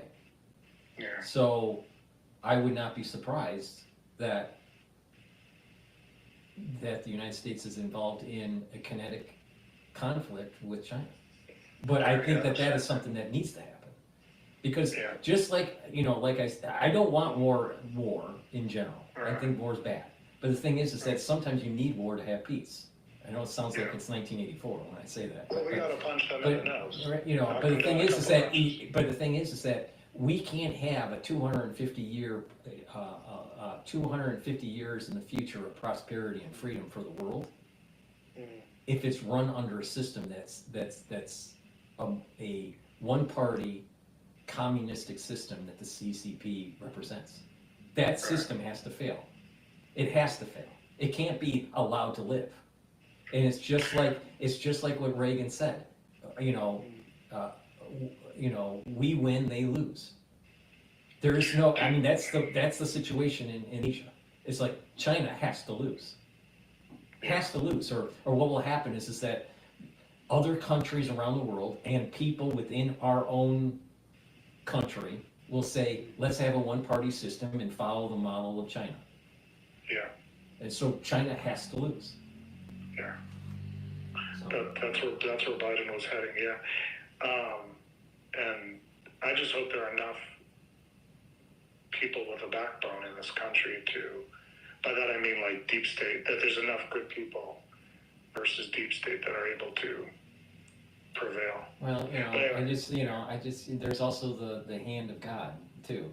If we are a righteous people, if we deserve a blessing, then we'll be okay. It's when we're not deserving when we're going to be in problems. Because if we're deserving and the deep states, is in charge, we'll still win. Yeah. Because we're getting blessed. But if the deep state is in charge and we're not deserving of a blessing, then we're going to be cursed, and probably double cursed. Yeah. Cursed by deep state and cursed by God. Yeah. All right, Paul. Next time we have a bunch of news, if things go crazy, especially. Well, I'm sure it will, because this is. But the thing is that this is why the show is supposed to be like this, because try to cover breaking stuff. Because I do think that during the Trump administration, we're going to see a lot of these kind of days. I think so. Yeah. I think this is just the prelude almost. We're gonna. Right. Well, he hasn't been inaugurated. Yeah, he hasn't been inaugurated, but the king is already on. The king's already arrived. Right. Yeah. All right. Thanks so much, Paul, and I'll quiet down so you can close it out. All right. Thank you. Okay. Thank you so much. Okay. Bye.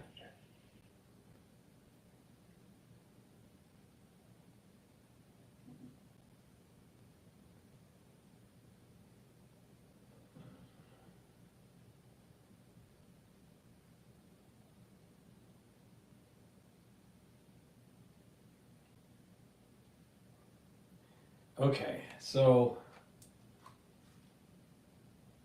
that was an interesting talk, and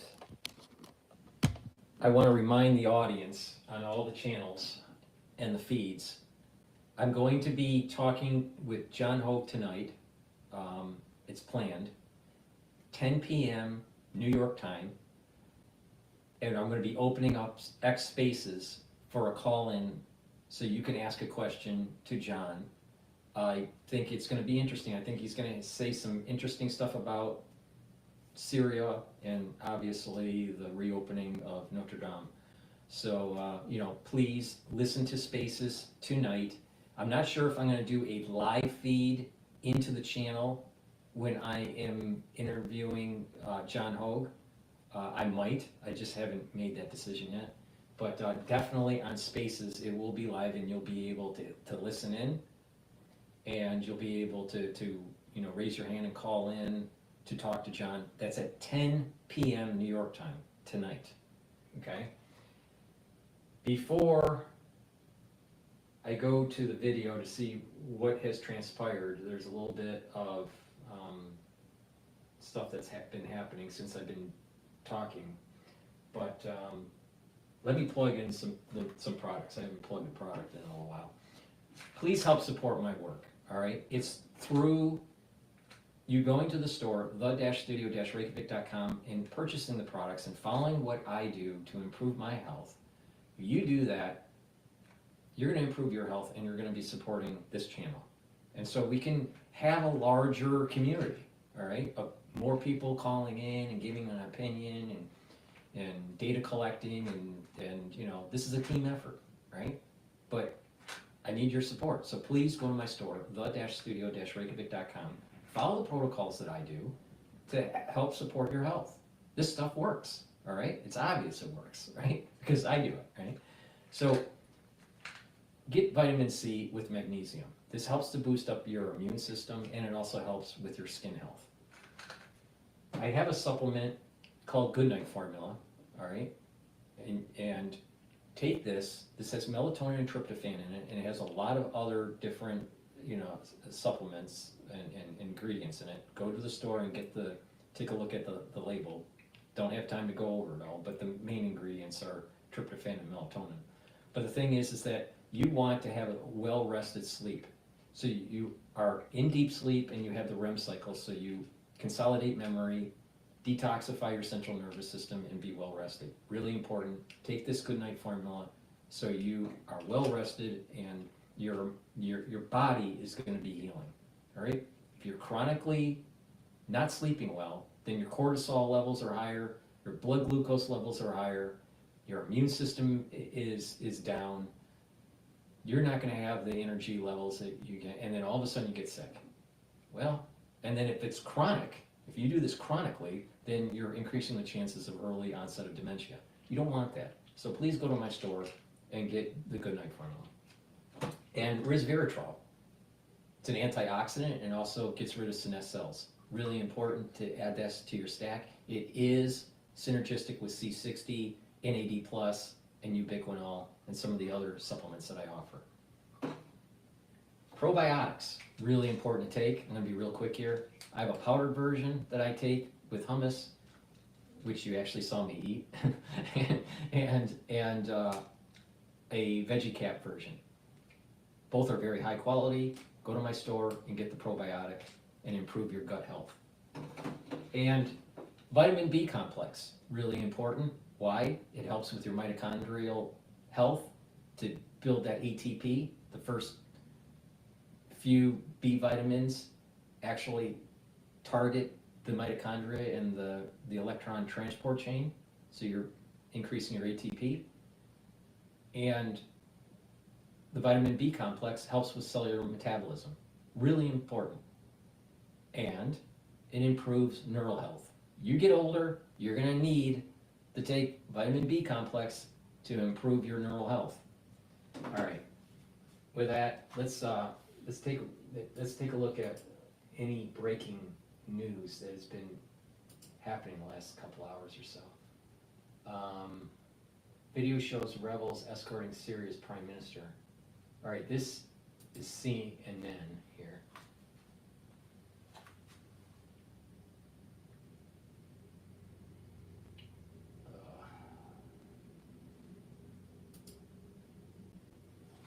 CNN Breaking News.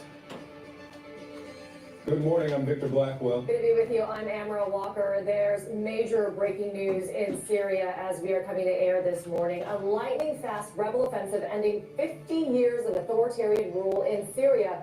Just overnight, rebel forces say Syrian leader Bashar al-Assad fled Damascus as they took control of the capital, and he has not been seen since this morning.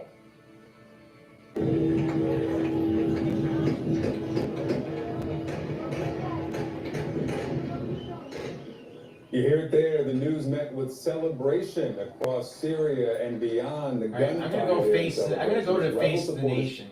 We're joined now by the chairman of the House Intelligence Committee, Ohio Congressman Mike Turner. Just a stunning turn of events within such a short period of time. The U.S. doesn't have a diplomatic presence inside of Syria. Our visibility is a little limited here.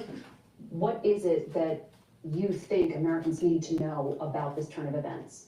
Well, Margaret, that was an excellent report because you certainly laid the groundwork. And this has been an incredibly brutal civil war with hundreds of thousands of people dying, including the use of chemical weapons, and of course reminding people that the Obama administration had said this would be a red line, that we would use military force to stop the use of chemical weapons, and failing to do so. This is an Islamic militia that has risen up and has continued, and now is successfully toppling the Assad regime. As your report indicated, it's Al-Qaeda in its origins, but it opposes ISIS. It is Turkish-backed. This is a blow to Iran, a blow to Russia. We're seeing what is likely a disintegration in Syria. The big questions will be, what does this mean for the U.S.? What does it mean for Iran, Russia, the neighbors of Israel and Jordan, which are strong allies of the United States? So you mentioned there, and we showed the picture of Abu Muhammad al-Jilani. He is the leader of Hayat Tahrir al-Sham, people call it HTS. You're going to hear a lot about that in the coming days and weeks. The rebel group that appears to be taking control, but they are working also with the prime minister. The United States government has a $10 million bounty on the head of Jilani. Do you think the United States still should keep that? Should Americans be concerned that this will mean something in terms of impact for terror threats to the United States? Well, this is a terrorist organization and group, and this is not going to be just a passing of power and authority. It could be. We'll have to obviously watch that. And one of the things that we do see here, though, is this is a diplomatic failure with respect to the United States and Turkey. And the U.S. has troops in Syria. This is on the border of Turkey. Turkey is a NATO ally. The United States is working with the Kurds. This really could have been an opportunity for the United States to work to try to resolve the issue between the Kurds, Turkey, and the United States, in working with Turkish interests in Syria. Hopefully this could be an opportunity where there could be a diplomatic support there that hopefully could help in this transition in Syria. There were 900 U.S. troops in Syria in the south. Donald Trump in 2019 pulled U.S. troops out of northern Syria, abandoning our allies there. Do you believe he will stand by the 900 U.S. troops that remain there, or should he consider pulling them out when he takes office? Well, I think one of the things that Donald Trump will make clear is that any threat to U.S. troops will be unbelievably responded to. So everyone should understand absolutely that the United States troops are to be secure. The second thing is he does absolutely support the Kurds, and that he's going to look for a diplomatic solution. I think there'll be an assessment as to whether or not those troops should remain. But it's, I think here there is an opportunity for the parties, especially now that Iran and Russia's roles are going to be diminished. They have been brutal in their support with Assad. The hundreds of thousands of people, including the use of chemical weapons, that have been killed, have been under the Russian influence there. Russia still has 2 bases, a naval and air force base there, that are going to be both at risk for Russia, but also a risk to the population of Syria, because they have been used before to attack the Syrian population. We'll have to see what Russia does there. But this is going to be an area that's going to be highly volatile and in transition. And no idea where Bashar al-Assad might have fled to? Not this time. I want to ask you, since we're talking about the incoming administration, Donald Trump has chosen Tulsi Gabbard, the former congresswoman, a former Democrat, now Republican, to be the director of national intelligence, overseeing 18 intelligence agencies. She not only went and met with Assad, she publicly doubted high confidence assessments by U.S. intelligence that he did what we showed you pictures of him doing, using chemical weapons there. Do you trust that she could actually represent the intelligence community, lead it, and be trusted to brief the commander-in-chief? Well, I obviously differ in a great deal in a number of areas with both her judgment and her background and experience. But what I do trust is the Senate's process. And I think the senators are going to put her through a process. She has been nominated. She will go through the process, and I think there'll be significant debate and evaluation. I think that Donald Trump has put together in his last term, I think he will in this term, a great national security. You know what's amazing with the newscasters? You know, the typical mainstream media newscasters. They're always demonizing a Trump nominee, no matter who it is, unless it's a deep stater like John Bolton or something. I think CIA Director Radcliffe. I think Mike Waltz as National Security Director are both great examples of people who are going to be foundational. I think we're going to see a great national security team. Well, this is a community that you also have oversight of, so you may not vote in the Senate, but it sounds like she doesn't have your confidence. What about Pete Hegseth to run the Pentagon at a time of global instability? Oh, there's global instability, and we can't have Pete Hegseth in there. No way. Oh, no. See, this is what I was saying a couple videos ago. They're going to create instability in the world, or the perception of instability in the world, and to say, we need someone that is more Pentagon related, more inculcated with the national security state to navigate this through.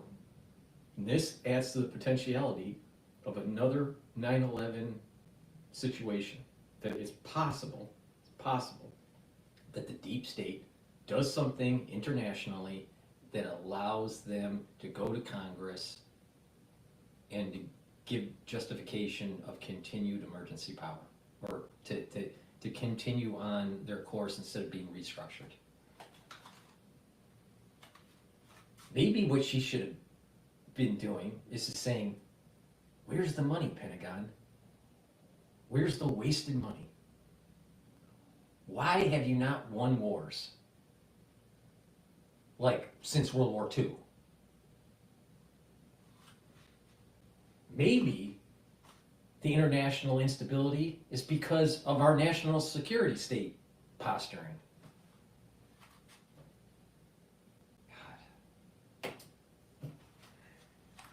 I think the Chairman of Armed Services in the Senate has made a great statement. He said, we certainly support the process, and he has his support going through the process, and we'll have to see how that goes through. One thing that is absolutely clear is that the Pentagon needs reform. We are not keeping pace with what Russia and China are doing in advanced weapon systems. At the same time, we're seeing the weapon systems of advanced technology that are being utilized on the battlefield of Ukraine. We had a national security state more focused on demonizing, surveilling, and targeting American citizens than actually spending the money and the research on hypersonic weapon development. We spent more money at the Pentagon with woke DEI policies than spending money on hypersonic missile systems.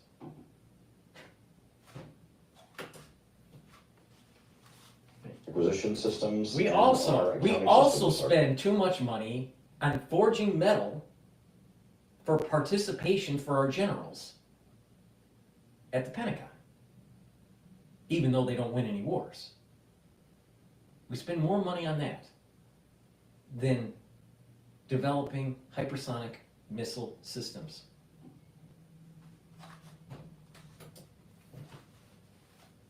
Spending systems are not working at the Pentagon. We need reform. We need reform. Someone has to be able to lead that, and that's going to be the debate in the Senate. I love when I ask Congress people and they just keep reminding me that they don't sit in the Senate and don't want to comment. I sense some uncertainty there on your part, but I don't want to put words in your mouth. No, of course not. She's mainstream media. What is ticking down in Congress right now, and that is something, there's a scramble at the end of this year to get a bunch of work done. Your Democratic colleague in the Senate, Mark Warner, said it is an urgent priority to address cybersecurity gaps in these final weeks. Is it a priority for you to do something because of this massive breach by China of U.S. telecom? You know, one thing it's very disappointing, and we've seen from this administration this malaise of this stasis of where they're unable to move as a result of the president unable to make a decision. Here we have this massive breach, this hack that has occurred from China, but we're hearing nothing from the president himself. No action from this administration as to what consequences there will be. This doesn't need just a technological fix. This needs also a diplomatic fix, a nation-to-nation consequences to China.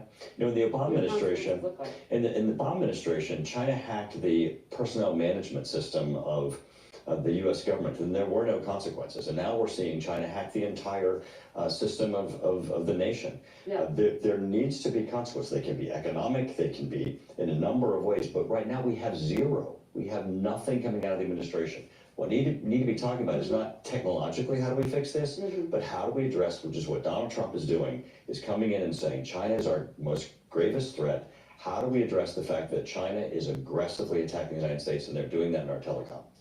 Question for the incoming administration to pick that up. Thank you. Please go to my store, the-studio-reykjavik.com, and get the structural nano silver soaps that I have.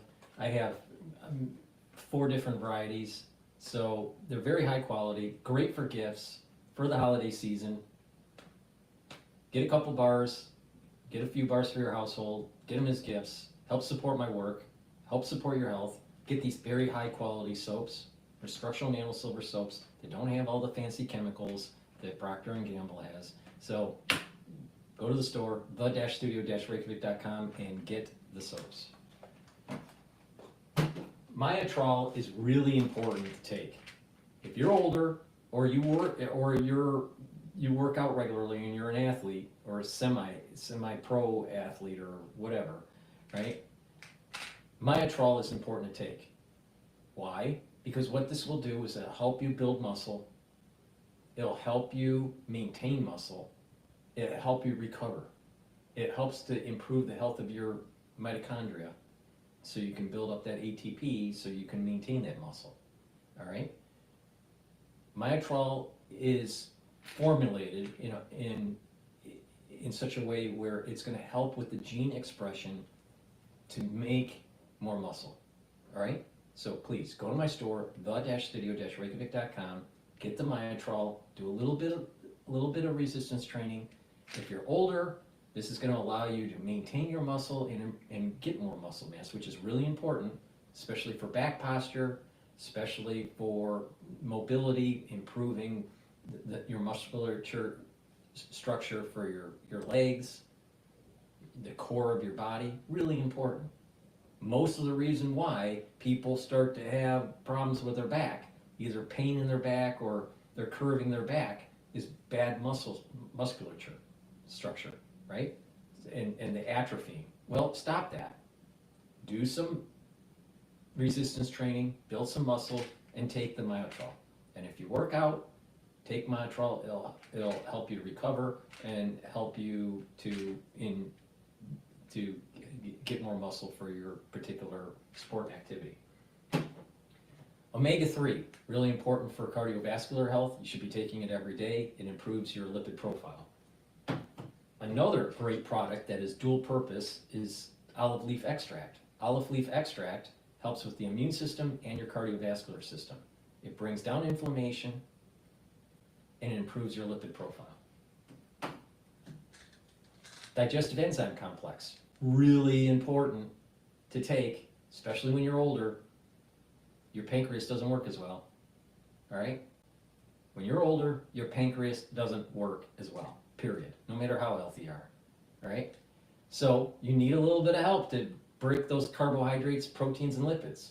Take this supplement so it helps with digestion. It will help to absorb those nutrients from your food and lessen the load on your pancreas. If you work out, it's going to be important to refuel and to recover from that workout. Digestive enzyme complex is going to do that for you. please go to my store, the-studio-reykjavik.com. The link is in the description of this video. Your immune system needs to be boosted up. Why? You have the SAD diet, you know, the standard American diet. The standard American diet is going to destroy your immune system because you'd be chronically inflamed. All right? You want to bring down that inflammation. We went through a crisis in 2020 where people's immune system is disrupted. You need to improve your immune system. Trust me on this. Turbo cancers are all over the place. Wonder why? The immune system is fucked up. How do you fix it? Bring down inflammation and boost up that immune system. All right? By taking supplementation that will calm the immune system down. Stop that chronic inflammation. Go to my store, the-studio-reykjavik.com. Get the lignin powder. You mix it with food. I mix it with hummus. You mix it in a smoothie or mix it with filtered water, right? But this will help to boost up your immune system. In addition to taking lignans, it's also going to help with your endocrine system. Guess what? A lot of people are eating crappy food, and it's affecting your endocrine system and your immune system. To mitigate that, taking lignans is a great way to improve your immune system and your endocrine system. Please go to my store, the-studio-reykjavik.com. All right, so now what I want to do is I want to go to maybe DW. DW might have something new on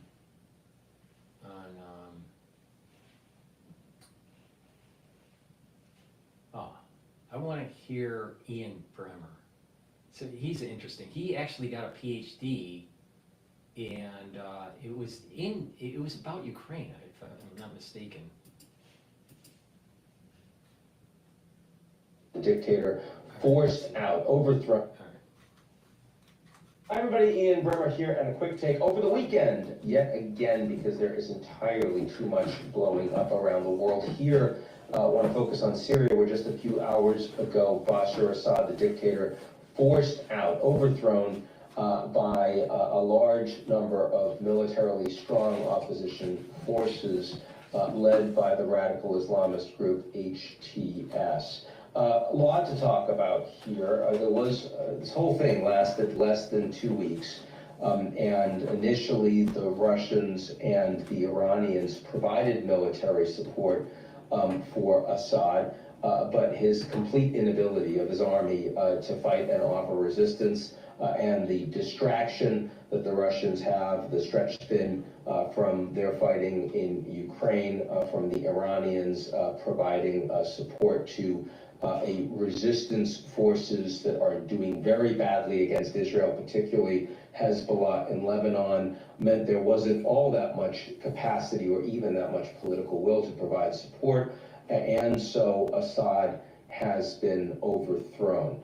By itself, that's good news, in the sense that this has been an incredibly repressive regime, fighting initially a war against their own people, pro-democracy movement that came out of the Arab Spring and has led to over 500,000 Syrians dead over the last decade, over 200,000 of them civilians, and some 6 million refugees, both fleeing into neighboring Arab states, but also into Europe, into Turkey, and of course into Germany, which is part of the reason that Merkel ended up leaving her terms in ignominy.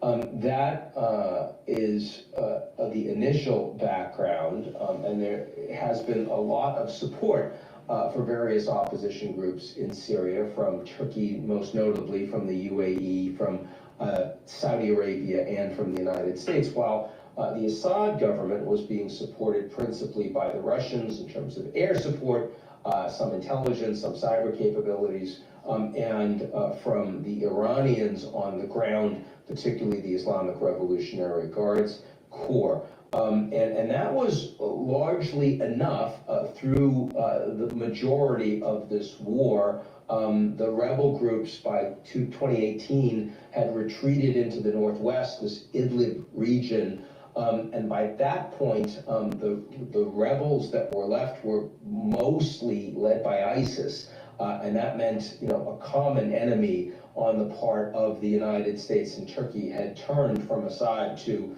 the proximate Syrian part of the war on terror.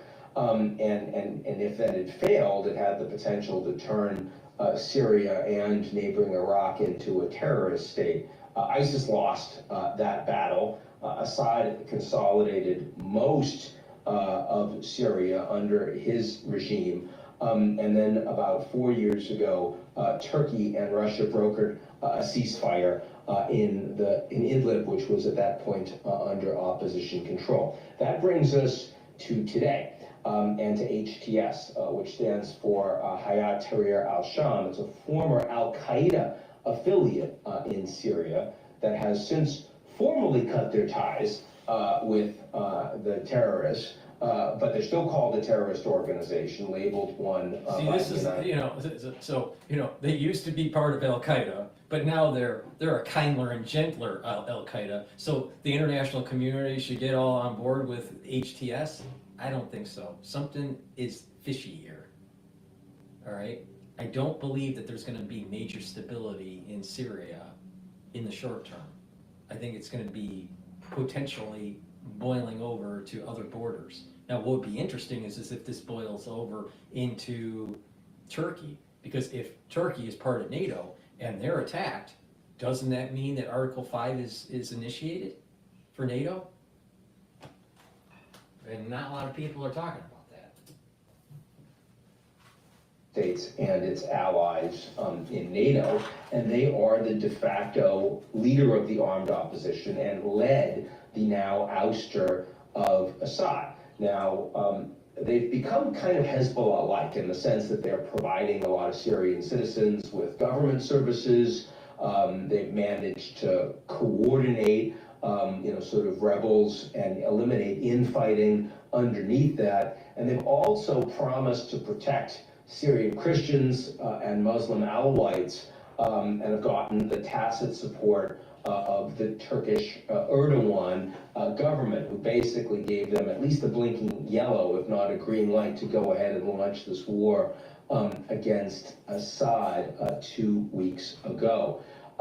Now, having said all of that, the likelihood that they're going to run, as a secular government, Syria seems unlikely to me. We're going from Assad to what is probably going to be a radical Islamist government that'll be repressive and that'll be deeply challenging. And so I don't think that is in any way, at least at this point, something that we can call a transition that's good news or that we shouldn't feel anxiety about. But what is clear is that the Iranians and Russians have lost. So the axis of resistance is not looking like much of an axis, and it's not putting up very much resistance. The Russians, Putin has said nothing about this. He's not made a public statement.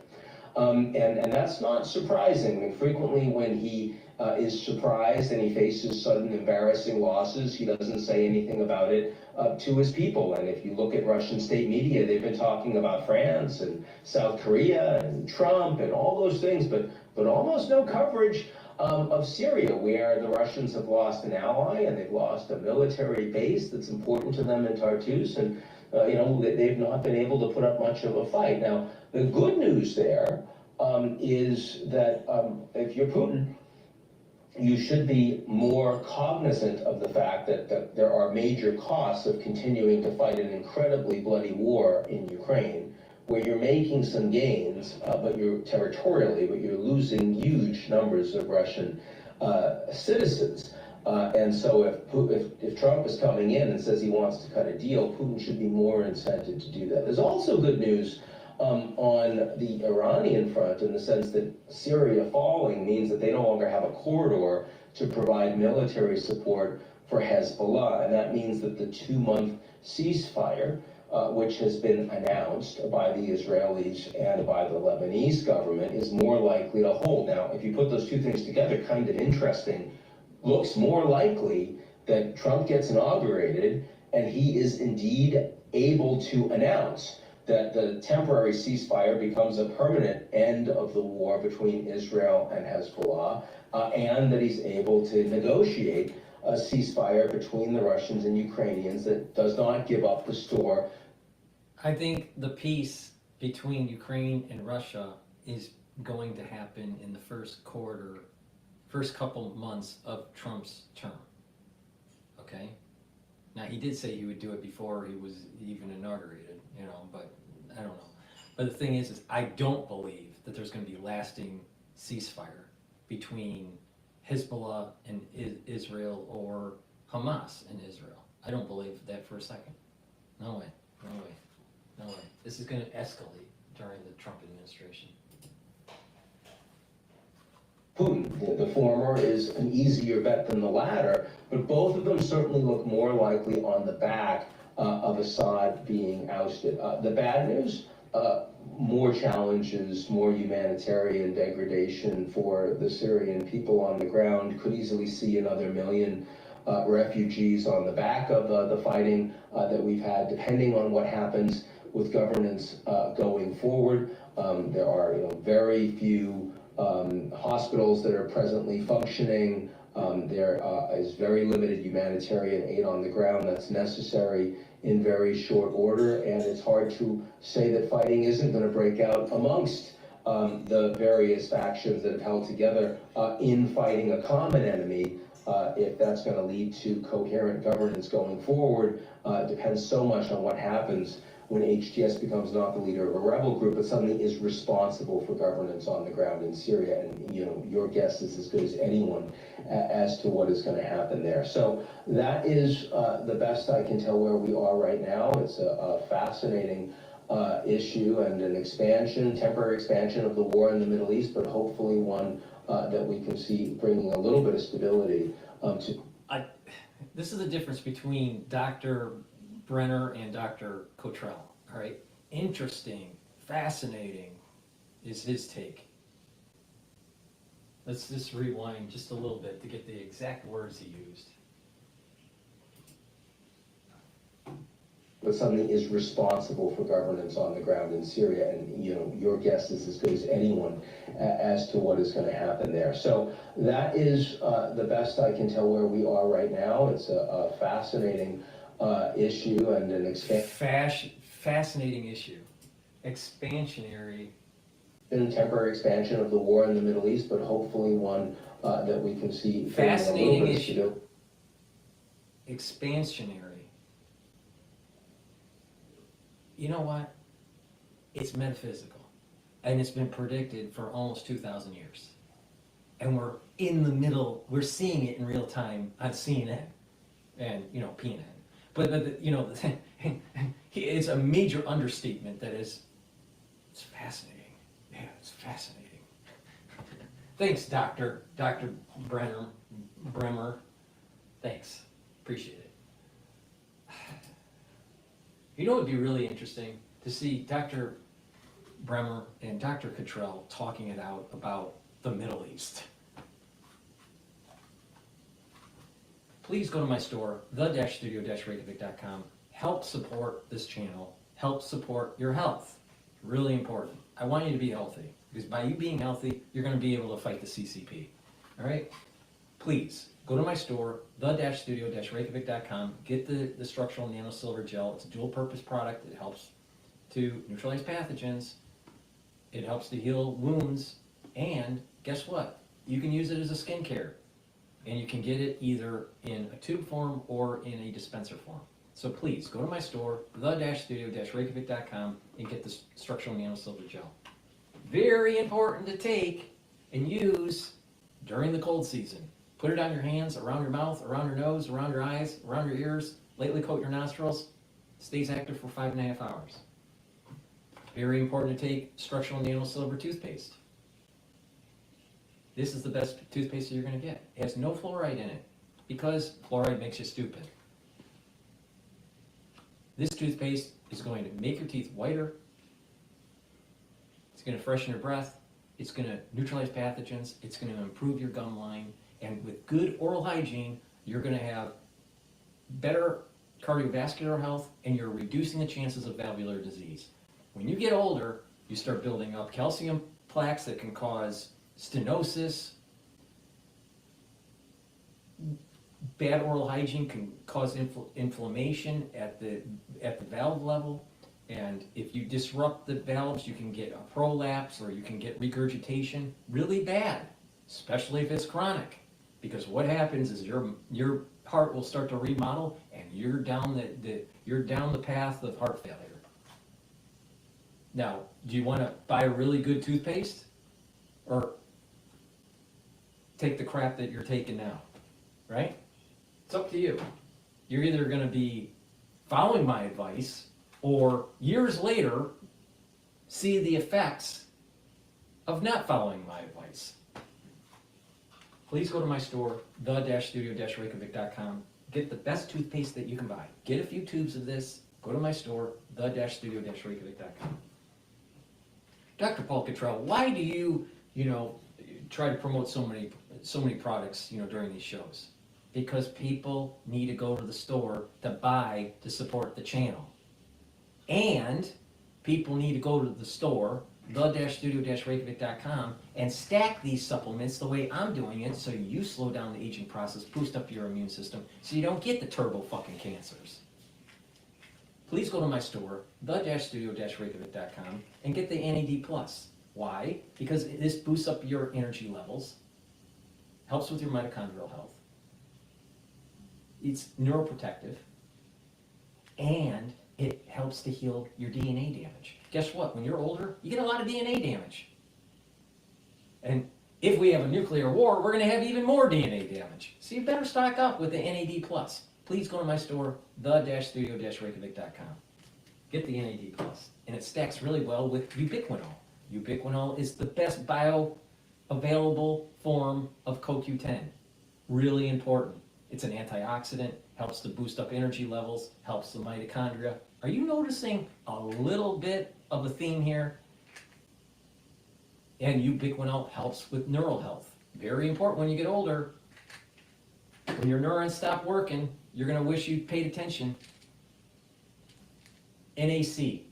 I added this to my stack. This helps to boost up glutathione levels. Glutathione is a very strong antioxidant and it is synergistic with C60. You want to soak up those free radicals. Why? Because you want your cells to be as healthy as they can be.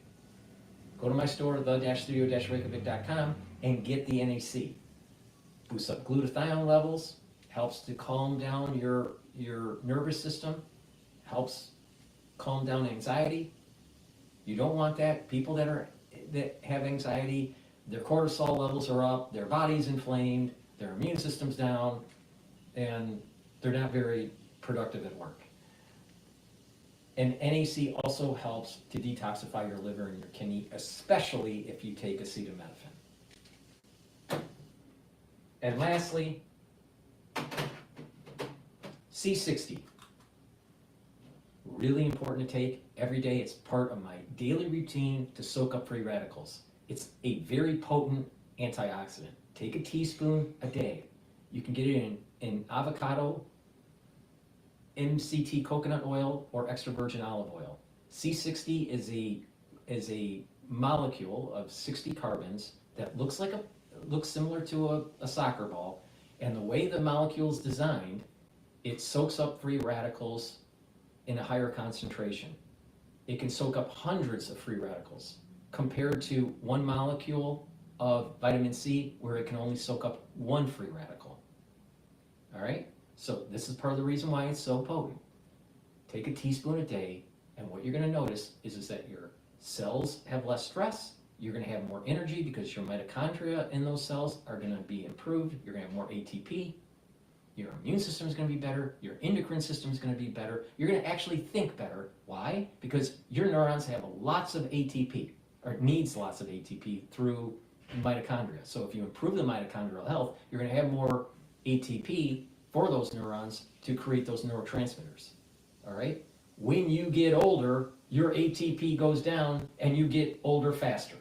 If you reverse it by improving your mitochondria, you have more ATP, and therefore you have more energy, and you slow down the aging process. Now do you understand why taking C60 is so fucking important? And I've been saying this for 5 years. Please go to my store, the-studio-reykjavik.com, and get the C60. Take a teaspoon a day. It's part of my protocol. It's a major pillar. Again, the three major pillars are neutralize pathogens with structural nanosilver, soak up free radicals with C60, bring down inflammation by taking ashwagandha and turmeric. And then you add stuff to that. And then you're going to get healthy. You can get it in a 2 ounce, a 4 ounce, or an 8 ounce configuration. It behooves you to buy the higher ounce configuration because the cost per ounce is less. It's called a discount. Please go to my store, the-studio-reykjavik.com, and get the zeolite. This soaks up heavy metals, toxins, and chemicals, especially forever chemicals.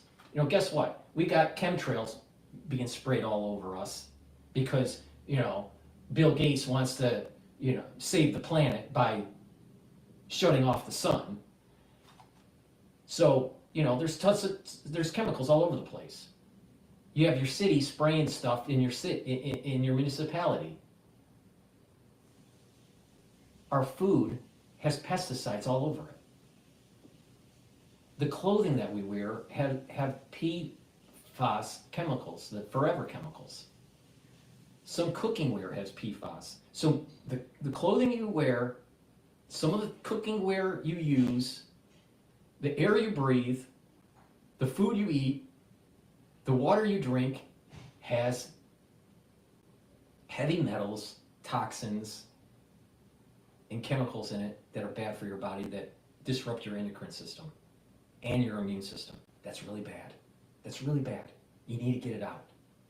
Go to my store and get the zeolite. Zeolite is a negatively charged molecule that will attach to positively charged toxins, heavy metals, and chemicals, and it'll allow you to urinate that out in 6 to 8 hours. This zeolite you can take year-round as a maintenance. How you do that is you take 2 drops underneath your tongue, drink it with filtered water, just small drops. Just drink it with filtered water. Do that every day. And guess what? It's going to soak up those toxins, and you're going to get healthier. And your endocrine system is going to get better, so you're not a crazy, liberal, woke individual. All right? This is like anti-woke. You take zeolite and you become anti-woke. All right?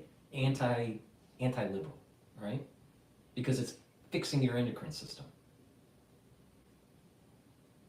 If you want to detox once or twice a year, what you do is you take a few drops underneath your tongue, just small drops, underneath your tongue each day, drink it with filtered water, and do that each day until the bottle's done. And do that once or twice a year. It's actually better to do it every day, fewer drops, than, you know, to do it once or twice each year, because between those times in the year when you're detoxing, you're actually building toxins in your body. So it's better to filter it out of your body every day. It's very important to take the zeolite, but it's very important to also filter your water. Go to Amazon, get a filtration system, and filter your water. Because guess what? I'm willing to bet your municipality in the last year increased the particulate count allowed in your water. All right? Like, for example, unfiltered New York water was around 50, at 50 range with the monitor for zero water. When, you know, so when you filter it, it turns to zero particulates. All right? Or undetected particulates. But the tap says 50. All right? That was a year ago. Now, it's at 100. 100. When you filter it, now it's at 0. I'm willing to bet that something similar is happening in your city. So they've increased the crap that's in your water. And you wonder why your endocrine is all fucked up. You wonder why why your immune system's all fucked up. You wonder why you start hearing that in the water supply for surveillance, there's an uptick in pathogens. Because people are getting sicker. Why? Because of the filter, because of the water that they drink is not filtered. So filter your water. And also make sure you stop eating the crap that's in these processed foods. Because they have chemicals in them that you really don't want that disrupt your endocrine system and your immune system. You stop that. You filter your water, eat better, and you're doing wonders for your body. And then the other stuff that is accumulated in your body, you can get rid of by taking the zeolite. Now, I just gave you a recipe of how to get healthy. Now, it took 318 minutes to do it, but if you follow what I just said, you're reducing the chances of cardiovascular disease, you're reducing the chances of dementia, you're reducing the chances of having osteoporosis, you're reducing the chances of turbo cancers and other diseases that can be mitigated by better lifestyle and better supplementation. You can mitigate the chances of getting diabetes and liver disease and colon cancers. Or you can just plug into the sick model that the American, SAD diet is allowed for, and you will pay later when you get older, when you get 65, or when you're 55 years old and you have your first heart attack. Or when you're going in for that colon screening and all of a sudden they find not just a polyp, but a tumor, right? And now you got to go through chemo or other things, right? What about early onset of dementia? Because you're all stressed out and you can't sleep. Or you're eating and you're ingesting these chemicals and poor water, and all of a sudden you start having problems with memory. It's up to you.